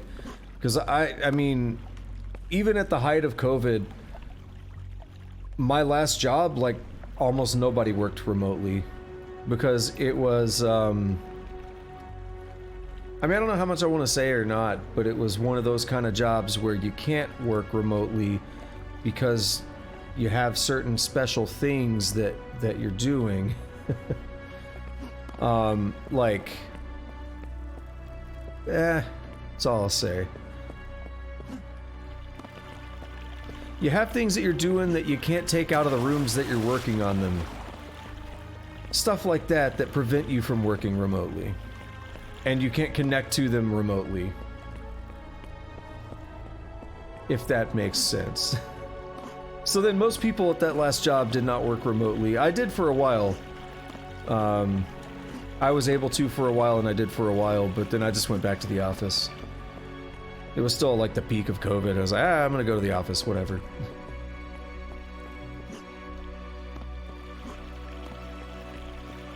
Because when you're working a job that's not made to be remote and nobody else is remote, it kind of sucks when you're the only one doing remote.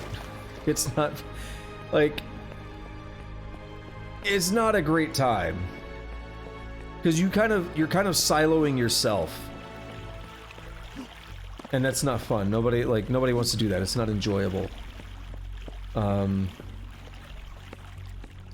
the way, if you don't mind me asking, you mentioned that you were a student, Ice. What are you studying?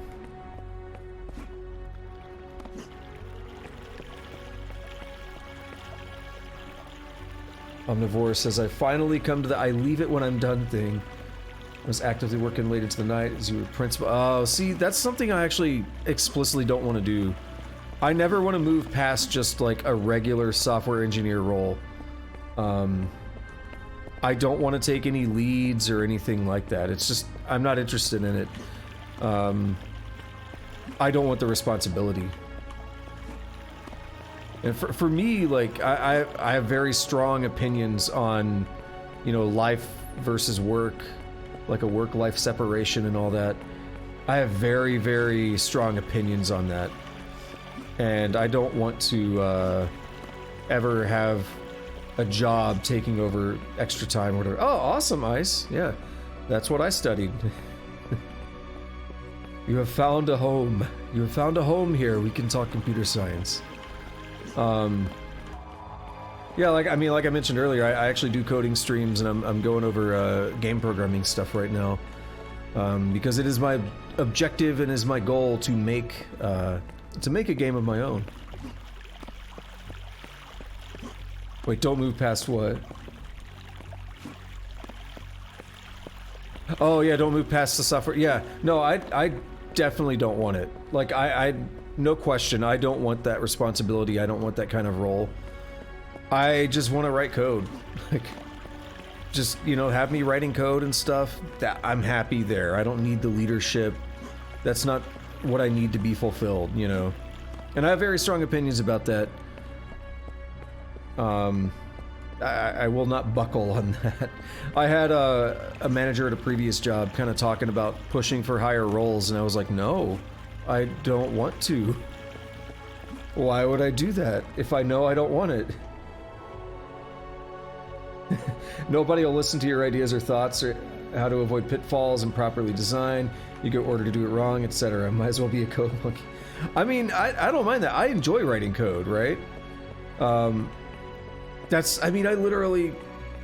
probably gonna work on code after this when we get done chatting and stuff and I end the stream. I'm probably gonna be writing code. So I enjoy that. I don't really enjoy it as a job, but I definitely don't like all the added stuff on top of it, like when it comes to the leadership, when it comes to like just random processes and crap that you sometimes have to deal with. I don't care about all that. You know, if they just literally wanted to tell me like, hey, write some code, like, you know, it's up to you how you design it or whatever, like obviously design it well, but like if that's kind of how they treated it, I'd be pretty happy with that. Honestly, my last job was kind of like that, but it was not great at the same time. There was a lot of bad stuff about it. One of the last things I did at my last job, this other group like needed some, they needed a service for something, and like my manager was like, they knew I didn't have anything to do at the time because the big project that like everyone had been working on for years was over now. And I had nothing to do, So they put me in touch, and I went and had like one meeting with them. They said, this is what we need, this is our software, this is what we need a service that does this. And then I went back to my desk and I worked on it for like 2 weeks, and then I said, here's a service. I just like, that was it. Like, there were no meetings or anything. I was like, I looked at what they needed. I was like, all right, how do I want to design this? And I looked at some other examples of how some other ones were architected, and I was like, that's good, that part's bad. You know, let's figure out a good way to architect this and design this. Boom. And then I handed it to them, and they're like, yeah, we love this. We're happy with this. And then there was like a couple of things that I added, like some extra functionality. They're like, we would like it if it could do this and that too. And I was like, all right, here you go. And like, that was it. I was like, if that's what you want me to do, like, I'm happy with that. I'd rather do that than a lot of the other like crap that you gotta go through sometimes. All right, let me catch up on some of these other messages. Let's give him a little story. Crap, it's not on my phone. I gotta switch over to OBS. Hang on. Because I missed a lot of messages here. Hang on.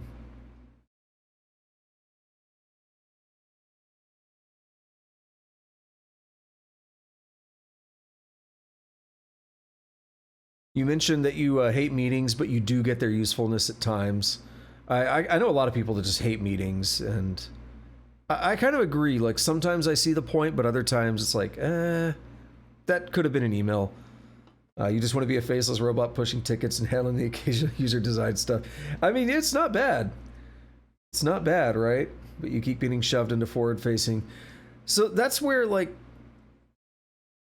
I don't want to sound rude about it, but that's where it's just like, you almost got to be assertive, right? And just be willing to say no. Like, if they say, you know, well, here's this like lead role or something, just no. I'm not going to do it. Like, you don't want to sound rude about it, you know, you don't want to sound like a dick or something, but if you don't want to do it, like, you have to be forceful about it in a way. And then I already read those about the code monkey and stuff. Ice doesn't want a leadership role either, and that's fine. Like, I will say this, Ice, like, to be fair, you know, once you go and start, you know, working in the industry with your degree, you might one day decide that leadership is for you, but it's good to like already have an idea that's like, I don't think I want to do that. Oh no, Omnivore blew up on a coworker. Uh-oh. Boss was pushing you about a team, you're like, nope. And then Ice agrees, like, I'd rather just do my own thing and help out where needed. Omnivore agrees about the code. They can have the rest. Thought leadership would involve embracing and investing in a project, and then in both situations I've been in, nobody wanted it. And that's the dream. Just let me know what to do, preferably through great notes and docs, but I'll attend a meeting. Leave me alone until it's done. Yep. Sometimes meetings are just necessary, have a big point. Those you don't gripe about, other 90% though. Yeah. So I mean, again, like, I can't go into too much detail about what it is that I was working on, but that was like one of the best things that I got to do there. There were a few times where it was like that, where they needed some code for something, and it's just like, here's what we have, here's what we need, make it happen. And then I just do it. And I'm not saying, like, you know, Agile and Scrum, and I'm not saying they're good or bad or whatever. Actually, in a lot of ways, I do like a lot of things about Agile. But there was like no Agile, no ceremonies, nothing to worry about. It was just like, this is what we need. We have an event coming up in 6 weeks. You know, we would like to be able to have it ready by then. You know, that's it. That was the bulk of the requirements and everything, right? It was enjoyable. I like it. But it was there were a lot of other things about the job that I did not like, which is why I was like, I gotta get out of here. Oh yeah, and that's why I made the point, Ice, about the, you know, once you're actually out there working in the field with your degree, it'll be a lot different maybe, and you might be okay with leadership, because it's going to be a different beast. Yeah, leadership roles in retail suck. Yeah, that's one that I feel like for sure. It's like, why take on the added responsibility? You know, just do what you gotta do and be over, like, be done with it. Alright, I think I've had enough running around in circles. I do enjoy chatting, it is fun, but I need to go ahead and start kind of winding down a little bit. I do want to get a few minutes in on a little project I'm working on the side right now. And I'm also really tired because I've been up since 5 o'clock and it is now almost 22. So I want to go ahead and wrap up here. I've already done an outro. I already did all the cool follow stuff. I don't think I said on YouTube. If you're in the future watching us on YouTube, congrats on being in the future. And do all the fun YouTube stuff. Lick the like button, kick the subscribe button, the notification bell, all that fun stuff. Leave me a comment. I do read my comments. I'll try to respond to it, all that fun stuff. And I will be back with this again on Tuesday. We'll wrap this up for real and then play Crackdown 2 for real. And I'll be back tomorrow night with Source of Madness. And that's going to be it. So thank you guys for hanging out and chatting and everything. It's been fun.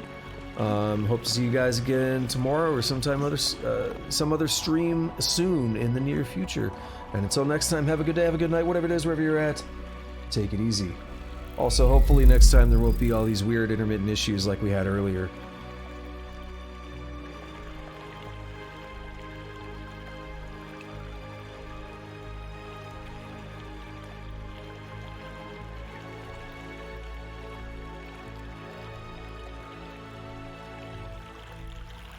I was a North American fall webworm in my past life. Ah, those were the good old days. What were you in your former life?